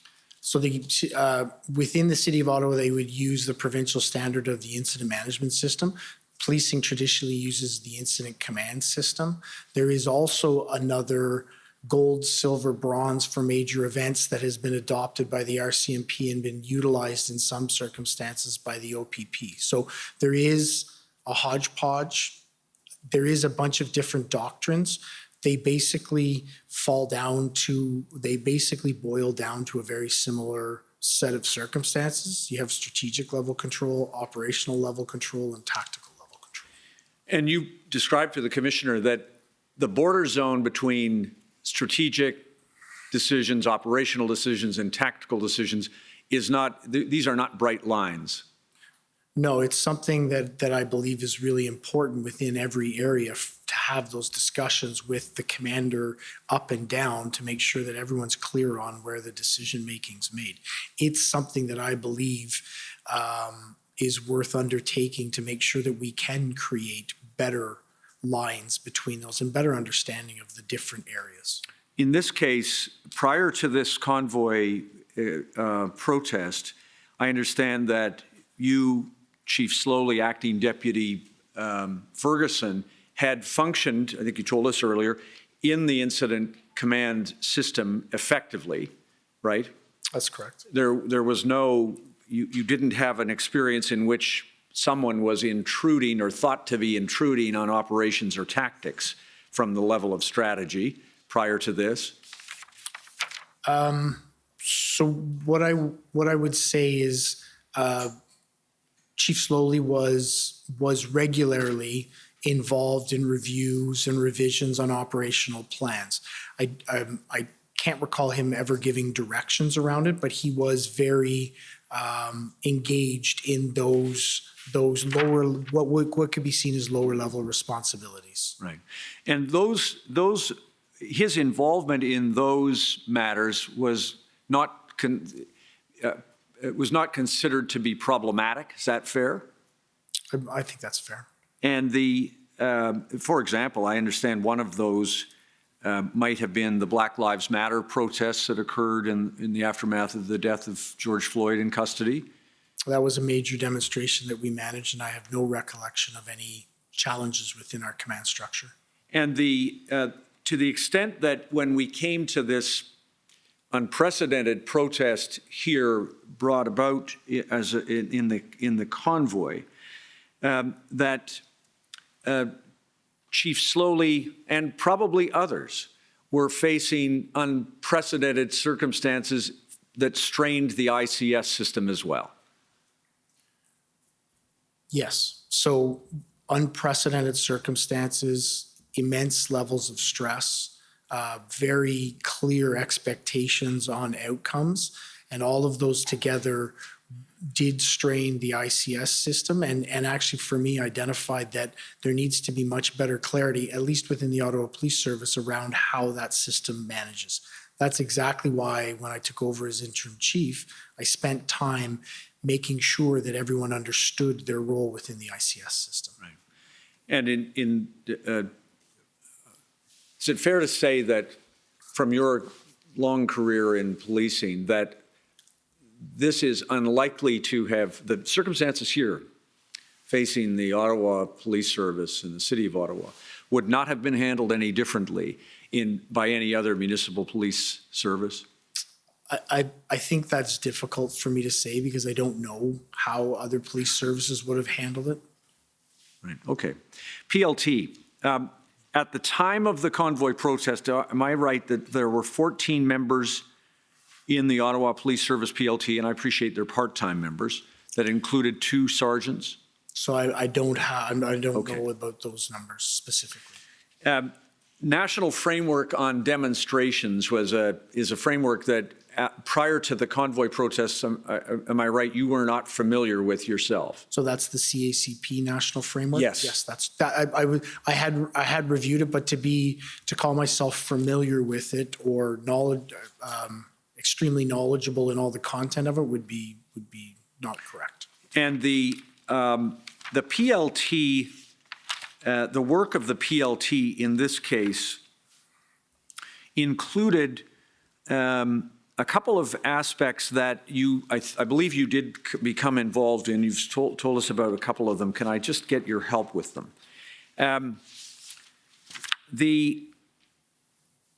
issue of the fuel stored at Coventry. You recall that? I do.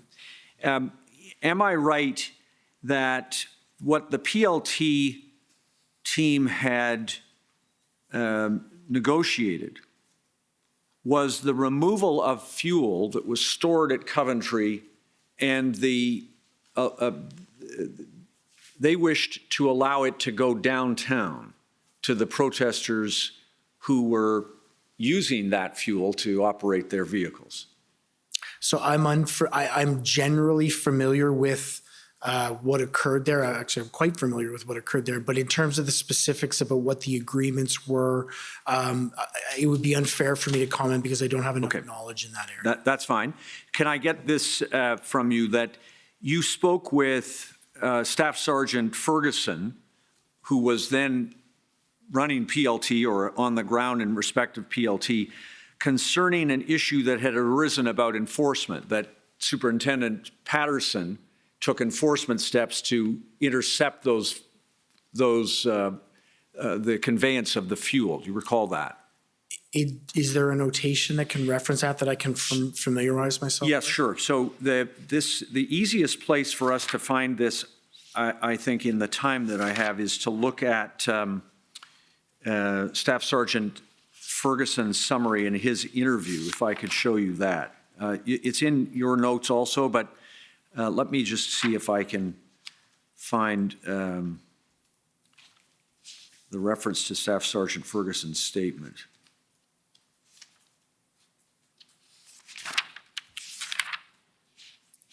Which I have.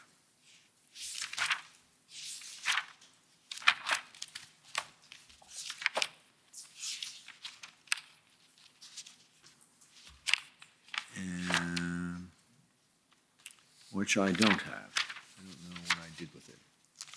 Hang on one second.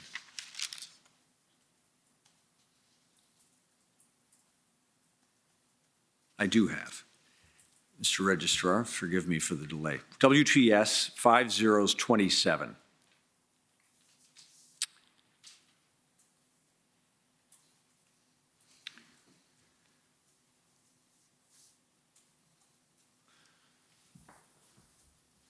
And could we go to page 7, please?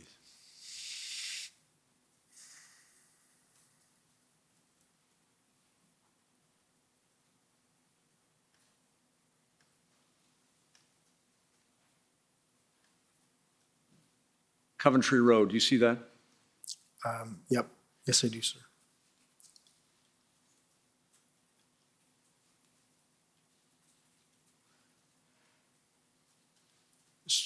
Scroll down. So if I can just read the first paragraph. Yeah, by all means. Go ahead. It's the stuff that I'm interested in is a little later, so I could probably spare you this part, but Okay.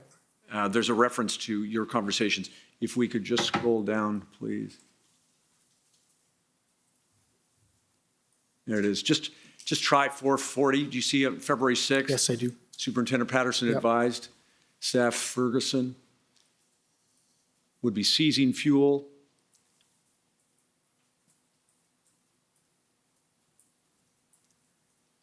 And there was a conversation between Superintendent Patterson and Staff Sergeant Ferguson. I see that. Staff's next paragraph, attempted unsuccessfully to convince others in the OPS not to proceed with the public order operation.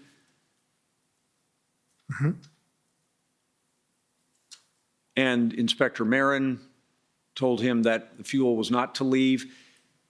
And there at 5:10, that's what I'm interested in. Staff Ferguson contacted Deputy Chief Bell and advised him the enforcement operation would undermine PLT's negotiation, which had been proceeding for 2 hours. Staff Ferguson informed Deputy Chief Bell protesters were compliant. At 5:18, Deputy Chief Bell contacted Staff Ferguson, informed him he agreed with Superintendent Patterson's decision. Later that evening, Staff Ferguson learned Deputy Bell supported Patterson's decision because 3 convoy vehicles had left Coventry Road and were transporting fuel to supply protesters downtown. Does that assist your recollection? The footnotes, I think, might go to your notes or his notes, but there are some notes of yours I could take you to. But does that assist your recollection that? I do recall. Yes, I do recall this conversation. And this is an example, isn't it, of PLT negotiating something that did not fit with your strategic direction, that fuel was not to go from Coventry Road fuel depots downtown, where it would presumably present an even greater public safety risk. Is that fair? I do believe that's fair. But I also do believe, I do believe this is the right call in this circumstance. But I also think that as we went through and as we managed through this incident, we needed to ensure that we gave PLT better direction, better guidance, better structure so that they could be more effective in their work. We can't create public safety hazards with it. And I would assume in this case that PLT would not have known where it was going, would not have known that it was going to be create a safety hazard like this. But we have to find a way that we balance the use of PLT with enforcement efforts. And this is an example of where we probably weren't that effective in it.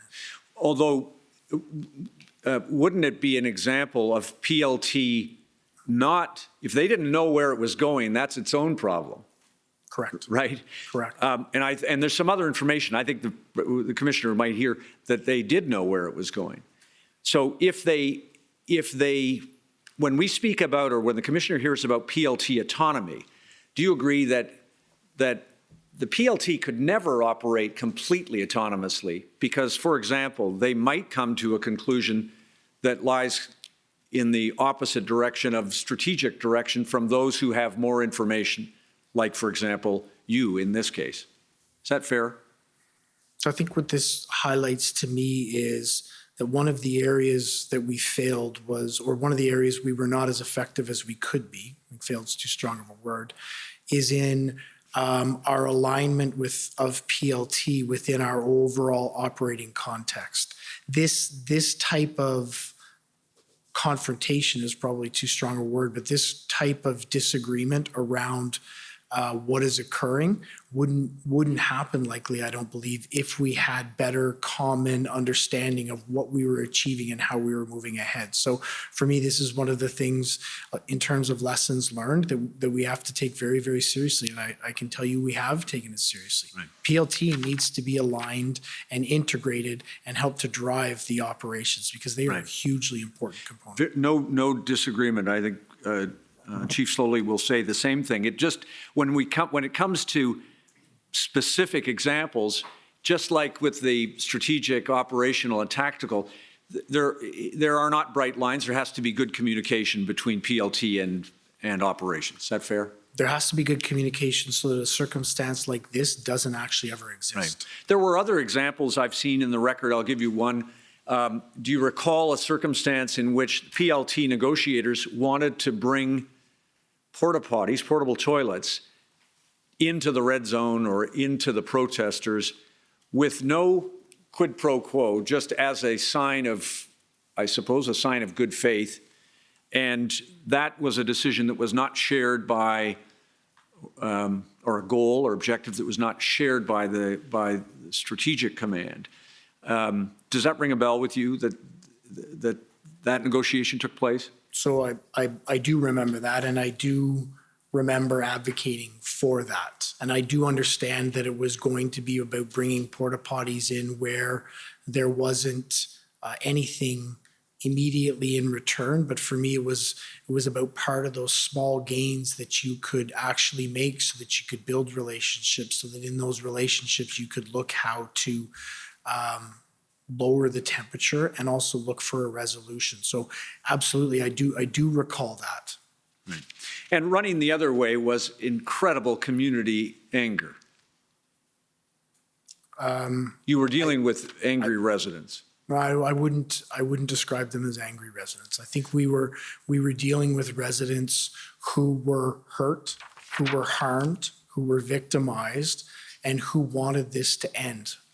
They were angry, but that wasn't the emotion that I would explain first off when we describe our community during this period. Fair enough. I'll take the description that you gave. They were suffering. They were suffering. And you and Chief Slowly, Deputy Chief Ferguson, and everyone in the service was trying to do their best in good faith to help resolve this problem. Absolutely. Now, one small thing. Did you ever go to a BIA meeting with Chief Slowly as part of the community outreach during the protest? I don't believe so. Okay.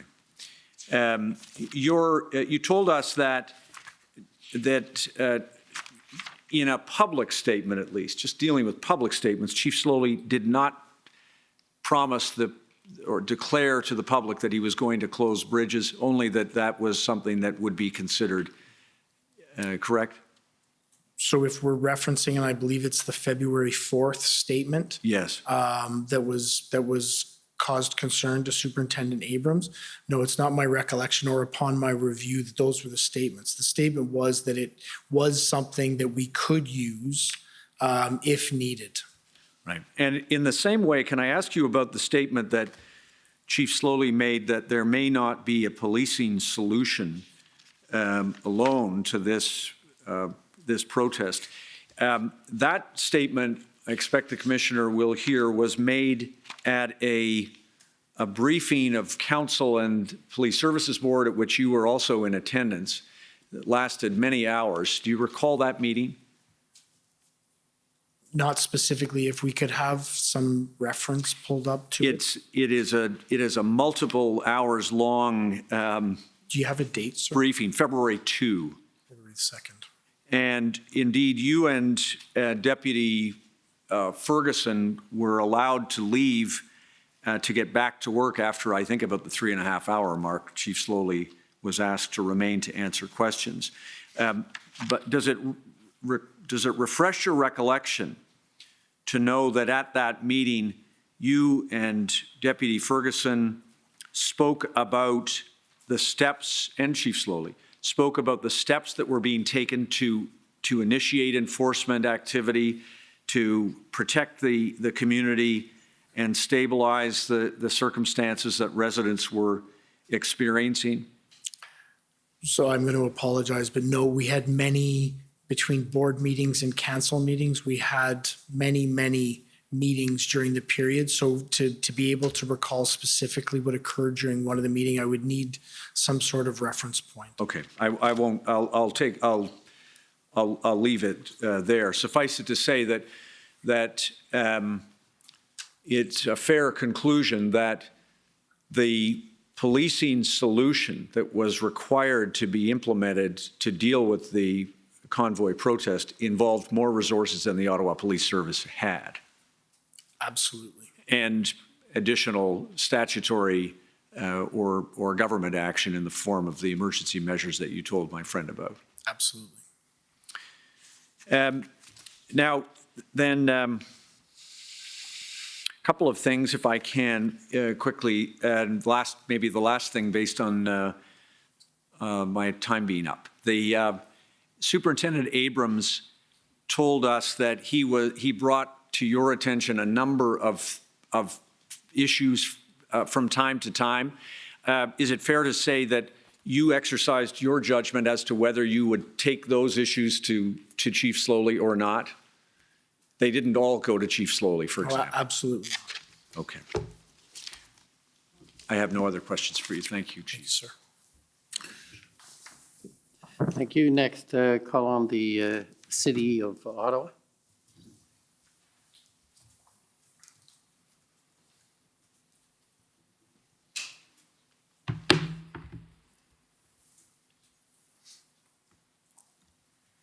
Good afternoon, Alyssa Tompkins, Council for the City of Ottawa.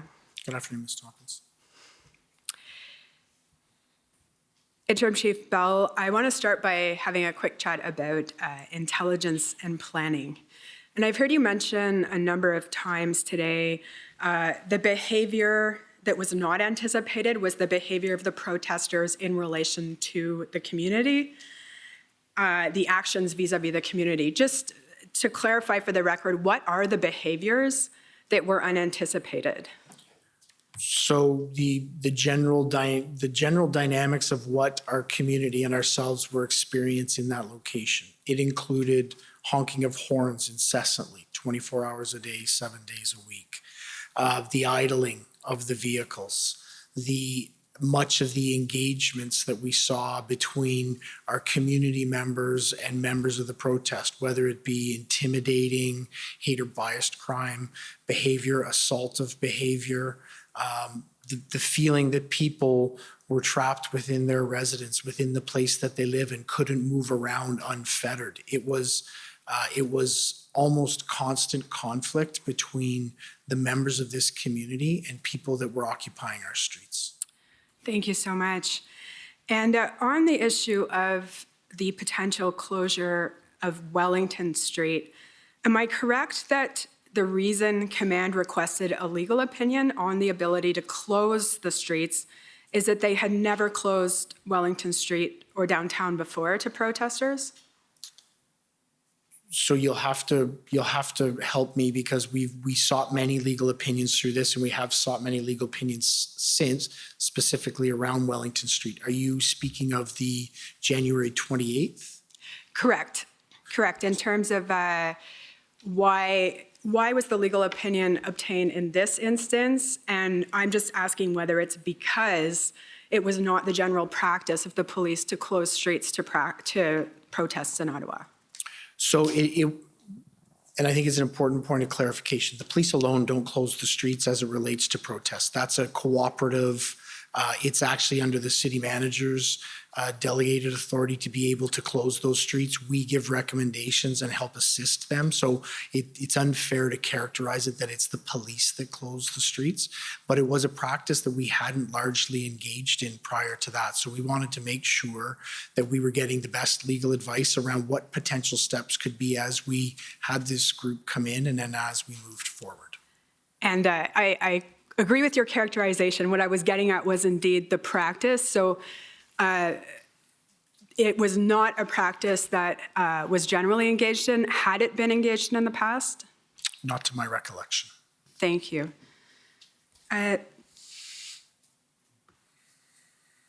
Now, my understanding is that you were present when the city solicitor, David White, provided a briefing on the possibility of obtaining an injunction. Are you able to provide me a date and a reference to document? It would be January 30th. We can bring up, I was going to lead into another point, but we can bring it up. OPS 404878. Thank you.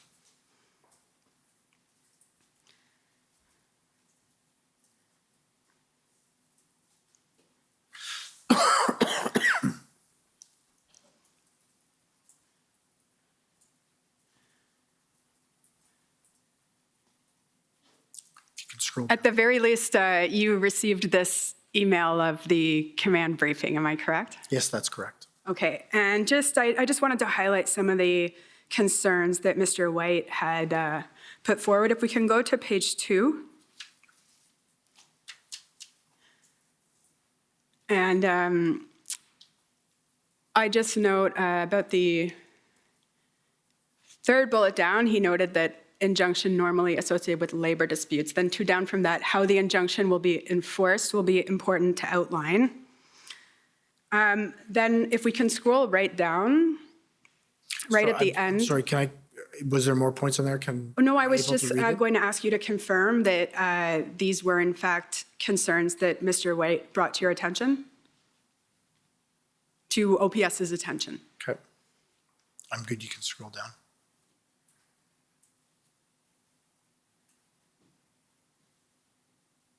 Okay.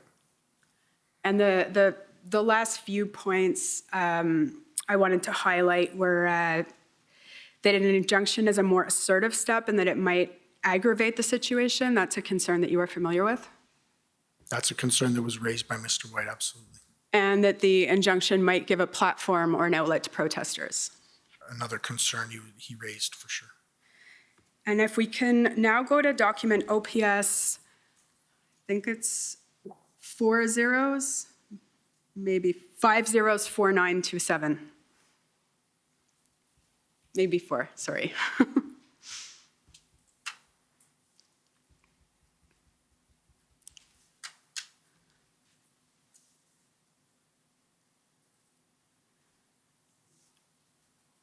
These are scribe notes, if I'm not mistaken. Is that correct? If you can go to the bottom, please, I'll be able to tell you. If you scroll right to the bottom, I think there should be a notation there. Oh, No, you can go back to the top.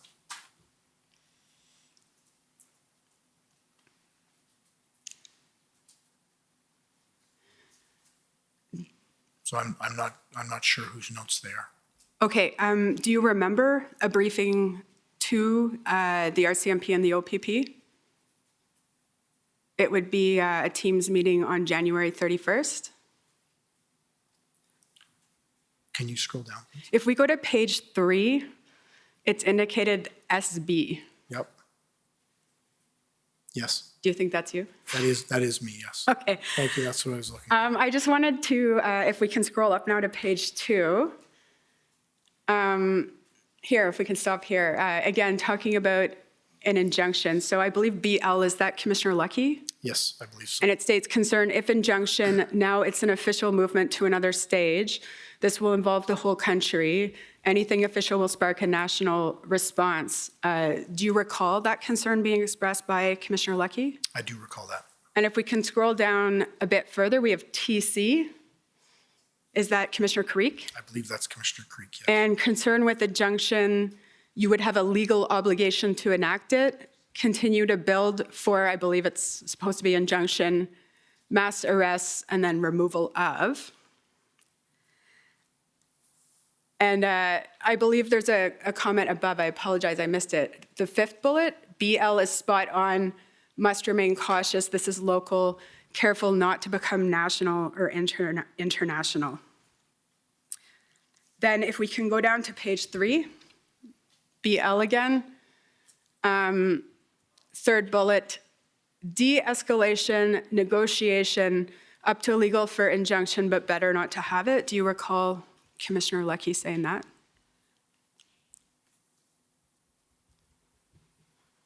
I don't recall her specifically saying that, but if it's in the notation, I would imagine she did.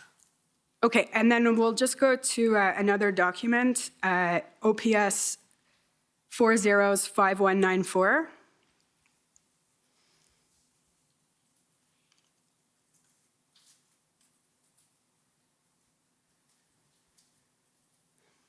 And this is another command briefing. That's correct. You received this command briefing? Yes, that's on sorry, this is can you tell me what date this is? So it's sent February 1st, but I believe that it's referring to events on January 31st. Thank you. And if we can just go to page 2, one bullet after, or sorry, after the redaction, if we can, here we have what I believe to be a summary of the call, which confirms that both Brenda Lucky and Tom Carrick did not seem to be in favor of going the injunction route, and that's what the OPS took from that briefing, correct? That's correct. Okay. Now, I just want to talk to you about the negotiations between the city and the protesters. And if we could just bring up OPS 00008418.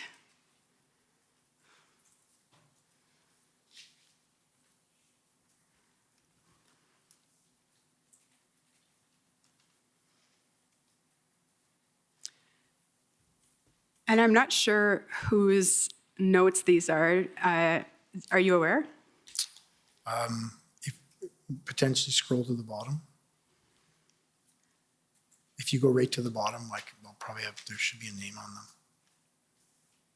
No, I'm unfamiliar whose notes these are. Okay, well, we'll go to them and see if it refreshes your memory. So on page 4,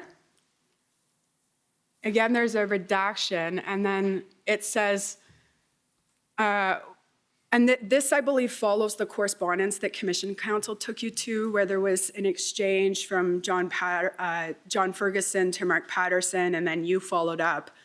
And it states here, redaction, one of biggest advocates, organizers, demonstrators, negotiating with PLT members last night, going to be meeting with Steve Kay with City, wanted to meet with him, win situation, told will be some trucks that will be moved. So the idea that trucks would be moving came from the police, not the city. Is that correct? So just for my clarification, these are notes of the 9th? I believe it was the 8th. The 8th, yes, I'm sorry, I messed that up before as well. Yes, that's accurate. Okay. And if we can go back, I see Superintendent, it says Bell will have update in 2 seconds. I believe that's you. Yes, that's correct. And then we get an update from Superintendent Patterson. Steve K assigned to work with PLT members to go negotiate with TM. Is that, I assume that's Mr. Canalakos? I don't believe we assigned him to do it, but I believe that he indicated he would Agreed. meet with them. I was more making a little joke. Okay, so then we're gonna follow through. So in terms, we'll go now to your notes, and those are at OPS 3014525.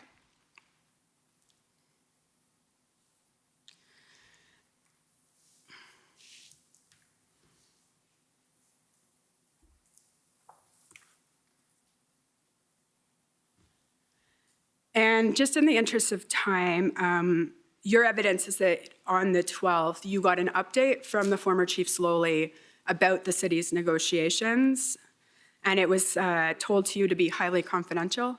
That's accurate. Okay. So that's accurate. I'd need to see my notes in order to verify that it was on the 12th. I don't recall the date. We can go to page 52, just to quickly. So here we have, this is a meeting with the chief. If you want to scroll up and see that it's the 12th, we can. Yeah, that would be appreciated. Yeah, no problem.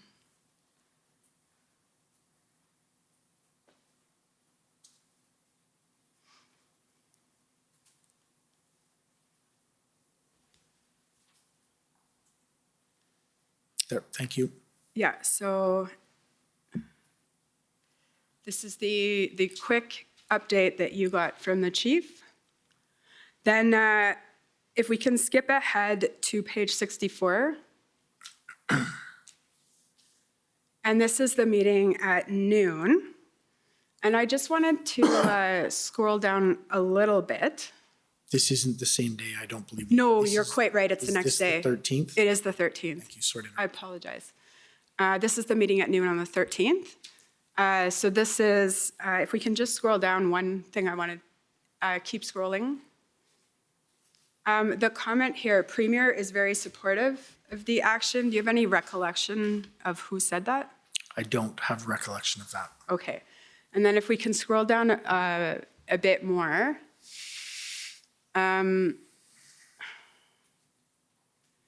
Two core scenarios. What is the outcome of the new footprint? Are we able to take out the remainders? Do you recall this being discussed? Yes, I do. Okay, and then if we can just go down. This is a briefing from the chief, and is it just you and the chief at that point? I don't recall. It's who coming was from the else. chief, though, and the It's chief. coming from the chief. I don't, there would have been other people involved in this, but I didn't note who they were. Okay, and it's clear from the direction from the chief that you've noted is to maintain our concept of operation. That's correct? That's correct. Okay. Now, if we can just scroll down a little bit more. We have another meeting at 2:30. This you're starting to get into more of the logistics. That's correct. Into some of the activities that need to occur in order to be able to make this happen. And under number 4, there's an arrow that says Elgin to Lyon is what is being looked at. That's correct. And then it says at something footprint. Can you assist? Looked at. It's a poor attempt at an at symbol. Okay. And then there's Rideau and Sussex is being developed, but the next bullet says looking at how we can manage a reduction of the footprint. Is that correct? That is correct.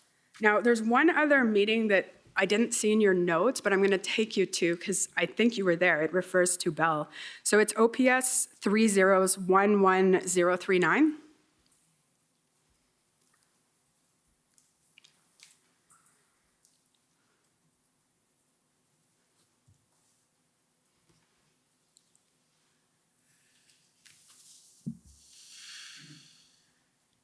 And maybe these ones are scribe notes. Can we check the last page? No, I don't. So we've been unsuccessful on everyone. I believe they are scribe notes. Okay, so if we can, This is the 13th now? yes, February 13th. And if we can go to page 6. And if we scroll up, we'll see the notes are from the, there's Vicky Nelson, the scribe. If we can scroll up, we'll just see that there's notes from the call with the city at noon. Correct. Then it appears there was a call with Commissioner Karik. And then there appears to be another discussion, the one I'm interested in on page 6, and it says, negotiating update meeting. And this is where, if we go about 7 bullets down, we see Bell. All indications that the city got through the negotiating, the group is trying to separate from the other group. We do not expect backlash. Can you explain what that meant, if you can? Yes, so one of the concerns as this unfolded was, as I indicated earlier today, there were many pockets and different groups within the overall occupation. One of the concerns was that if a number of people moved, there could potentially be backlashes from others that didn't want that to occur. And again, I'll go back to, this is a time from a context perspective that there's much higher. There's an escalation in tensions within the group. There's more violence that we're seeing on the street, particularly relating to our members. So it is a much more volatile time. So we were looking to make sure that something like this, or trying to anticipate whether something like this could spark something internally. And then Deputy Chief Ferguson says, this does not change the operation. We can make this work to our advantage. Do you recall that? Yes, I do. Those remaining behind will be there by their choice. John, this is happening at 3 p.m. John Steinbach, I assume. Now, after the redaction, we have Bernier. Is that Superintendent Bernier? That would be Superintendent Bernier. So when my friend put to you that there was no discussion with Superintendent Bernier about how this worked with his plan, we actually see here, there's a meeting with him, and Superintendent Bernier says, the plan aligns with what we planned and accelerates it, no concerns. Do you see that? I do see that, but I think there's clarification that needs to happen around this. We had our first briefing on this potential deal on the 12th later in the day. This is on the 13th at the point at which we would have informed Superintendent Bernier. So this is later. There is a lag and a gap between the time that we knew and the time that we brought the incident commander up to speed. But there is a discussion here about the plan. And at the time, he expresses no concerns about how it's going to work with his plan, correct? Yes, that's absolutely. And in the end, the agreement, unfortunately or fortunately, the fact is the agreement did not have an impact, not have the impact on reducing the footprint that it was intended to. It did not reduce the footprint as was intended, but did lower the temperature. And the move had very little impact on operational planning. That's going to be a question better asked to Superintendent Bernier. Okay, but I'll just put it to you in your witness summary. That was your evidence. I don't believe it had it, but the actual impact on operational planning would better be quantified by Superintendent Bernier. Thank you. I just wanted to contextualize that statement. So thank you so much for your time today, Chief Bell. Okay, thank you. If I could call on the Ontario Provincial Police at this stage.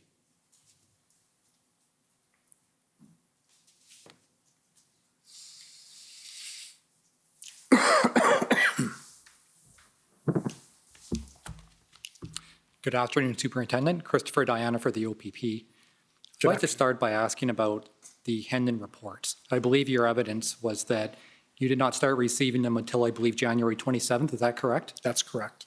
Of course, you would acknowledge, as we've heard from other witnesses, that OPS as an organization was in fact in receipt of these reports basically from the inception of Hendon. Oh, absolutely. We were a partner and a very engaged partner in Project Hendon and did receive all the reports widely within our organization. Right. And so I think from Superintendent Morris's evidence, I think he name-checked around 6 individuals that were receiving them. There were a couple of others that were referenced in Superintendent Drummond's witness summary. So there were at least 8 members in OPS that would have received these reports, correct? I don't know the specific numbers, but beyond the numbers, what I can say is that they did go, from my review, they did go to the chief of police, they did go to intelligence, and they did go to our event planning. So they were widely distributed and disseminated in the organization. All right. And if I heard your evidence correctly, I believe that when you started to receive them, you didn't go back and read the earlier ones. So was that your evidence? That's correct. From the 27th moving forward, I did daily review them. I have had the opportunity since then to go back and review the entirety from the 13th on. Considering the nature of the reports, do you think, and maybe in retrospect, you should have went back to review the earlier reports? Yes, I think that could have been beneficial, but I think it's also very important to realize that is an analytical document that one of my responsibilities would be to make sure that it was properly brought into the organization, properly reflected and analyzed, and then put into the operational planning people. So it's always a benefit the more eyes you get on something like that, but it wasn't absolutely necessary for that to happen to ensure that the information was brought in and shared within the organization. Right, although that was your bureau at the time, correct? You were in charge of intelligence? Well, that was one of the areas within my command, correct. One of the things that you said in your evidence in chief, and you may have repeated it since then, was that there was no intelligence to indicate there would be any significant community impact. Was that your evidence? No, I believe my evidence was that it wasn't reflected within the Hendon reports, the activity that the protesters would engage in that caused the community harm and community violence that existed when they got here. There was no reference to that within the Hendon reports. Okay, I wrote down significant community impact, so maybe I misheard, but that was my understanding of what you said. You would agree that the Hendon reports did make reference to certain things such as early as January 20th, there was reference to no exit strategy in the Hendon reports, correct? I'm sorry, I missed there was... Sorry, as early as the January 20th Hendon report, there was reference in that report and subsequent that there was no exit strategy for the protesters, correct? That is correct. And the reports also referenced that the protesters would not leave until their demands were met, correct? Yes, but I think it's important to put that in the context of it does reference those statements within the Hendon reports, but there are many, many statements within the Hendon reports. Was that there? Absolutely, it was there. Sure, and the demands that are articulated include the demand that all mandates would end. That was what the protesters were, at least according to Hendon reports, that's why they were coming to Ottawa, correct? Is it possible to pull that Hendon report up so we can review it specifically so I can see the reference to make sure I'm getting it correctly? Well, what I've done to try to save some time is to refer to the Hendon summary. Superintendent Morris prepared a Hendon summary, which may be useful. So if we can go to OPP 349.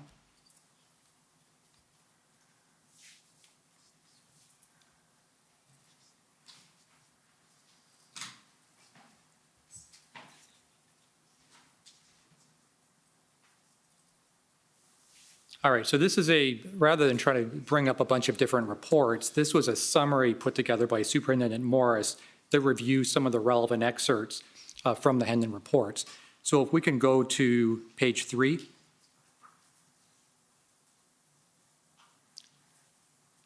All right, so there's some points here that... Sorry, there's just a moment.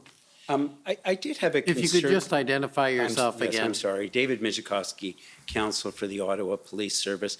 I, had some concern when this document went in that it's a summary of sentences that are taken out of context. I believe what the witness asked for when he was asked the question is, it would be helpful if I could see the full report. So rather than give him an extract which has selective pieces of information, why not give him the document that he asked to review so that he can fairly answer the question? Well, maybe I misunderstood, but I thought the question or the request was, and the witness will answer, that he wanted the actual words of the report. I didn't take him to say he wanted to see each of the reports, but that's up to the witness. I would prefer to see the reports, Your Honor. The point that I'm trying to make, because I don't have the control number for every single of these reports to take you to, nor was that my intention. My intention was to put to you that there were a number of items in these Hendon reports that are already on the record. I don't need to go through each one, in my opinion. And if you'd reviewed them, then you would probably remember the fact, as you testified, that they do indeed say there's no exit strategy, correct? You've already confirmed that. That is correct, yes. And they do also say that the protesters do not intend to leave until their demands are met, correct? That is one of the things the report says, yes. And the reports also say that the protesters may disrupt the workings of government. So again, I go back, yes, it does indicate all of these, but as we've had the discussion, there are other statements in there as well, and it's the balance of the interpretation of the entire report that is important. It's the growth of the report, and please, sir, don't hear me say that I don't absolutely appreciate all of the intelligence and information that was provided through the Hendon report. But to take individualized statements through it, I think, doesn't really reflect the flavor of the intelligence that we were receiving. There was also statements in there that said they would be completely lawful in all ways. There was statements in there that said there was going to be 1 million people arrive in the Hill. There was other statements as well. So I think it's the entire context of the Hendon report that's very important to evaluate. All right, I could take you to other statements that talk about the potential community impact, but my point is this. There's enough information in those Hendon reports to show that collectively, all those statements taken together, even in that context that you speak of, there's enough in those reports to paint a clear picture that there could very well be significant potential community impact. The potential was there, wasn't it? I would disagree with that.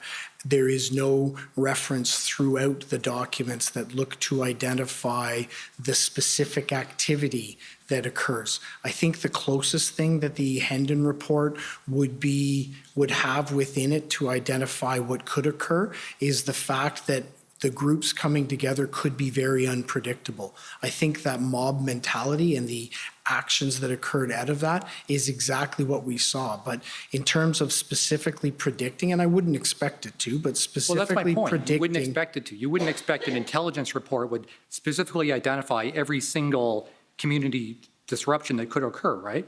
No, I wouldn't, but there wasn't any information included in the Hendon reports that specifically or generally talked about the activities that were going to occur in our city. And I think one of those is there was no reference to any intention that the community would be used as a leverage point within these protests.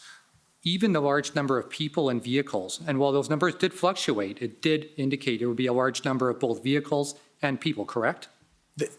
In varying numbers as it went along, 100%. It did indicate a range of numbers that, as the collection of intelligence came and moved along, was able to be refined up to what would have been the 27th, where numbers were starting to be reported, and they were more accurately reflected on the 28th. Now, I understand that is a very difficult task for an intelligence gathering group to do. This was an extremely fluid and dynamic situation, and I truly believe the intelligence gatherers and collectors did an amazing job in building the system as it went along and refining it up to and including putting a reliability index as we continued through and having numbers put into those reports as we got closer to the date. An extremely difficult task, and I don't want you to hear me being critical of the Hendon reports. Right, so I just want to make sure I understand your evidence. And as I understand it, your evidence was that the intelligence did not set out significant potential community impact? The intelligence didn't identify that there would be the type of behaviors that we saw demonstrated in our streets. It didn't bear it out. All right. You also indicated that your planning was predicated on a weekend-long event, correct? The intelligence reports, as we identified them, specifically spoke on a regular basis and an increasing basis about the activities that would occur on January 28th, 29th, and 30th. As we read them and as we saw them, we identified that to mean that there would be specific incidents, specific demonstrations and activities around that weekend, and that beyond that, there could be a small number of people that remain, but that was the main focus. Actually, that is what bore out within our streets. Many people left on the night of the 30th. That decreased the number of people within our city. So that was accurate. What we didn't have was an accurate prediction of the footprint that would remain or the activities that those people were engaged in. All right. Can you point out the report that indicates they were only going to stay for the weekend? Because I'm not aware of that. So you've continually said that it was predicated on a weekend-long event. I'd like you to point me to the source of that intelligence, because it's not in the Hendon reports. So that the Hendon reports regularly discussed weekend activities, planning, and in fact, on several reports, you can identify in intelligence gaps activities for the 28th, 29th, and 30th. There is several different examples where that specifically is what is referenced. Correct, but the reference to intelligence gaps simply means that the intelligence did not know exactly what was going to happen on those days. There's no reference that they were going to leave after that weekend, correct? So as you've indicated around the behaviors that occurred, it was not that specific that those were going to be the only demonstration days. That is correct. Right, and part of, I think, what you said earlier in your evidence in chief, you talked a lot about experience, correct? Yes. And certainly it's acknowledged that OPS for many years has responded to protests large and small. And I believe your evidence was that experience did play a large part in your planning for this event, correct? So if you're talking about intelligence, I think the experience that I was talking about was the experience in engaging and dealing with the groups. Nobody had any experience in dealing with the Patriot movement in terms of a large-scale demonstration. We were the first. And from that experience, we've seen other jurisdictions adapt and interpret the intelligence somewhat differently. Right. I would put to you that your planning was based more on what you thought would happen based on your experience more than the actual intelligence you had at your disposal.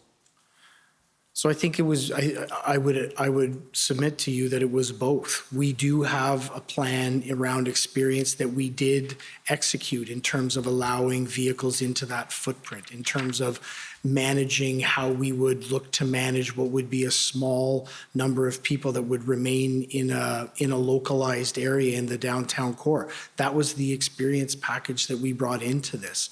That wasn't what bore out. And that's why I say, in terms of interpreting intelligence, it's always extremely important to be able to balance the experience you have around that. Nobody had experience in it at that time. Right. And you would agree that the operational plan should accurately reflect the intelligence, correct?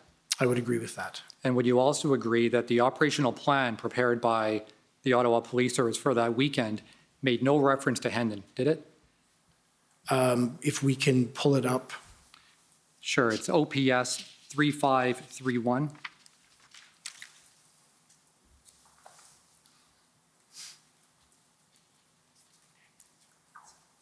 Sorry? Oh, is that the redacted one? Just 1 second, we'll pull up the other one. The OPS operation plan. OPP 4262. Thank you.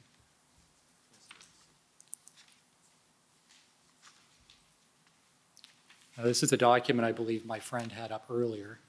Oh, that's not it. Sorry, that's not the document we need. Go back to the. OPP 4262.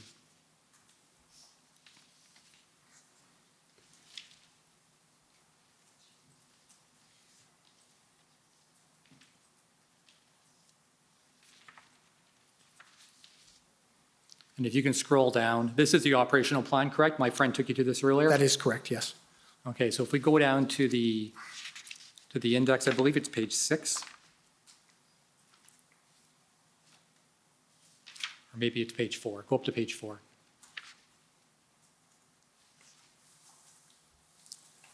Okay, scroll down.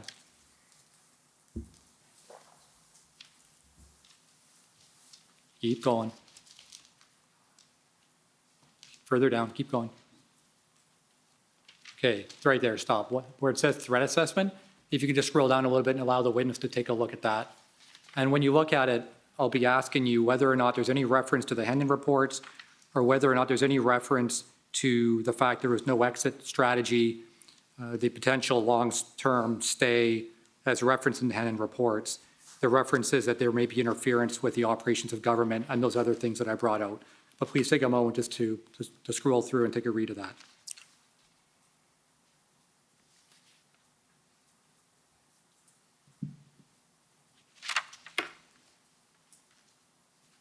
Okay, you can scroll down. Thank you.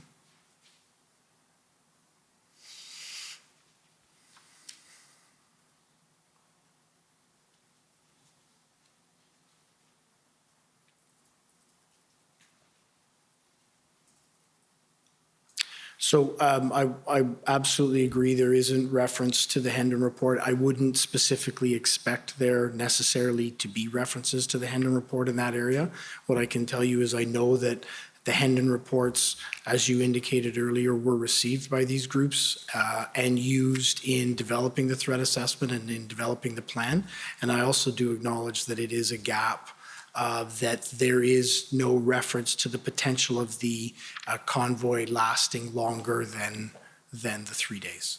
Even when it comes to planning, you can kind of hope that something may turn out a certain way, but in policing, you always need a contingency, right? Yes. I asked Deputy Chief Ferguson whether or not she agreed with my proposition that this plan was not intelligence-led, and she agreed with my proposition. Do you agree that this plan was not intelligence-led?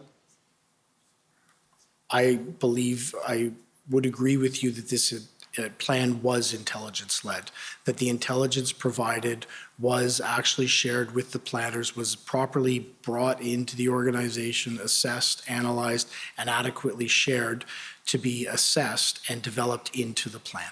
Okay, so you disagree with Chief Ferguson then? Deputy Chief Ferguson, yes, I do believe, and through all the review that I've done on several points and frequently identify where there's references between the planners and the intelligence group to actually look to access intelligence that exists. So I do know that that existed. I do know the planners were very conscious and cognizant of intelligence and making sure that it was put into this plan. So even though it doesn't reference Hendon and the various attributes that I pointed out, you would still say it's intelligence-led? Yes, I do believe so, yes. All right.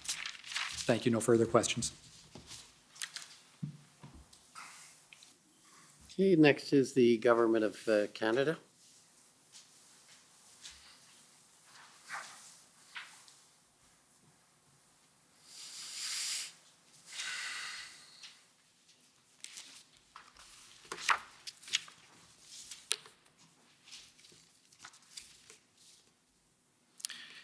Good afternoon, Chief Bell. I am Robert McKinnon, Counsel for the Government of Canada. Good afternoon, sir.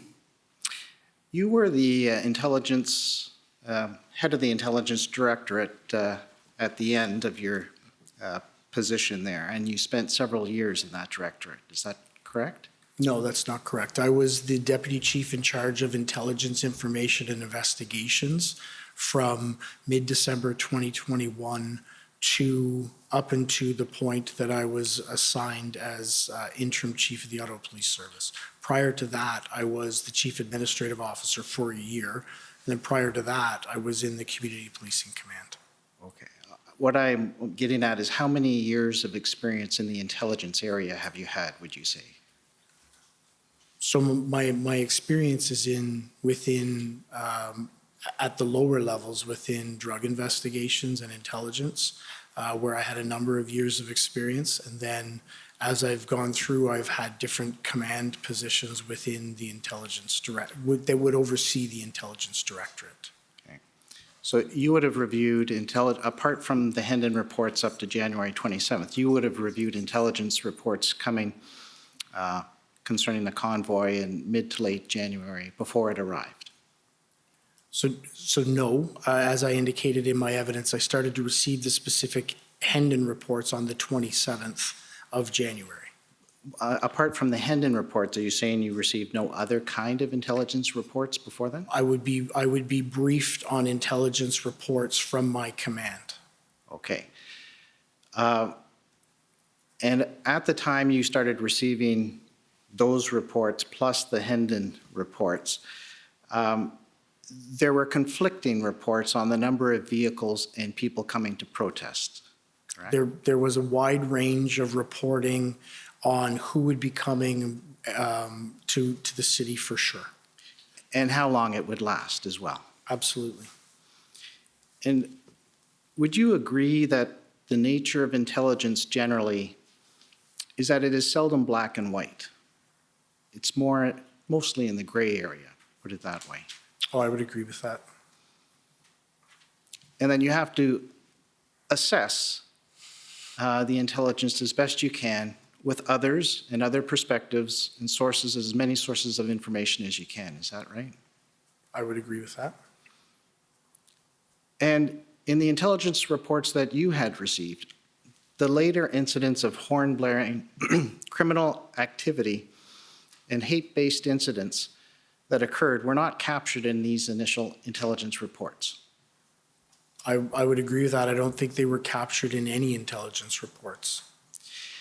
And according to your summary interview, there was approximately 3,000 to 4,000 vehicles that the OPS was expecting to arrive in that first weekend. Is that correct? That's correct. As it drew closer. And as you have said in your interview summary, there was limited organization within the Freedom Convoy overall. The organizational structure was extremely challenging because it was non-existent. There was pockets of different groups. I think as the convoy and as the occupation moved through the weeks, it began to coalesce a bit. There was some leaders that could have been identified as we move along, but that's part of the negotiation challenges that we had. Was there was many different pockets of leaders with many different perspectives and many different ideologies. You mentioned 8 to 10 different groups representing 50 to 100 different political agendas, correct? That would be accurate, as an estimate. And that the OPS found it hard to identify any one particular leader or group who could speak for them all. That's accurate. And you are also aware that there were former police and military members as part of the convoy participants. That is accurate. And that they had raised a significant amount of money through crowdfunding platforms such as GoFundMe, and later on Give, Send, Go. That's accurate. And you were aware of some warnings concerning participants in the protest. And in that respect, you were taken to a document earlier, which I'll make quick reference to. It's the intelligence assessment by Sergeant Chris Keys on January 29th, the OPS 4039. You could pull that up for a second.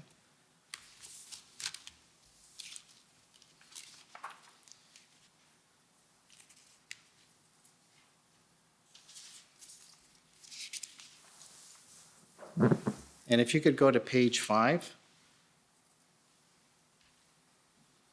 And under lone actor concerns, you go down to the heading just below the middle. Mm-hmm. Yeah. So you can see there it says, as the event becomes larger and larger, OSINT, that's open source intelligence, correct? Open source information. Is revealing the occasional and not unexpected online instigators, lone actor instigators who advise others to use violence if encountering police barricades. Is that correct? That is correct. And on page 6, there's a warning. At the top of the page, yeah. The third bullet point, the open nature of this event, coupled with the high concentration of attendees, may further add to the potential appeal among certain individuals who may embrace extremist ideologies. Do you see that? Yes, I do. So there was some warning in advance as to some things to be worried about. Is that correct? There was some notations here that raised concerns that we should be looking for. And you have mentioned in your summary that as January 30th progressed into Monday, OPS was not prepared for what developed into an occupation. So it soon began from a protest to an occupation. Is that correct? That is correct. And with elements demonstrating lawlessness, is that correct? Correct. Harassment, Correct. intimidation, Yes. and threats to Ottawa residents and public officials. Yes. I just want to mention one thing that you said with the convoy coming initially, that you did try to keep out large tractors, farm equipment that could have posed difficulties. Is that correct? You tried to keep those out from the core. That is correct. However, there was a huge crane that made it into the core that was sitting right next to the Prime Minister's office. So do you know how that got there? So I wouldn't characterize it as a huge crane, and I'm not trying to minimize what it was. It was actually a boom truck that had what would be a much shorter boom than what a crane would have and a flatbed back on it. It was extended and had a flag hang from it and was used as a stage. I expect you'll hear evidence, if it hasn't already come out, if I remember, that it was right outside the top window of the Prime Minister's office. Do you accept that? Yes, I do.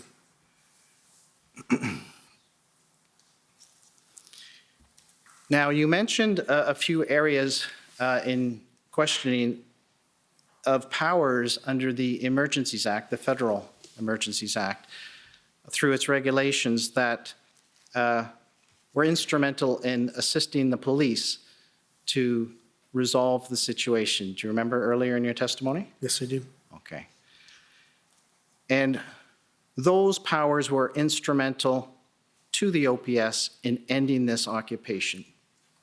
So I don't think I used the terminology instrumental. I don't believe that's the words I used, but they were absolutely of a benefit to allow us to end this occupation, and were widely leveraged. Okay.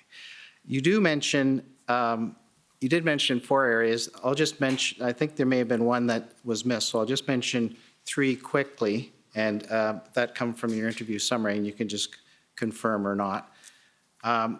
One very important power was the authorization to create an exclusionary zone, both the 4 zones that were used and the red zone, correct? That is correct. And which, to your mind, was the most important power because it allowed OPS to stop the movement of more people into the downtown core when it came time. Is that correct? It created a very clear legislative framework that was clearly articulable to our members as to their powers to create the exclusion from that zone. And it allowed OPS to create a stable atmosphere in advance of launching the operation to clear the downtown core. That is absolutely true. Had we not been able to limit or stop the flow of pedestrians into the area, it would not have created the stability that we would need to launch the operation. And I think part of that stability is what led to the safety that we were able to use while we did it, that resulted in a very low, small number of injuries. And it allowed the OPS to execute this operation slowly, deliberately, and safely. That is correct. It also provided the power to freeze financial accounts, which you made mention, this is also under the Emergencies Act regulations, correct? That is correct. And that provided an incentive to convoy participants to leave voluntarily, correct? Correct. But it also deterred others who may have been thinking of coming downtown from coming downtown. Would you agree with that? So I don't have any direct examples or knowledge of that, but it seems to be that it could have provided a deterrence factor for people attending. And the PL teams used this power in advance of the enforcement action to try to shrink the footprint of these protesters, demonstrators in the downtown core, correct? So I think you're specifically referring to a letter that our police liaison team members handed out that specifically referenced the authorities and powers under the Emergency Act, so yes. That's right. So I'll take you to that in a second, but that's what I'm referring to. Both in a media release and in a leaflet, there were certain actions, and I'll refer you to them in a second, but that's exactly what I'm referring to. And you also learned of others whose accounts were frozen who left downtown, after which their accounts were unfrozen. Is that correct? That is, I don't have specific examples, but that's my knowledge. That's my general knowledge that occurred. Okay. And one of the other important powers that you've touched on before was to make it possible for the OPS to obtain the tow trucks that were absolutely essential in order to move these trucks, correct? It removed barriers or seemed to remove hesitation for people to actually be cooperative with us because they were directed to under the Act. Right, and we've heard evidence that you may not be privy to say that they had no trucks to convince other tow trucks drivers to drive because of threats and because of damages that they might incur. And so the indemnity provisions of the emergency regulations also eased that aspect in convincing and compelling these tow truck drivers to come and assist, correct? I believe so, yes.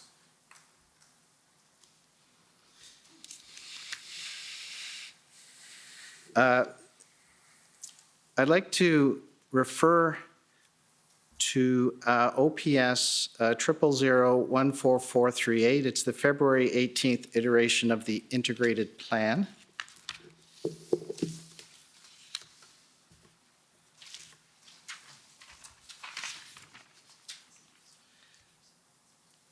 And at page 5, at the bottom of the page, so you see where it says, as a result, and this is dated February 18th, but this is an iteration of an evolving plan. As a result, delivery of information, education, and enforcement response was led by the police liaison teams. Do you see that? Yes, I do. And the subsequent response was based on a negotiation approach with the primary objective of voluntary dispersal from the participants who could continue to protest and occupy a number of areas within the downtown core. Do you see that? Yes, I do. And so that was to reduce the footprint, to make it easier for the officers to enforce with whoever was left. Is that correct? That's correct. We wanted to have as many people voluntarily leave, knowing that there was going to be an imminent police action, so we could shrink the footprint as much as we have and had less people to remove. Okay, the last point there, it says on Wednesday, February 16th, a media release was provided, further notice to demonstrators, and this is the one that's also in the pamphlet. It has the same points. So if you go to the next page. Sorry, sir, am I able to reference what document is this? This is the integrated response, February 18th. Concept of action plan approval, okay? So in here, there's 9 bullet points. We've made reference to some of them already, but this is what was handed to the demonstrators, correct? These points, these bullet points in a pamphlet form. It's also in this media release as well. So the first bullet point deals with the criminal charges. That's provincial. The second point deals with vehicle and property may be seized and removed. That can be both provincial and the federal, if that includes the tow trucks. Your driver's license may be suspended and the certificates may be suspended. That's provincial. And then the next four encompass federal emergency regulations. So your personal bank accounts may be subject to examination and restriction. If you bring a minor with you to an unlawful protest site, you may be charged. That's specifically in the emergencies regulation. Do you agree? Yes, but the only clarity I would provide is around point number 1, you indicated that the criminal offenses would be provincial. That would be because the criminal code is a federal piece of legislation. It would be federal. Sorry, federal, sorry, I'm thinking just of the regulations under the emergencies, the respective Emergencies Act here. So that's what I'm distinguishing, that in this pamphlet, there are a number of these warnings and facts given to the protesters that come directly from the Emergencies Act regulations is what I'm pointing out. Yes, I agree with that. And that the OPS used because they were essential in dispersing these protesters. We definitely used the authorities granted to us under the Emergencies Act. All right. And bringing fuel and other supplies, that also is encompassed by the essential provision of goods as well. That's encompassed by Emergencies Act regulation as well. I believe so, yes. Yeah. And again, persons traveling to an unlawful protest site to participate or support an unlawful demonstration, that also comes from emergencies regulation. And the last one, that's from the provincial regulations, but it also is encompassed with the federal regulation, which added more sites. It added parliament and government buildings to that. That's correct. So there, just see if you'd agree with this statement, that there was no realistic expectation that negotiation through the PLTs, as much as they are useful and helpful, would have led to the voluntary dispersal of all those demonstrators.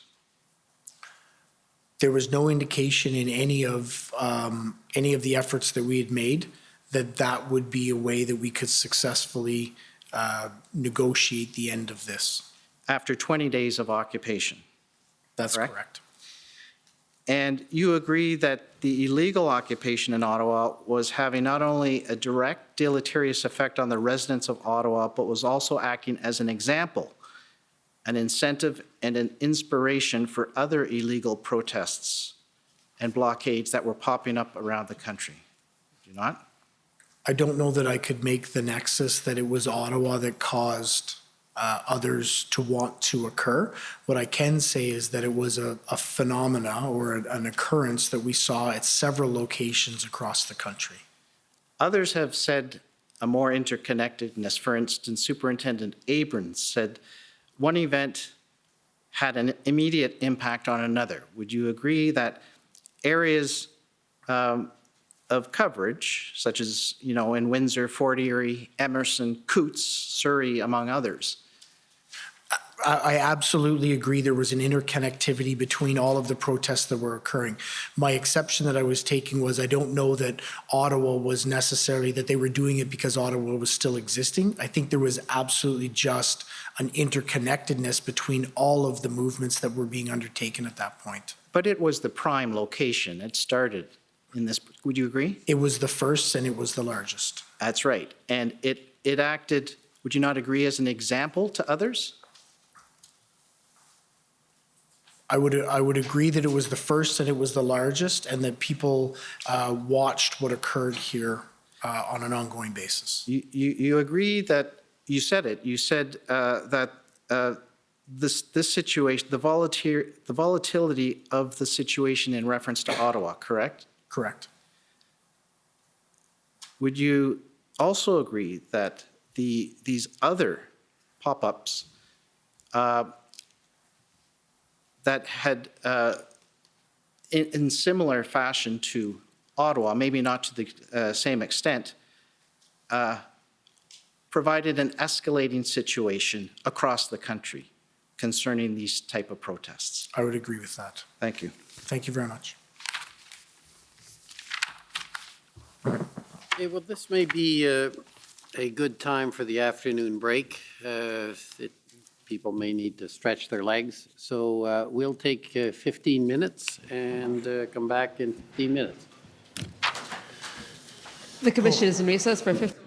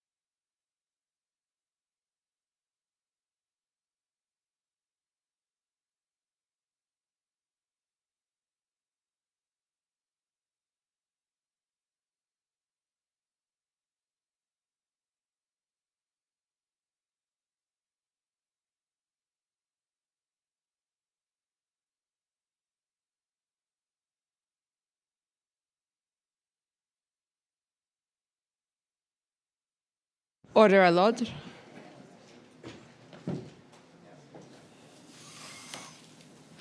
The commission is reconvened. La commission reprend. Okay.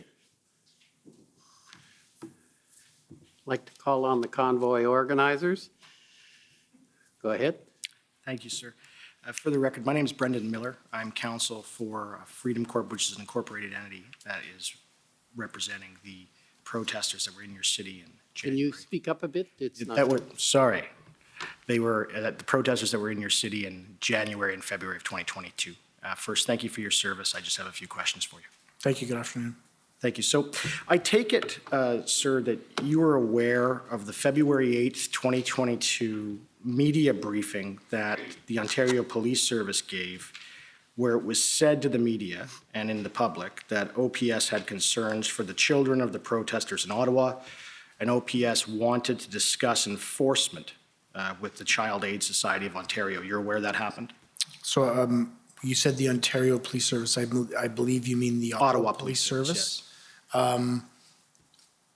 Do you have a document we can reference with that media release, or is that a clip? It's a clip. So I do recall. I don't specifically recall references to enforcement, but I do specifically recall the discussion around our concerns with children in the footprint, particularly as the situation there was becoming more volatile. Right, but I understand, sir, from reviewing just the disclosure generally, that with respect to that media announcement, that you were in fact not supportive of it being announced to the media in that way. Do you remember that? So no, I don't recall that. Okay. Now, with enforcement of child protection laws, which in this province is the Child, Youth, Family Services Act, you agree that enforcement is essentially either the threat or the actual apprehension of children from parents. Is that right? So I don't specifically recall the references to enforcement that you're speaking of. I do specifically recall us raising the issue of the potential danger that the children would be in the red zone footprint. Mm-hmm.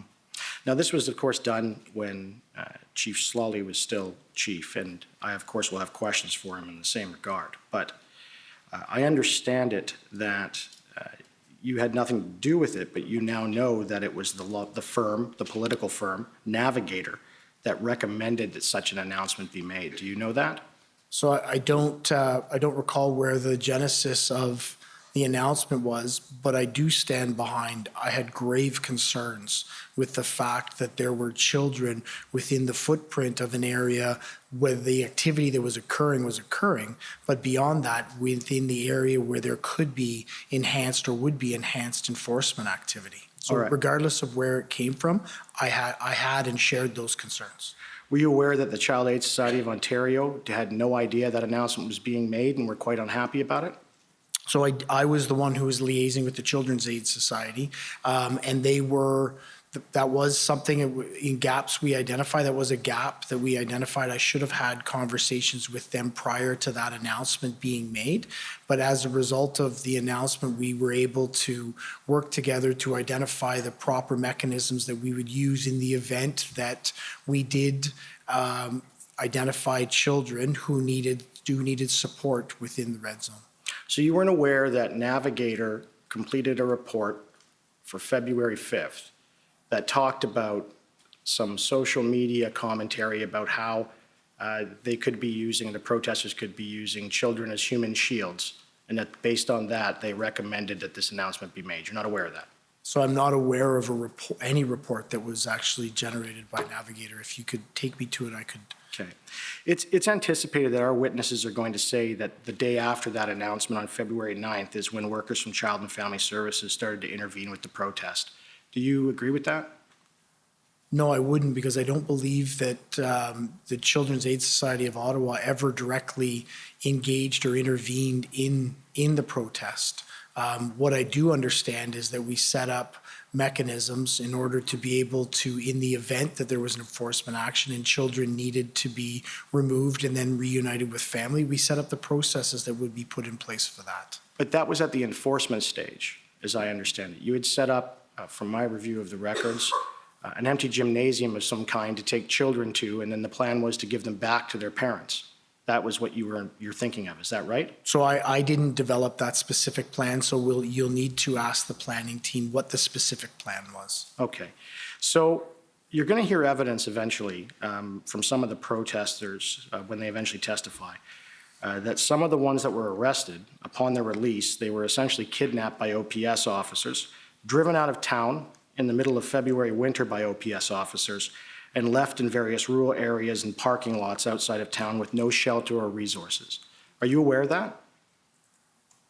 No, because I don't know the specifics of what they're speaking about. What I do know is that we, as part of our planning, and Inspector Lucas tomorrow will be able to provide more details, but we did have remote arrest processing sites, not in rural Ottawa, in the south end of Ottawa, in a residential mixed commercial area where they were protest and then released to be able to find transportation to wherever they needed to go, which is common with the police. Right. So one of the areas, there was several, as I understand. One of them was a municipal parking lot where the trucks were being towed to. That's correct. That's Right. in the south end. Right. And that parking lot doesn't have a building you drop them off at. It doesn't have a phone. It doesn't have any of that, does it? So I don't know what the logistics at the building were. I would imagine it would have needed to have a phone because you have to be able to call your lawyer. So Well, I can tell you it didn't. So, and these people driven out there, they were already told they weren't charged. And they weren't being charged, they were being released. But they were driven and forced outside of Ottawa or in the outer skirts and dropped off in the snow. Now, are you aware this happened, yes or no? no, I'm not aware, and it wasn't outside of Ottawa. It was still within the geographical boundaries of the city of Ottawa. In your evidence in chief, you kept using the word violence regarding protesters, right? Yes. All right, and you've heard the evidence of Superintendent Morris already. You sort of touched on that, and he had stated that the lack of violence in Ottawa during the protest was actually shocking. So I don't recall that statement. All right. So is it fair to say that when you use the phrase violence, you're not actually describing any form of physical assaults, are you? Well, physical assaults do contribute to what I'm describing. I was specifically describing the violence that our community felt as a result of the culmination of actions that the occupiers engaged in.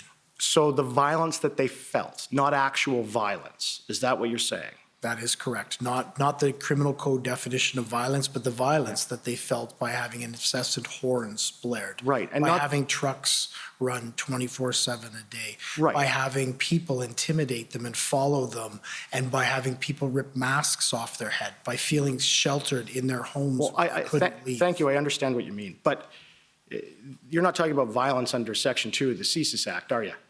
No, I'm not. Thanks. Now, I'd like to take you to a document right now, if I can. If we could pull up document POE.HRF 00000001. Did I get it right? Good.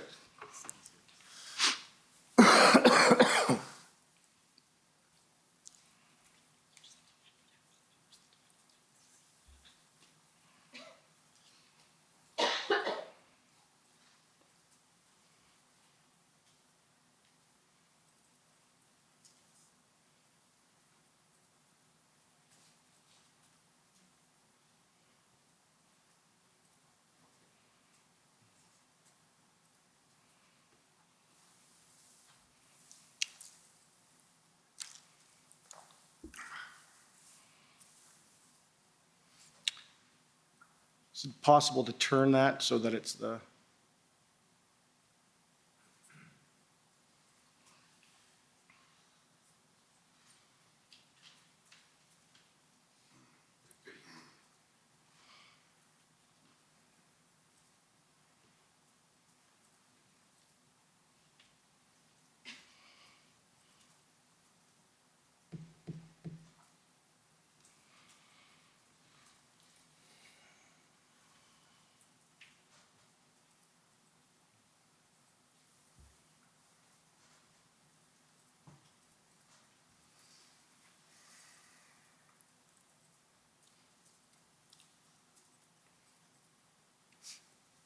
Thank you. So, Chief, this is an email exchange of February 15th, 2022, between one of your officers, Cameron Hopgood, and Matthew Gravel of the Mayor of Ottawa's staff.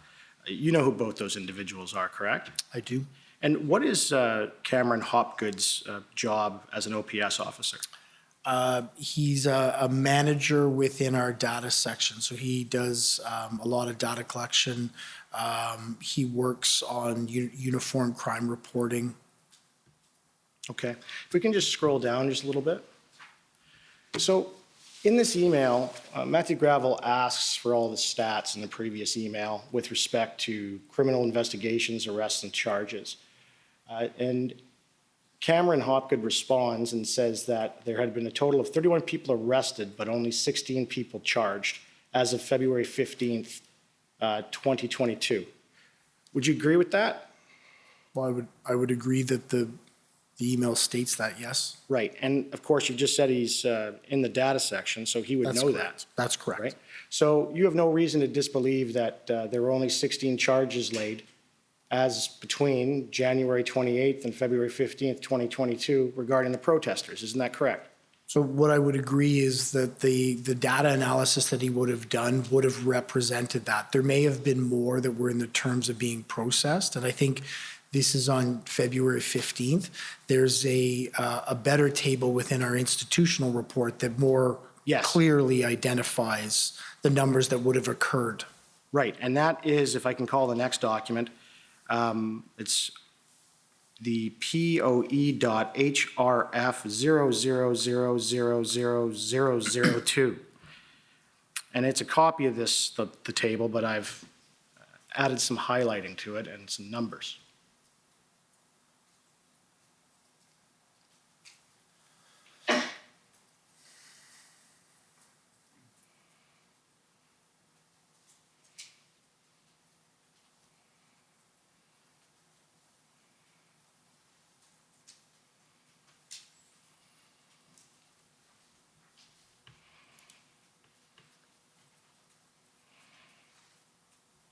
Okay, if we can zoom in on that. And this has been provided to all the parties. So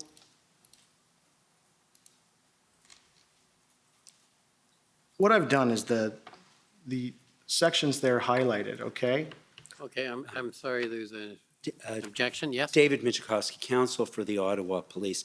Perhaps I've missed it as well as the previous document, but I do not see them in the witness documents. That's correct. I sent them out, I think, this morning.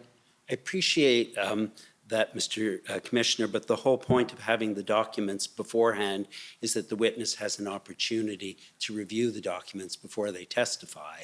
So the documents under the rules were supposed to be posted on the Well, I can do it with your document. It would just be easier for everybody to understand. It's up to you. Just let him finish his objection, then we can try and And so the resolve it. previous document, by the time I checked and realized that was also not in the witness section of the documents. So just in fairness to the witness, I appreciate sometimes things come up at the last minute, but the whole point was so that he would be familiar with it. So I don't know if my friend intends to continue asking about documents that are not in the database, but if so, I would suggest that that would not be a fair way of proceeding.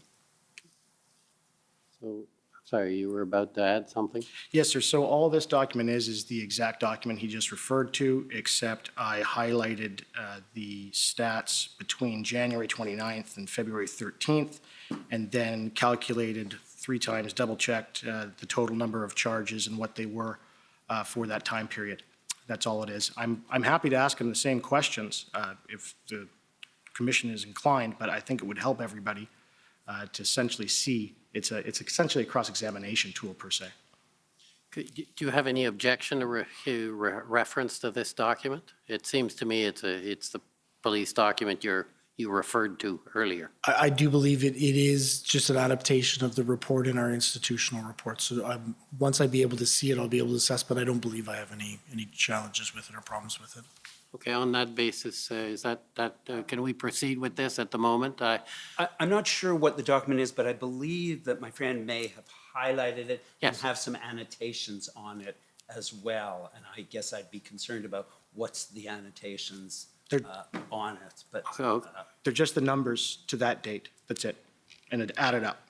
Okay, if you could just make clear when we put it up, just so Yes. the record is clear. Okay, go ahead. So, and just so I know, so what is your annotations here? So the only thing is I've highlighted in yellow every type of charge between January 29th and February 13th. And in red, at the end of that, I added the amount of charges that existed as of February 13th, 2022 at 11:59 p.m. So the red column is simply your addition or Yes, sir. lining up all the numbers? Yes, Okay. sir. So what I want to do is take you through this, sir. So we've got that up, and I've explained it already. So I understand the protest begins at January 28th, 2022, and in that entire time period until February 13th, 2022 at 11:59 p.m., there are a total of 4 charges laid for assault. Is that correct? That is correct. All right. And so that's a period of 17 days?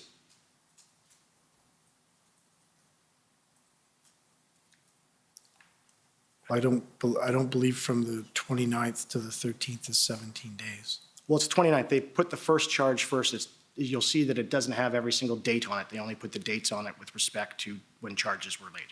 There were days that went where no one was charged at all. I think it's just simple math, 29 to 13 is not. And it's not 17. It's 16. Is That's the it? point he's Okay, making. that's why I went to law school. I can't do math. Thank you. But, and you can agree with me that between January 29th to February 13, there was a total of 4 assault charges laid then. We can agree on that. Yes. And with respect to assaults with a weapon, from that same time period, there was a total of 1 assault with a weapon charge laid, correct? Yes. All right. And if we can scroll down. Oh, no, just back up, sorry, my apologies. Can you agree with me that in the entire same time period, there was no charges under the criminal code for causing a disturbance by fight or shouting or swearing? That's yes. And there was no charges laid against any of the protesters in that same time period for causing a disturbance by impeding or molesting a person? That's correct. All right. And there were also no charges laid with disturbing an occupant of a dwelling, apartment, or complex under the criminal code either, was there? That's correct. Okay. Can we scroll down? Perfect. And can you agree with me in that time period, that is from January 29th to February 13th at 11:59 p.m., there was no charges of inciting hatred in a public place ever laid, was there? Correct. And you can agree with me that in that same time period that only 1 charge of intimidation by threat of violence was ever laid. Correct. If we can, last one, there was no charge either in that same time period for taking a weapon of a police officer in execution of his duty.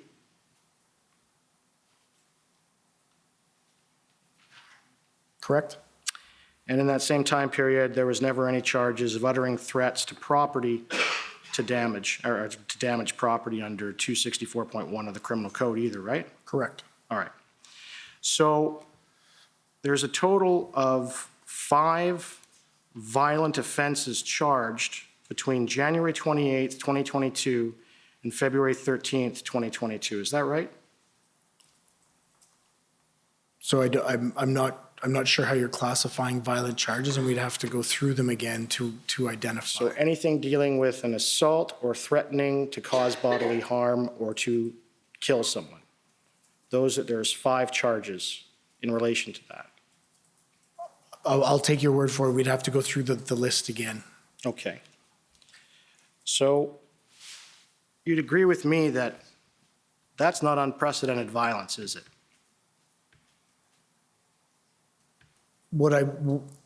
So as I defined violence, it wasn't strictly criminal code violence, and I'm happy to again go through the definition that I was using when I was talking about community violence. This is a part of it. Threats, charges under the criminal code was a part of it, but it was the trauma that the community felt. It was the extreme circumstances that they were exposed to and the duration of time that they were exposed to that has very clearly been described to me by community members as violence inflicted on them and towards them. And so that's the honking, right? Is one of them. Honking would be one of them. The, I believe the exhaust coming from trucks. But I think it's important you put it in context. It's the honking of large air horns of approximately 300 to 400 to 500 trucks simultaneously for 24 hours a day, 7 days a week. It's not just tooting a little horn. It's the incessant noise pollution that is being inflicted on the people that we were referring to. Right, and we've already heard evidence that as of February 7th, when Mr. Champ and his client, Zexi Lee, obtained an injunction with respect to silencing those horns, things got better. You agree? Well, I think they got better for a period of time, yes. Right. But that was on the 7th. That was 9 days, 10 days into the circumstance. Right. And it's also the fact that the trucks that were blocking up downtown Ottawa, in that area, we've heard some evidence that there's about 18,000 people. Is that right? That would be accurate, I believe. And what's the entirety of the population of Ottawa? Just over 1 million. Just over 1 million. So 18,000 residents were the ones being put through the violence as you define it. I don't think the size of the amount of people that were being exposed to it minimizes the trauma that those community members felt and very clearly expressed. On the general population of Ottawa, it was a smaller number, but it doesn't minimize the impact it had on that number of people or that group of people. Thank you. And this is the last document I want you to refer. I've given very short notice. It only became relevant because some questions my friend from the federal government asked. It's pb.nSC.can.00003256_REL.0001.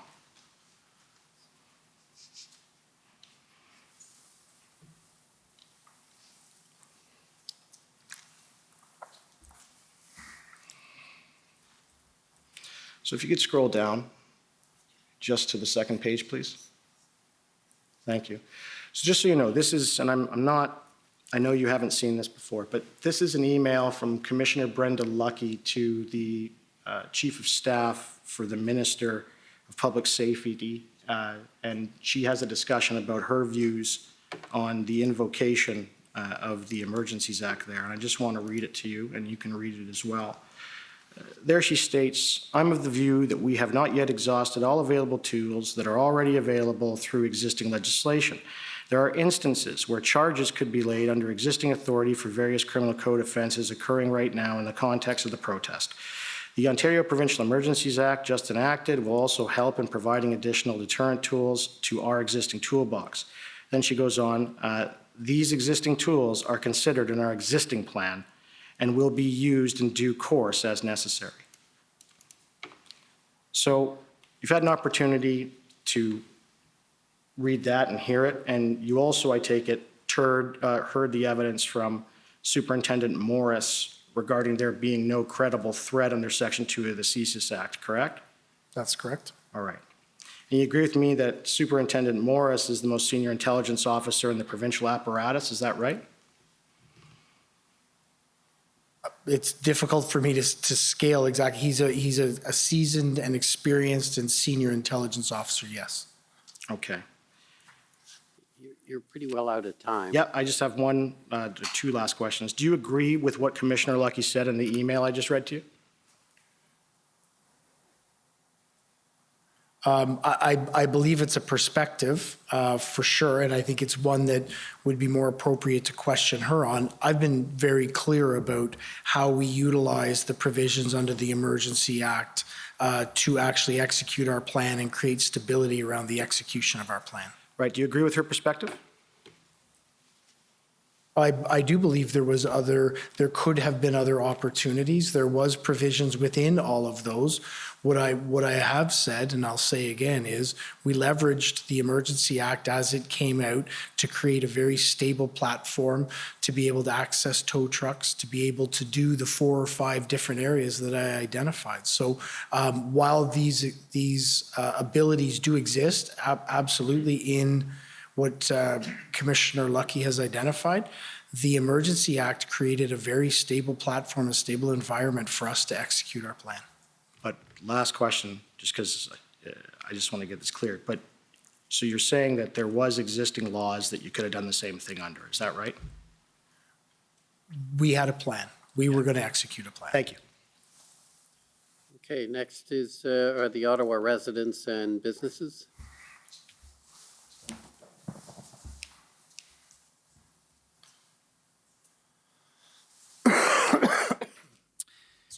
Thank you, Commissioner.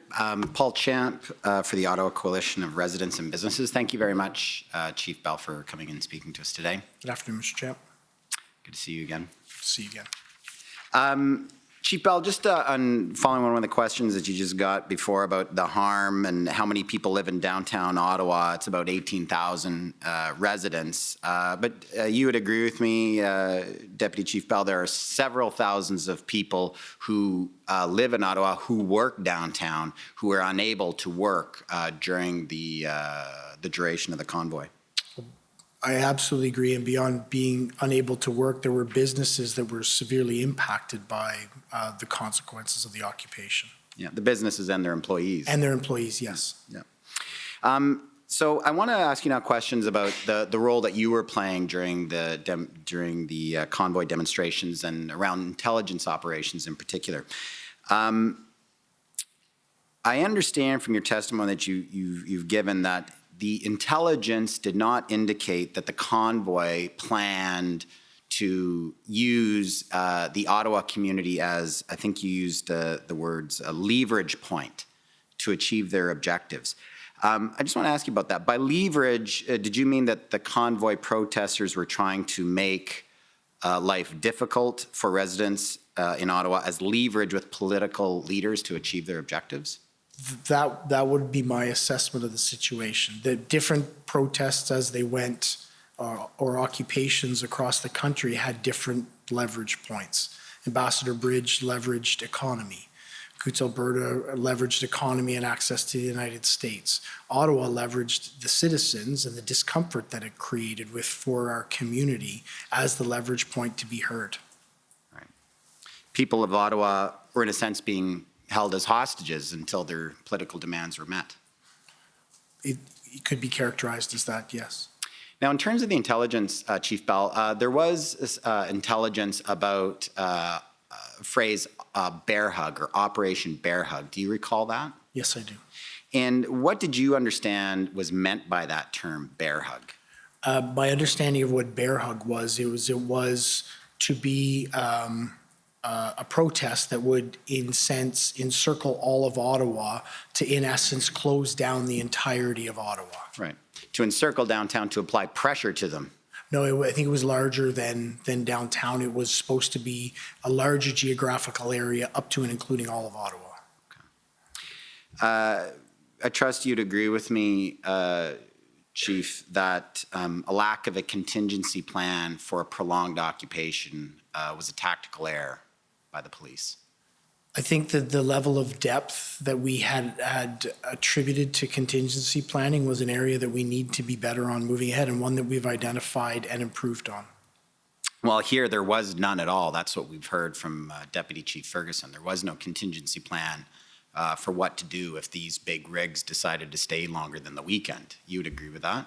Well, I would agree that if Deputy Chief Ferguson feels that there wasn't a properly developed contingency plan, she was in charge of the planning, so yes.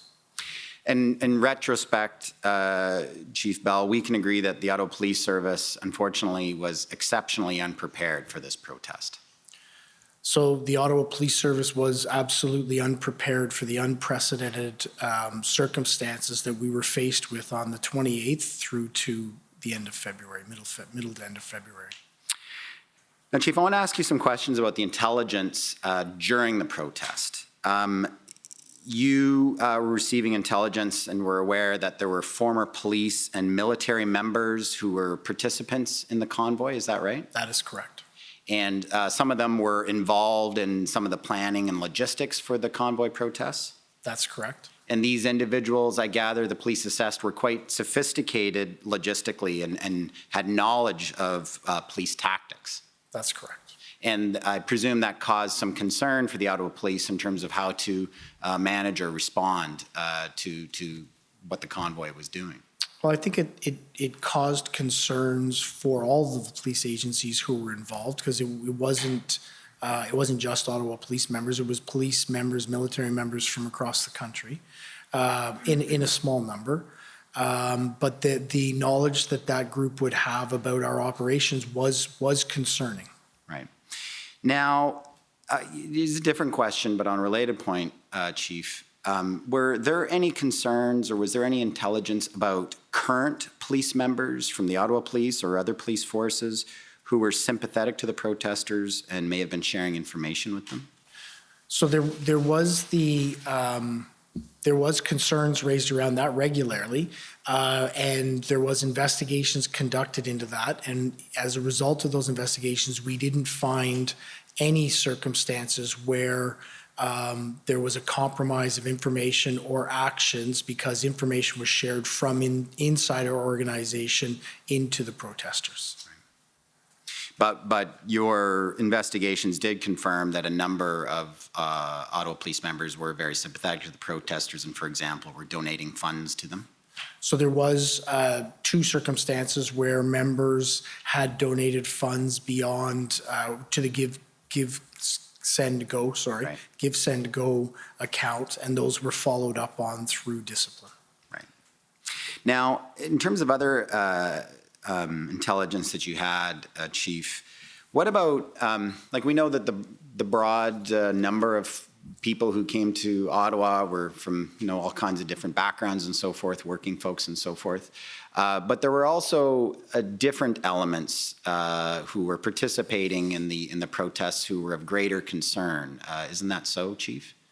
Bad elements, bad actors and groups? So can you be more specific? Well, for example, the seizure of firearms in Coutts, Alberta, and the arrests that were made for attempted murder of RCMP officers, those individuals were associated with a group named Diagolon, and it's my understanding the leader of Diagolon was in Ottawa for the duration of the demonstrations. Isn't that correct? That is correct. And that was of concern to the Ottawa Police? That was of concern. And there were other elements, others who were affiliated with known white supremacist groups in Ottawa during that period of time? That is correct. And that was of concern to the Ottawa Police? Yes, it was. Now, I want to ask you some questions about some concerns that others had with the OPS plan and the use of policing resources. We heard from Superintendent Abrams last week that he raised concerns with you on a number of occasions about OPS plans or the deployment or what he viewed as misuse of OP resources. That's all true, Chief Bell? So I believe through my testimony today, we've gone through the individual circumstances. There was an occasion where OPS did not deploy a number of OPP officers. That was rectified shortly thereafter. The concerns about our plans were raised, communicated, and as we progressed and as we had the integrated planning team come in, that was rectified. So I believe from my perspective, all of the concerns that Superintendent Abrams were raised to me were appropriately channeled and dealt with. Well, how about with respect to the plans? We heard evidence from Mayor Watson last week that he was hearing from the Prime Minister and the Solicitor General and the Federal Minister of Public Safety that there were concerns from the OPP and the RCMP about providing resources to the Ottawa Police because they had some doubts or concerns about the OPS plans and whether it was the right plan or whether it was safe. Were you aware that those concerns were being raised at the higher levels? I wasn't aware that those conversations were occurring. Okay. Did you yourself have any concerns about the readiness of the OPS plans in the first, let's say, 12 days of the protest? I would have concerns about the time that it was taking to develop the plans. I do think, particularly once we had the integrated planning team with the amazing assistance of the Ontario Provincial Police and the RCMP, that we did develop the fulsome plans that we needed. That took some time to get to. So while this is occurring in our streets, the time it's taking to plan, coordinate, and then execute is of concern to me. And was it your impression or your understanding, Chief Bell, that Chief Soley was a bit resistant to the integrated command? I think we've heard some evidence of that already. I believe Chief Slowly was raising concerns or kicking the tires on what an integrated command or planning team would look like, and that would have indicated he had some resonance to it. Well, and he made comments to you and Deputy Chief Ferguson that he felt the OPP and RCMP were not there to help and were taking directions for their political masters or comments like that. You recall that meeting? That's correct. And you and Deputy Chief Ferguson didn't agree with him and you raised concerns about that? That's correct. You also had concerns, did you not, Chief, that Chief Slowly appeared to be taking operational advice from the PR firm Navigator. That was your impression? So I don't believe it was that he was taking operational advice. It was the fact that a PR firm, a crisis communication firm, was involved in that level of operational discussions. It was atypical to me. It was ultimately, at the end of the day, Chief Slowly's prerogative and choice to make as the chief of police. It was just something that I hadn't experienced before. But as the crisis in Ottawa continued and became more prolonged, Deputy Chief, you had some concerns about the leadership of Chief Slowly, did you not?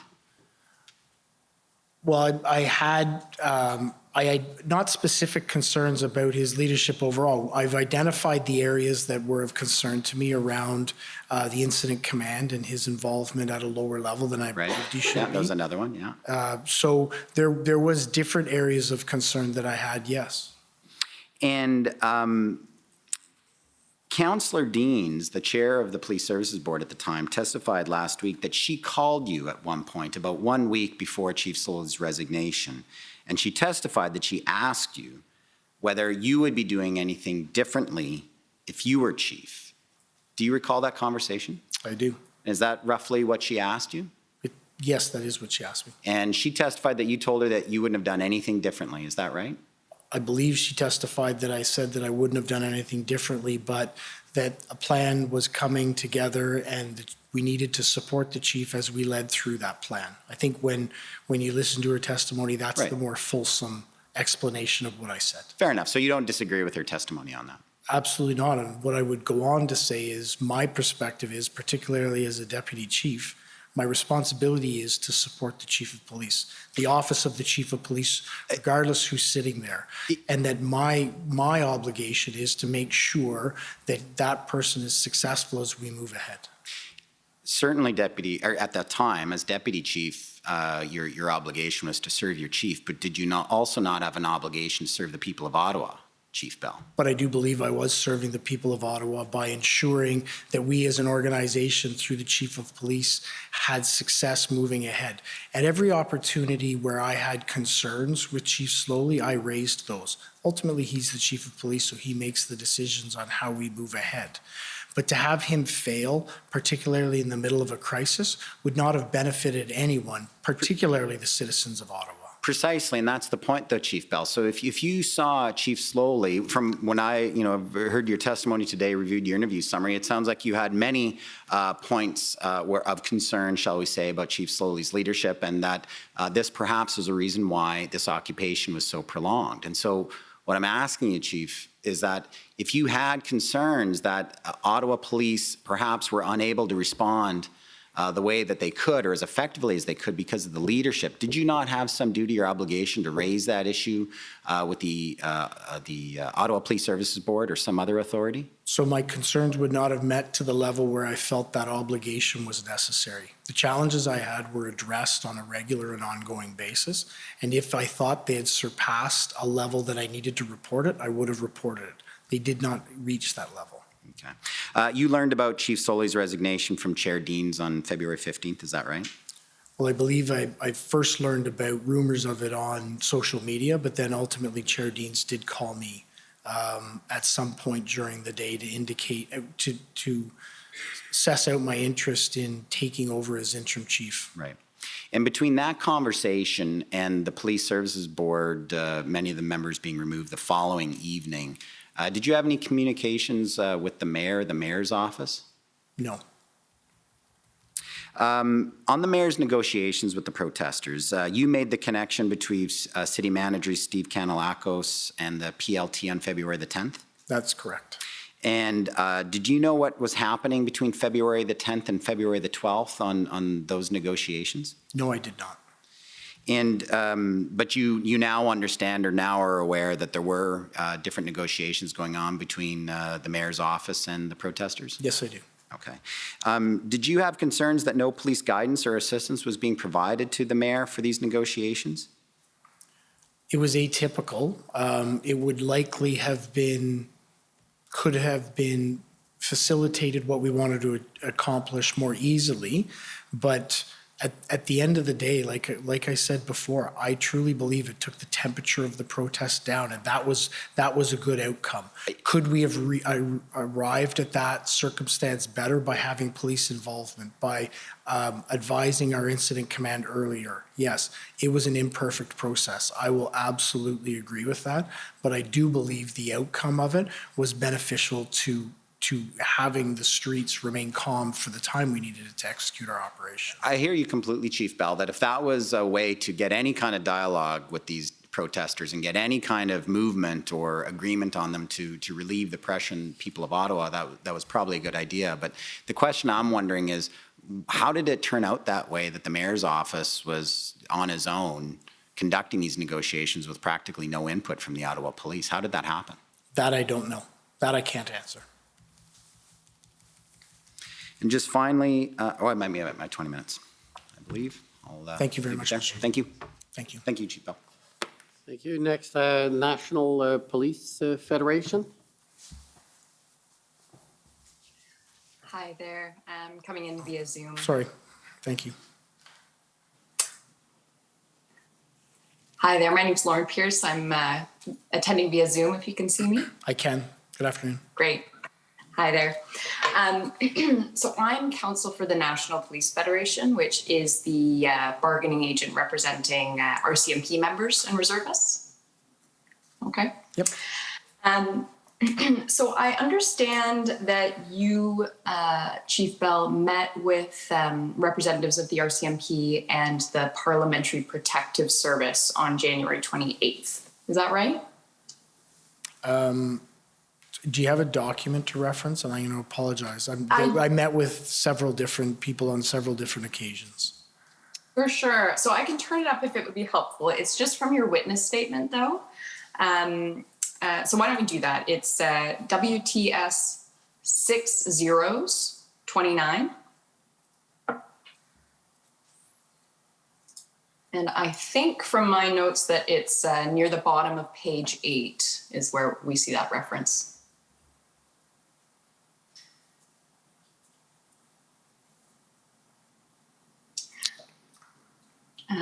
So Chief Bell, I see there on January 28th at 4:30 p.m. you attended a meeting. Do you see at the very bottom of that page? I do. And if you could just keep scrolling onto page 9, just that top paragraph there. Yes, I recall the meeting.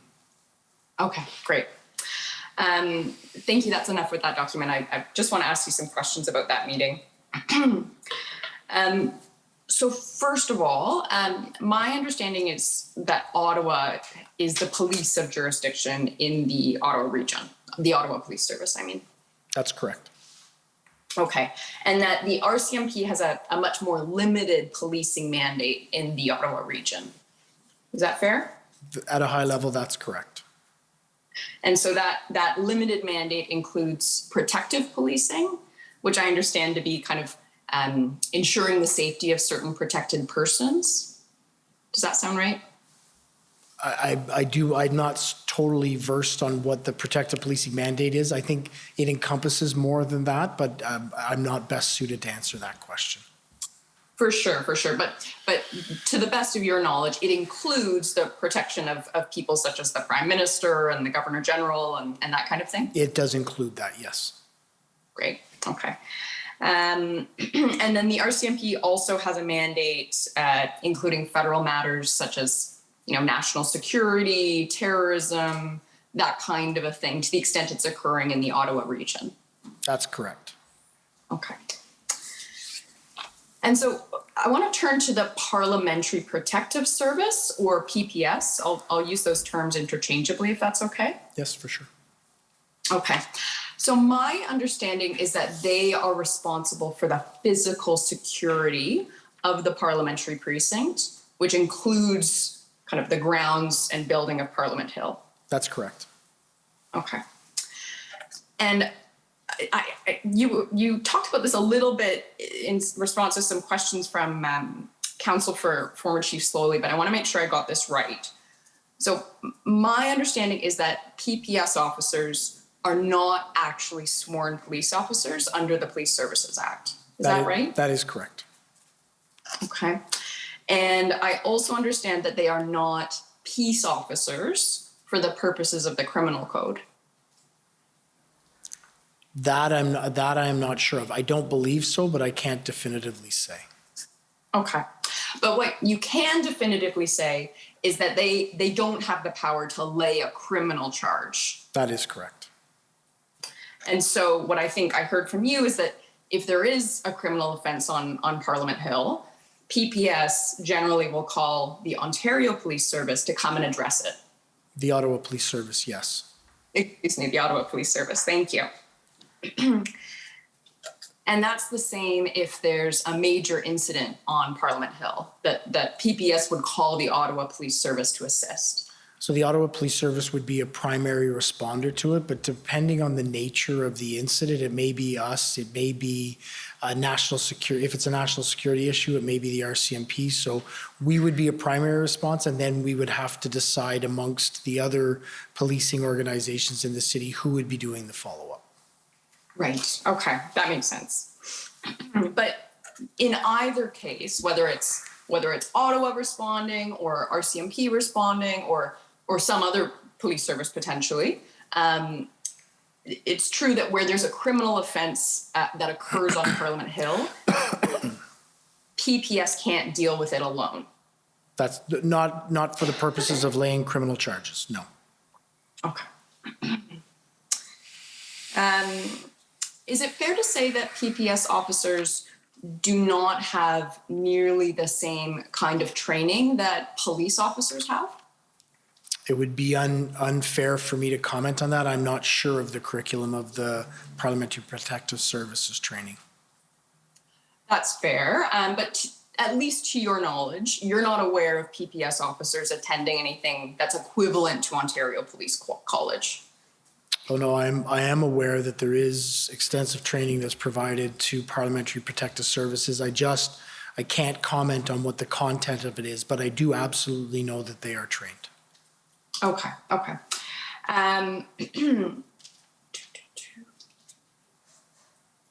So my understanding is that the Parliamentary Protective Service, their jurisdiction over Parliament Hill, subject to what we just talked about of them kind of needing assistance from other policing partners. Otherwise, their jurisdiction is actually exclusive. Is that fair? To the parliamentary precinct, yes. Correct. Okay.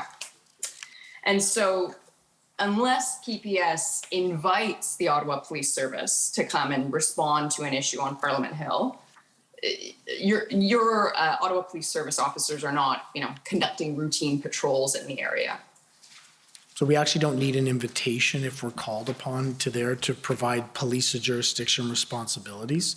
But in terms of general patrol or general activity within the parliamentary precinct, no, we don't engage in that. That is the responsibility and left to the Parliamentary Protective Services. Right. Okay.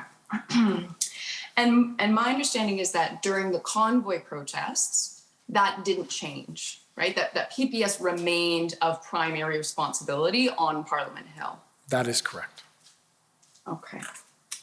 And my understanding, let me know if this is consistent with your understanding, Ottawa Police Service officers weren't actually permitted on Parliament Hill unless they were directed there by the NCRCC.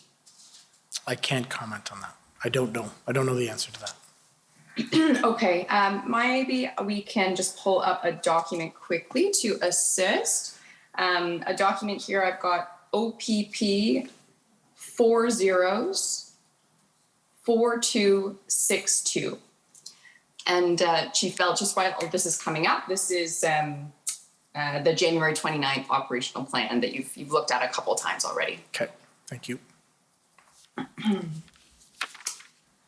And I'm hoping within that document, we can please turn to page 32 of the PDF. So quite a bit of scrolling.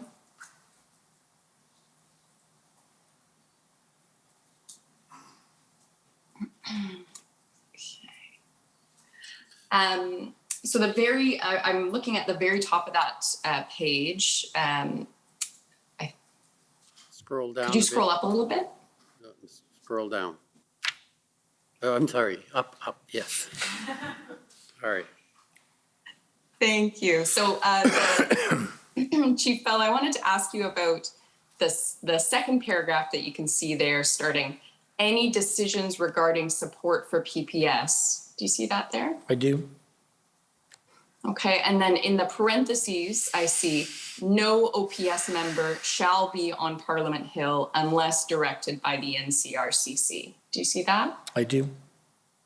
Okay, so does that appear to be consistent with what I just said, which is that Ottawa Police Service officers couldn't have responded on Parliament Hill other than if they were directed by the NCRCC? No.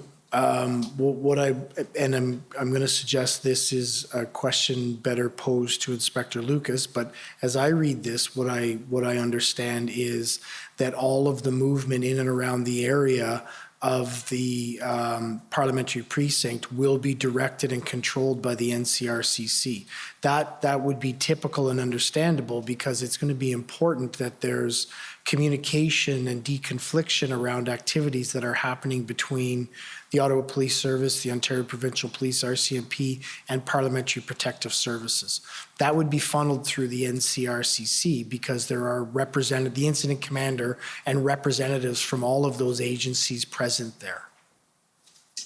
Right. So I actually don't think we're disagreeing on this point. The point I'm making is that even in the event of the convoy protests, it didn't change that Ottawa Police Service officers were not kind of asserting jurisdiction over Parliament Hill. It was still PPS jurisdiction unless directed by the NCRCC. Yes. Okay. So my understanding, thank you, we're done with that document for now, thank you.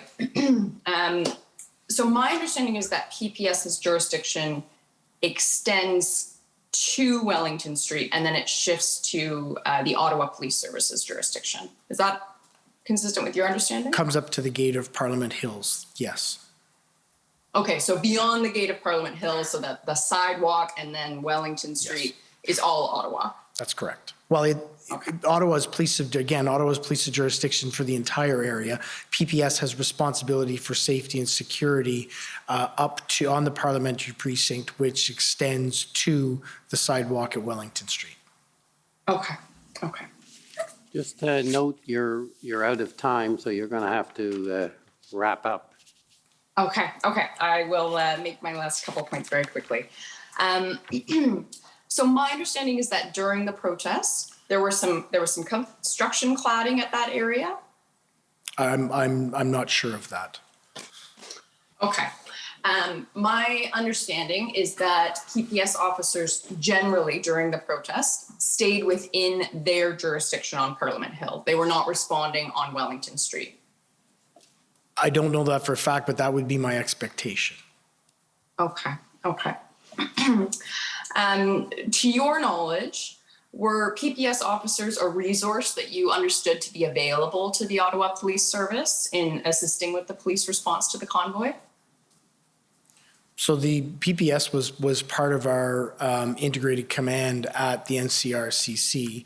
And in that, they would be able to be assigned taskings that were appropriate to their responsibilities, particularly in and around the parliamentary precinct. Certainly, but in terms of Ottawa's response to the convoy, which I think was generally outside of the parliamentary precinct, did you or your colleagues view the PPS officers as a resource that were available to you as a part of that response? So I can't respond to that. That would need to be directed to Superintendent Bernier or Inspector Lucas. Okay, so I think I will leave it there and use my time there. Thanks very much. Thank you very much. Okay, thank you. Next is the CCLA.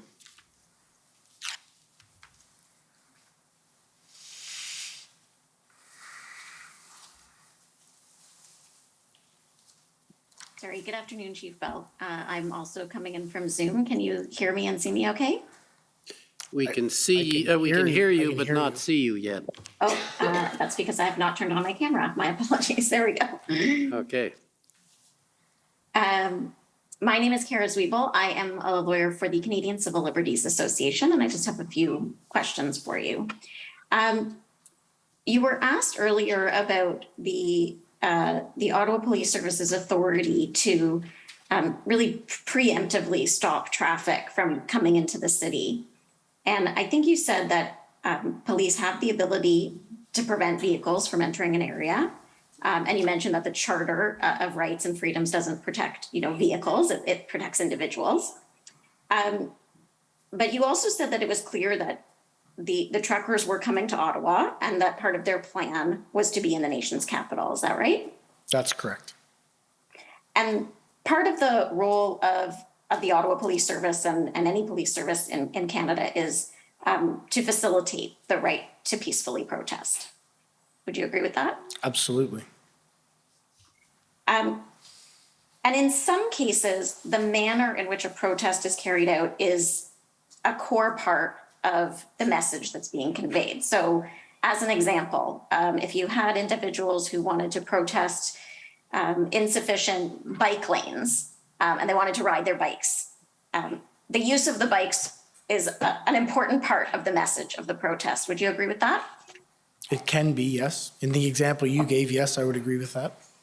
Okay.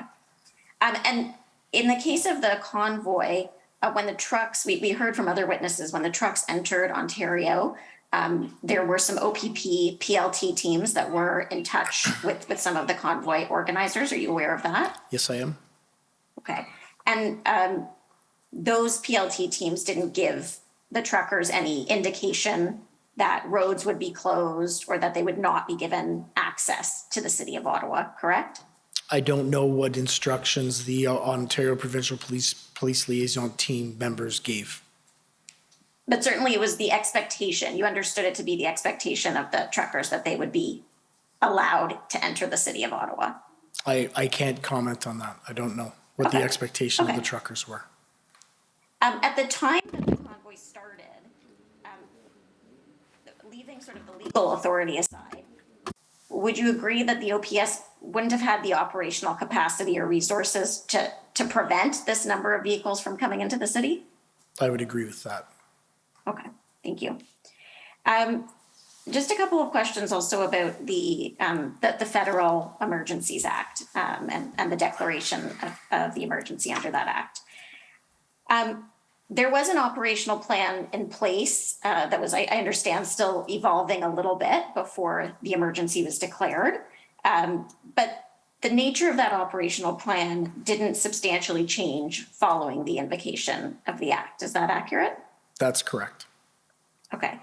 And I know you mentioned that one of the more helpful things that the Emergencies Act gave you was the ability to create some exclusion zones. Yes, correct. Okay. But you agree that the police have a common law power to create exclusion zones, provided there are grounds to do that. So I would agree that we were developing a plan based on those authorities, but when the Emergency Act came in, it negated the need to rely on those authorities and provided a really well-structured legislative framework for us to be able to enact an exclusionary zone and explain the legal authorities and our officers' legal authorities to all of our members on the front line so they could clearly, efficiently carry out their duties to enforce that exclusionary zone. Okay, so the act was helpful in terms of it being sort of something you could show to the protesters and to your officers to say, this gives us the authority, sort of a good demonstration of that authority. No, I would suggest it was much more than just a good demonstration of authority. It was a very clear legal framework that we could rely on to create the exclusionary zone with direct wording and intentions around creating that exclusionary zone. Okay, and did the Ottawa Police Service create exclusion zones during the more recent Rolling Thunder event? So we didn't create an exclusionary zone in the same way. We created a restricted zone in our downtown core for vehicular traffic. Okay, So you weren't clearing individuals out of there, but you were saying these are areas where vehicles can't enter. That's correct. Okay. And you didn't need special legislation to do that? No, we worked on the authority of with the city manager to look at areas that we would look at limiting or prohibiting vehicles from flowing. Right. So would you agree with me that the authority that the police have to do various things depends on the circumstances and the context? So when we talked earlier about not stopping the trucks from coming into downtown, you mentioned that there was no previous experience with an event like this. There was nothing to suggest that there would be the level of disruption that there was. So those were pieces of the circumstances and context that were considered in making a determination that you couldn't exclude the trucks from the city. That's correct. Okay. And I mean, in every case, would you agree with me that the police's authority to do things depend on the circumstances, that police shouldn't have the authority to stop people or vehicles without some grounds or reason to do so? I would agree with you that in every circumstance that we exercise of authority, the situation and context that we're in needs to be considered prior to us exercising our authority. Yes. Okay, thank you. In your witness statement, I think you declined to sort of provide an opinion on whether the use of the Emergencies Act was necessary.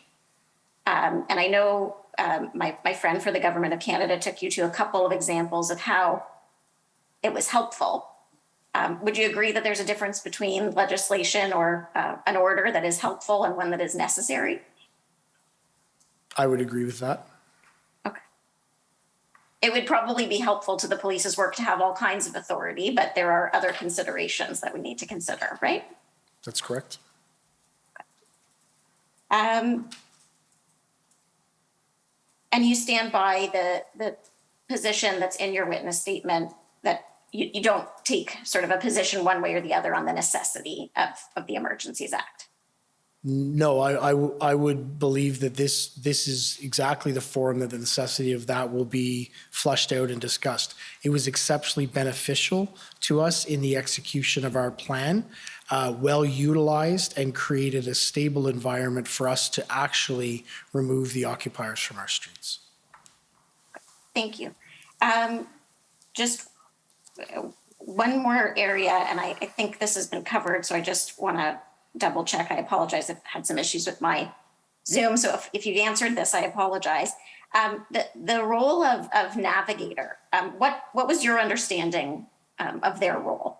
Well, they were a crisis communications firm that were contracted in to provide us crisis communication advice.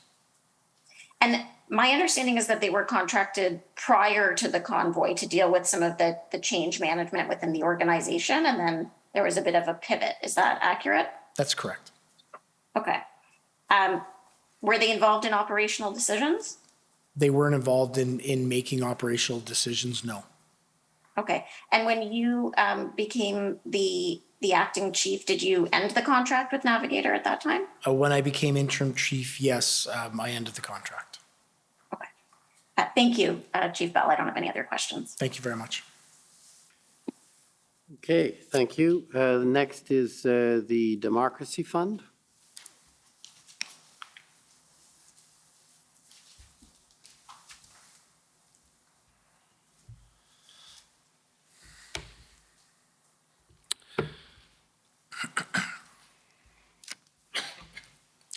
All right. Good afternoon, Interim Chief Bell. I'm Rob Kittredge, acting for the Justice Center for Constitutional Freedoms at these hearings.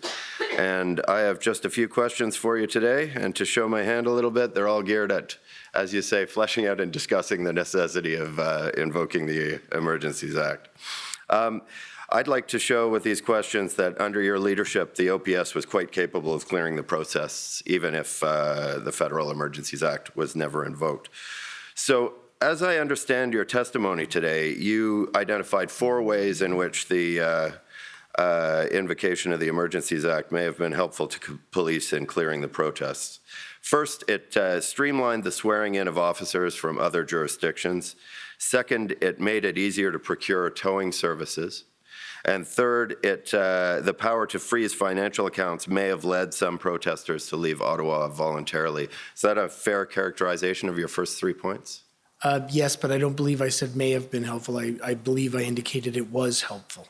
Which one? The power to freeze? All of them. Okay. All of them were helpful. I'll admit a little editorial work on my part there.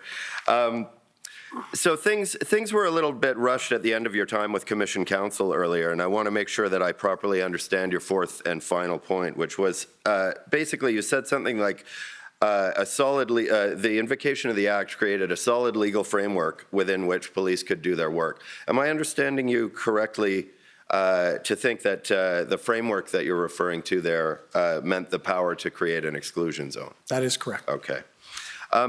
So going to your first point, streamlining the swearing in of officers from other jurisdictions, Acting Deputy Chief Ferguson testified that saved a few hours and some paperwork. Would you agree with that testimony?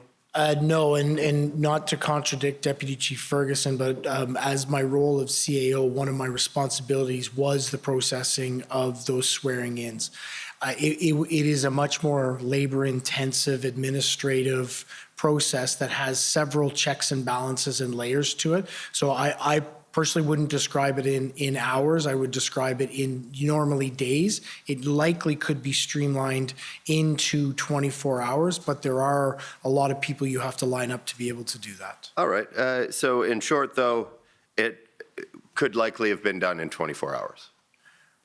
It could likely have been done in 24 hours, but I don't think the benefit was as to when it could get done. I think the benefit was that as soon as a member was boots on the ground in Ottawa, landed in Ottawa, they were operationally ready to be deployed, and that's what we needed as we were bringing members in from across the country.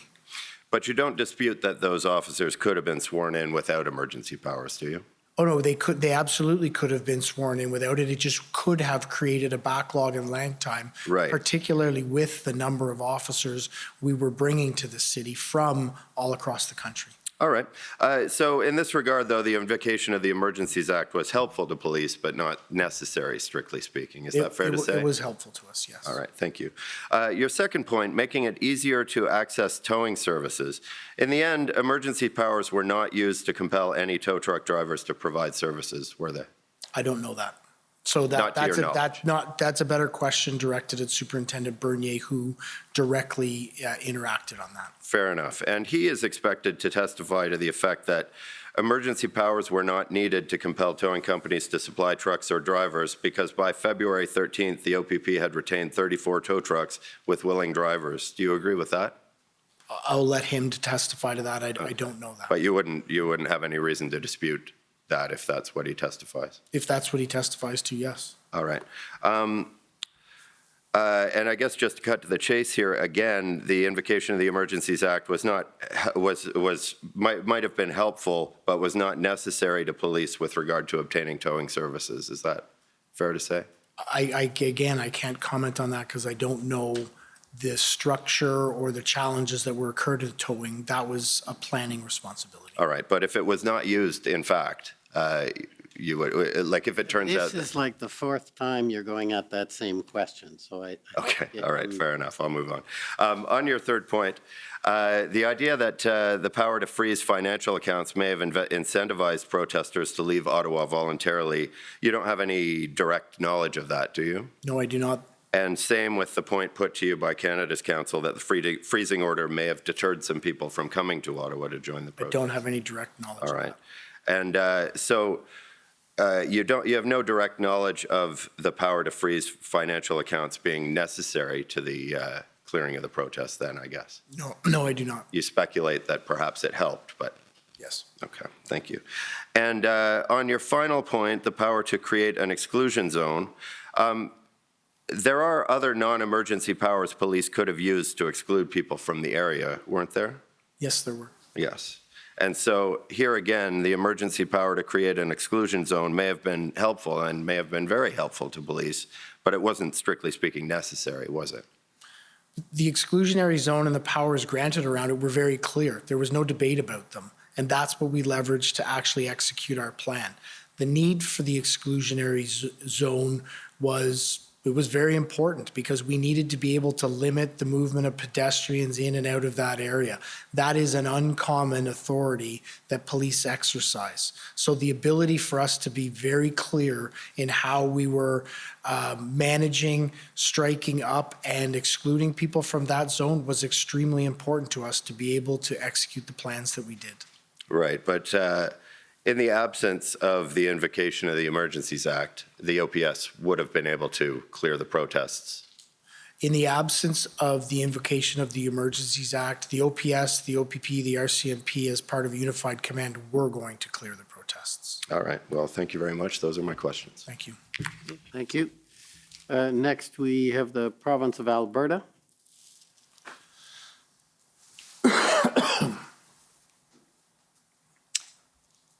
Good afternoon. Good afternoon. It's Mandy England for the Government of Alberta. The questions that we were going to cover off this afternoon have already been addressed by Council, so we have no questions. Thank you very much, sir. Thank you. Okay, next is the Ottawa Police Service.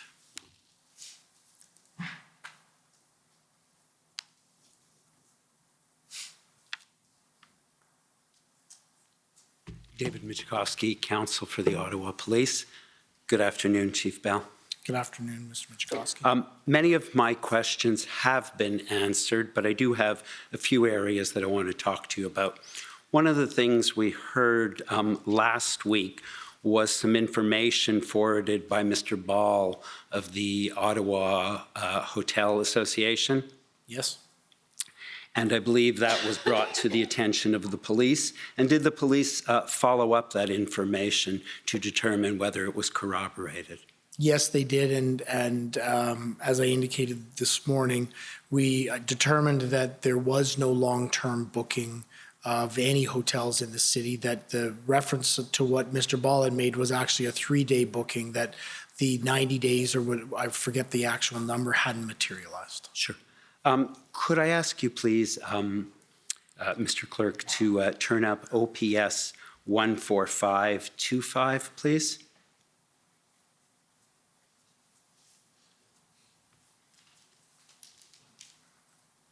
And it's page 31.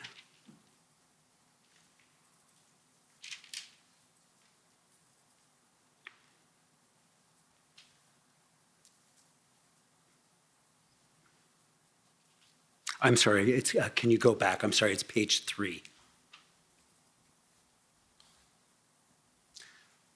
These are your notes, Chief, of a update briefing on the 29th of January, 2022. So that would be the Saturday after the convoy had arrived. Yes. And you have a note about some information you obtained at that point from the hotels that day. What was the information that you obtained that day? What I obtained was that hotels had only been booked for Friday, Saturday, and that groups were leaving on Sunday. There was no long-term booking. Thank you very much. You can take that off. Thank you. I want to move on and talk about the question of temporary parking. We've heard some evidence in this proceeding about temporary parking or staging for trucks being arranged by the city with the assistance of the police. Do you recall that? Yes, I do. And can you explain, is that something new or is that something that has been done in the past with other demonstrations in Ottawa? So to my recollection, I don't recall us ever establishing temporary parking for other demonstrations. This was the first time I believe that we'd attempted that. And has it been done for other special events, however, in Ottawa? For other special events, yes, it would be a regular and common occurrence. And why was it done in this case? What would be the alternative to not doing it? It was done in this case to try and limit the footprint that trucks would come to for the demonstration and allow people to park in other areas and access downtown through busing, through rideshare, however, so that they could participate in the protester demonstration without actually bringing their vehicle into the downtown core. Thank you. You talked earlier in your evidence about heavy machinery, and there was reference to a crane being in downtown Ottawa, and I believe you explained that it was not a crane, correct? That's correct. It was a boom. And can you just remind me what that piece of equipment was? That piece of equipment was a boom truck, a truck that would normally be used to lift construction equipment and deliver construction equipment. And what was it used for? It was used for two purposes. One is the boom was extended and a flag was raised from it, and I also believed it was used as a temporary setup for stages for speeches and events. And was it used to cause any damage? No. And apart from that piece of equipment, was there any other heavy equipment allowed into the red zone? Not to my knowledge, no. You've talked about the Ottawa Police's experience with demonstrations, and you've told us that you have quite a bit, or the Ottawa Police Service has quite a bit of experience. Can I ask you a question more specifically? Does the Ottawa Police Service have experience with protesters using vehicles? Yes. And can you tell me a little bit about that? There's had been multiple vehicle-borne protests every year in and around the area, and I can think of 5 or 6 different examples. One farm where tractors were brought into the downtown core, another truck-related one where tractor-trailers were brought in, vehicle-borne protests in passenger vehicles around Indian farmers, East Indian farmers, protests around Sri Lankan and Tamil conflict that is existing. There's several events that occur, several demonstrations and protests that had occurred in the past where vehicles were used and brought into the downtown core. And did that result in a staging of vehicles on Wellington Street? Yes, it did. And prior to the Freedom Convoy demonstration, was it the practice of the city to direct the closure of streets and creation of exclusion zones prohibiting vehicular traffic to groups of protesters? No, it wasn't. And what is the impact? I understand that is now being done, correct? That is correct. By the City of Ottawa, you indicated, as delegated authority, and in consultation with the police, those exclusion zones are being created. That is correct. What is the impact of creating these vehicular exclusion zones on the residents of the community or the people who have legitimate reason to travel to those exclusion zones? It's difficult to assess because, as I indicated in my testimony before, community impact is one of the main things that we're looking at as we're looking to manage protests and demonstrations in that area. So I think the impact could be twofold. One is it may impede their progress in the area at some points in some ways, but on the other side, it will eliminate the potential that such an occurrence would happen in their neighborhoods again. And what about the police resources needed now that you create these vehicular exclusion zones? The police resources and city resources are considerable to be able to execute that plan. And was your past experience or the Ottawa Police Service's past experience successful in terms of resolving protests, including those with vehicles, without the type of community trauma we saw in this case? Past experience since the convoy or prior to yes. I want to move on and talk about the Hendon reports, and I want to ask you some information about, some questions about what information can be gleaned from the Hendon reports. And just before we look at some specific reports, just generally, can you tell me what the reports said about whether or not the protesters were expected to be peaceful and law-abiding? Yes, it did indicate all through it that the indications that had been received from the protesters, the protest organizers, was that there was a desire and intention to be peaceful and lawful.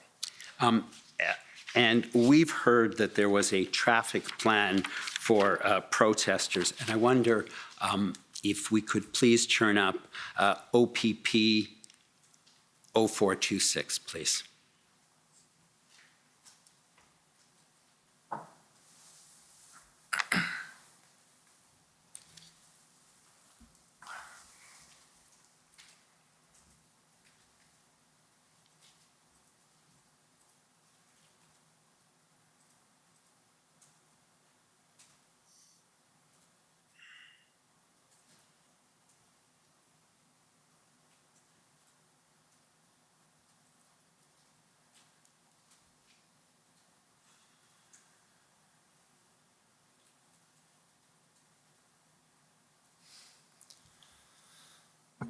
Council, if you could you repeat that number? Yes, it would be OPP 400426.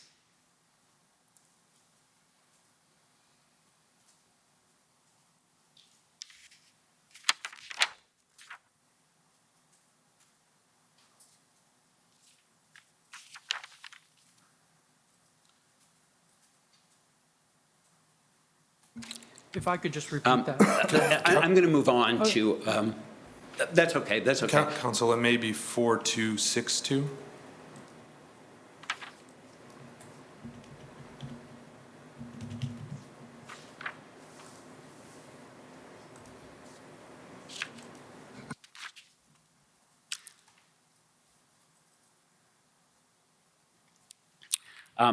Can we just scroll down, please? Thank you. Can we just scroll down? And if we just go to the next, keep going. And then there is another plan, however, that I'm going to ask that we turn up that was a more detailed plan with a number of sub-plans. Is that correct? And that is OPS 04221.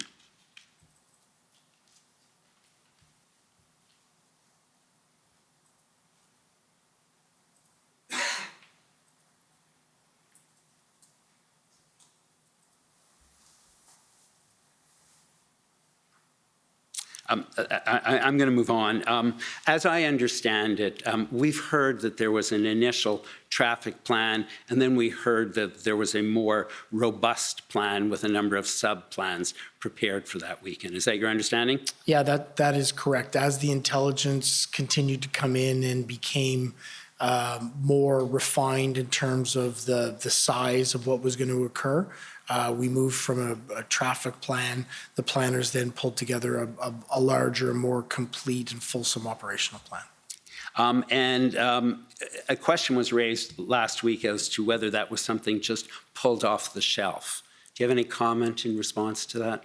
So while I wasn't directly involved in the planning efforts or the development of the plan, all of the information that I have seen, the back and forth between the planners and intelligence, the conversations that occurred around how to build it would indicate it wasn't just a pulled off the shelf plan. It was one that was fully developed and sounded out around the circumstances that were evolving and developing and coming towards Ottawa.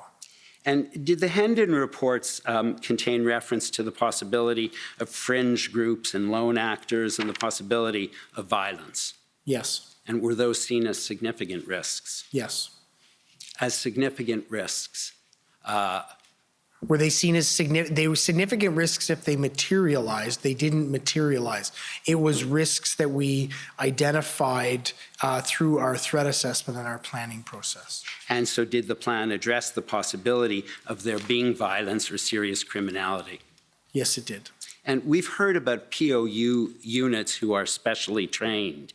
In advance of the demonstration, did OPS take steps to get additional POU units on alert to be in Ottawa if necessary in anticipation of potential violence or fringe groups? Yes, we did. And was their use in fact necessary? Yes, their use was necessary over the course of managing the dynamics that we had, specifically towards lone actors around issues of violence. I'm unsure, but the POU units every resource that came to Ottawa was utilized. I'm talking about in the first weekend. In the first weekend, POU units were utilized in terms of crowd management. Okay, thank you. I want to ask you about a couple of the Hendon reports, and I wonder if we could start with the January 20th report itself rather than the summary. And so if I could ask you please to turn up OPP 401024.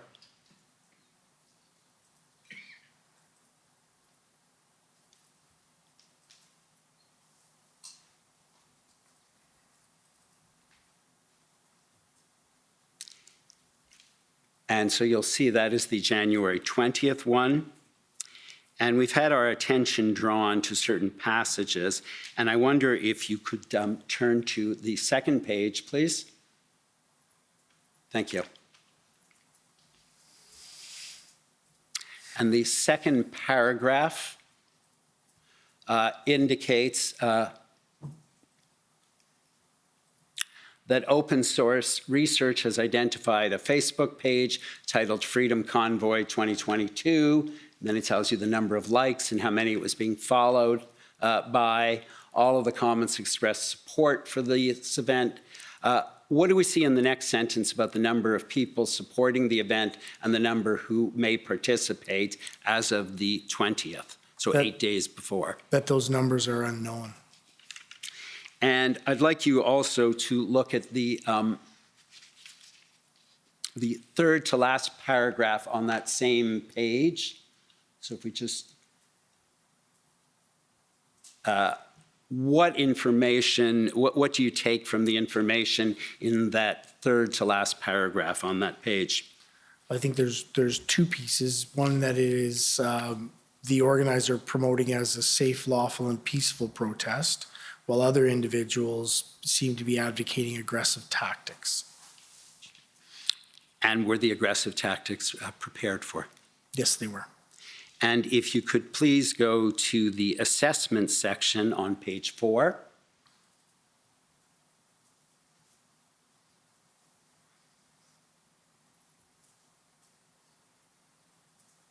Oh, sorry, perhaps,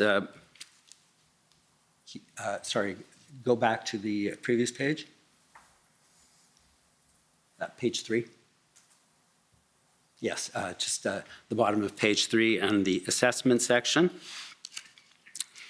And then you'll see that each Hendon report has an assessment section, correct? That's correct. Right, and if we go then to the, I just want you to see the heading. If we then go to the next page, under that heading, the second paragraph, the available information suggests that the convoys may comprise thousands of tractor trailers. It's possible that a large number of smaller vehicles, including private vehicles, may join them. Did that, in fact, materialize? There were thousands of tractors. There were very few, if and I don't believe any tractor trailers that made it down into the red zone. And does the January 20th report tell you how many people are going to attend and how many vehicles? No. How many will stay? No. And whether they will engage in the type of criminality or antisocial behavior we've heard about during this inquiry? No. And so that's on the 20th. Based on what we've heard here, that ultimately the Ottawa Police Service needed, I think, several thousand additional resources. Based on what you see here, would it have made sense to mobilize 2,000 additional officers from somewhere else at this point in time and bring them to Ottawa based on this information? No.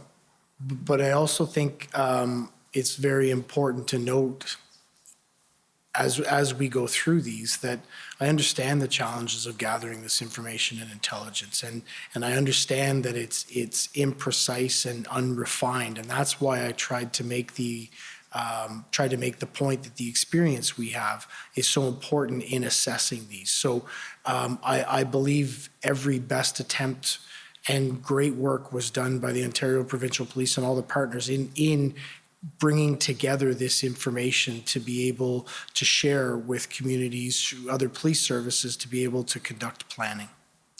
Can I ask you please to turn up OPP 401476 on the first page? That is the Hendon report from the afternoon of January 23rd.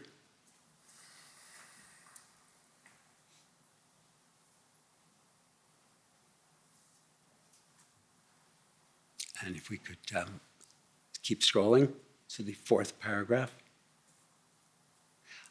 The fourth bullet, rather, information indicates that convoy organizers are cooperating and have developed a thorough and well-organized plan for conducting the event safely. Is that information important to the Ottawa Police Service in its intelligence assessment? It is one of the pieces we take into account, yes. And how do you monitor the behavior of the convoy prior to their arrival in Ottawa? So the convoy would have been monitored by other police agencies as it came across Canada. And I know that once it entered Ontario, it was monitored by the Ontario Provincial Police until it came to Ottawa, where we took over. Can I ask you please to turn up the January 27th Hendon report, which is OPP 400813.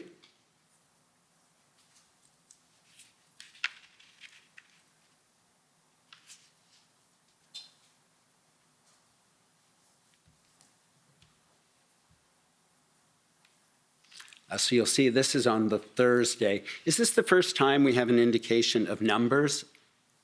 Yes, so there were several, as I indicated before, the numbers and the reporting in Hendon enhanced as we went through and as we got closer to the time.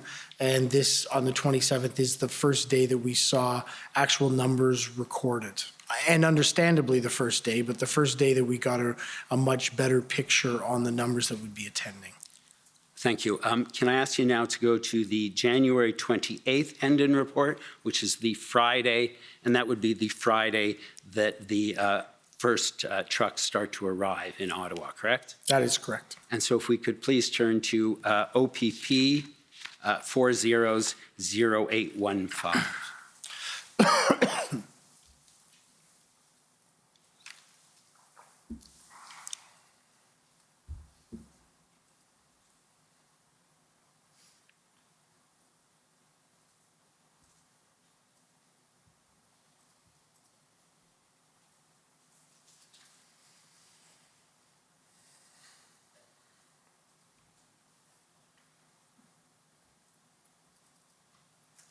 Thank you. And so now we have, so this is the day of, and there is an estimate of the total number of vehicles. That's correct. Which indicates that they are estimates and subject to change. That's correct. And when it says they're subject to change, does that mean it might go up, might go down? It could mean either. And if you could please turn to page 7 of the document.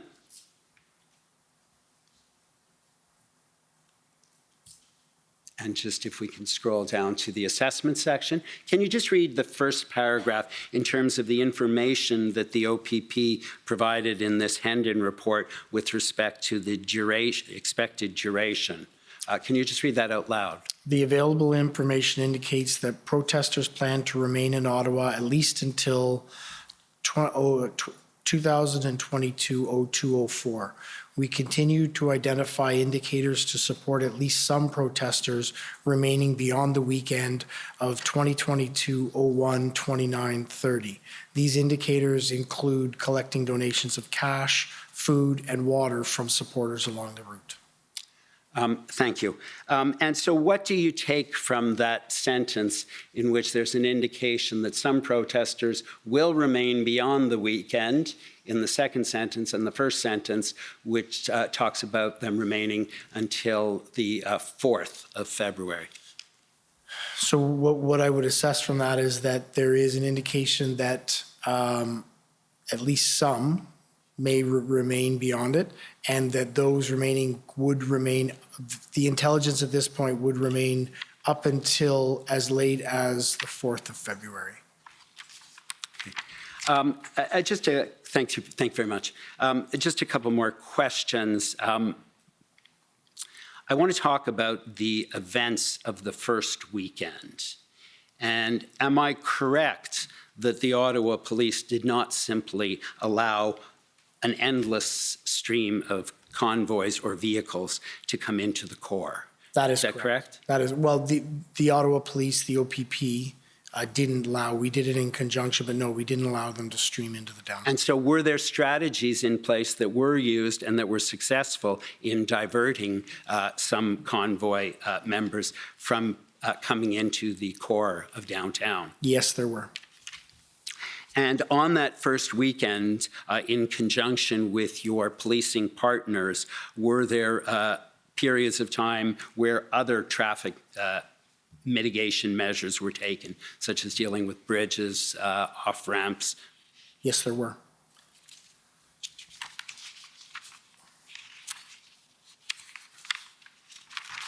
And finally, we've heard some individuals during this inquiry talk about officers not coming down hard enough or not taking enforcement actions. I just want to be clear, was any direction given to police officers to ignore criminality? Absolutely not. And what I will say, and I've said it before and I want to say it again, our officers, the officers of the Ottawa Police Service, the OPP, the RCMP, and every other agency that came in worked in exceptionally difficult and challenging circumstances at an exceptionally difficult and challenging time. So to criticize their activities is challenging for me because they did absolutely everything they could to help support this city and remove this occupation. And so just one final question. So are there circumstances, however, where in the exercise of their discretion, it may not be appropriate for a police officer to take enforcement action? Yes, that's correct. And I think I've highlighted a couple of examples today. Thank you very much. Those are my questions. Thank you. Thank you. Any re-examination? Just one or two questions, if I may. Chief Bell, Council Just identify for the record again, please. It's Frank Au for the Commission. Chief Bell, my friend, Council for the City of Ottawa, put to you the document OPS 408418. We're calling up the document. If we can go to the first page so we can look at the title. My first question will be to ask if you can help us with the nature of the meeting. So, Sorry, can you go to the top, please? So it simply says convoy briefing number 18, Tuesday, February the 8th, 10 a.m. to 12 p.m. So by this point, we had a regularized briefing schedule, and I believe we were at 2, if not 3 a day, where there was a briefing where all of the heads of areas would come together to get updates and plans, operational targets or issues would be addressed there, and everyone would then go and execute on what they needed to do. So this was one of those updates. All right, if you could go to page 4. So scroll down a little bit. Do you see the comment attributed to you in the middle of the page says, Bell, concerns that city has are political concerns, not day to day. If city sits at table, is concerned about sitting down as city, feds will back down and leave it to the city. What does that mean? So one of the concerns that we had, and this wasn't confirmed from any discussions with anyone in the city, but one of the things that we were speculating about around the challenges with engaging different levels of government and potentially negotiating or potentially having discussions with convoy leaders was that when the first one went, and if it was the city, then they would be the ones who would be responsible for conducting the negotiation. This was never confirmed. We were just wondering or whiteboarding what some of the concerns about different levels of government would or could have in coming into negotiations. Thank you. Those are my questions. Okay, thank you. So that terminates your evidence. Thank you very much, Acting Chief Bell. Thank you very much. We will adjourn until tomorrow morning at 9:30. The commission is adjourned. La commission est adjournée.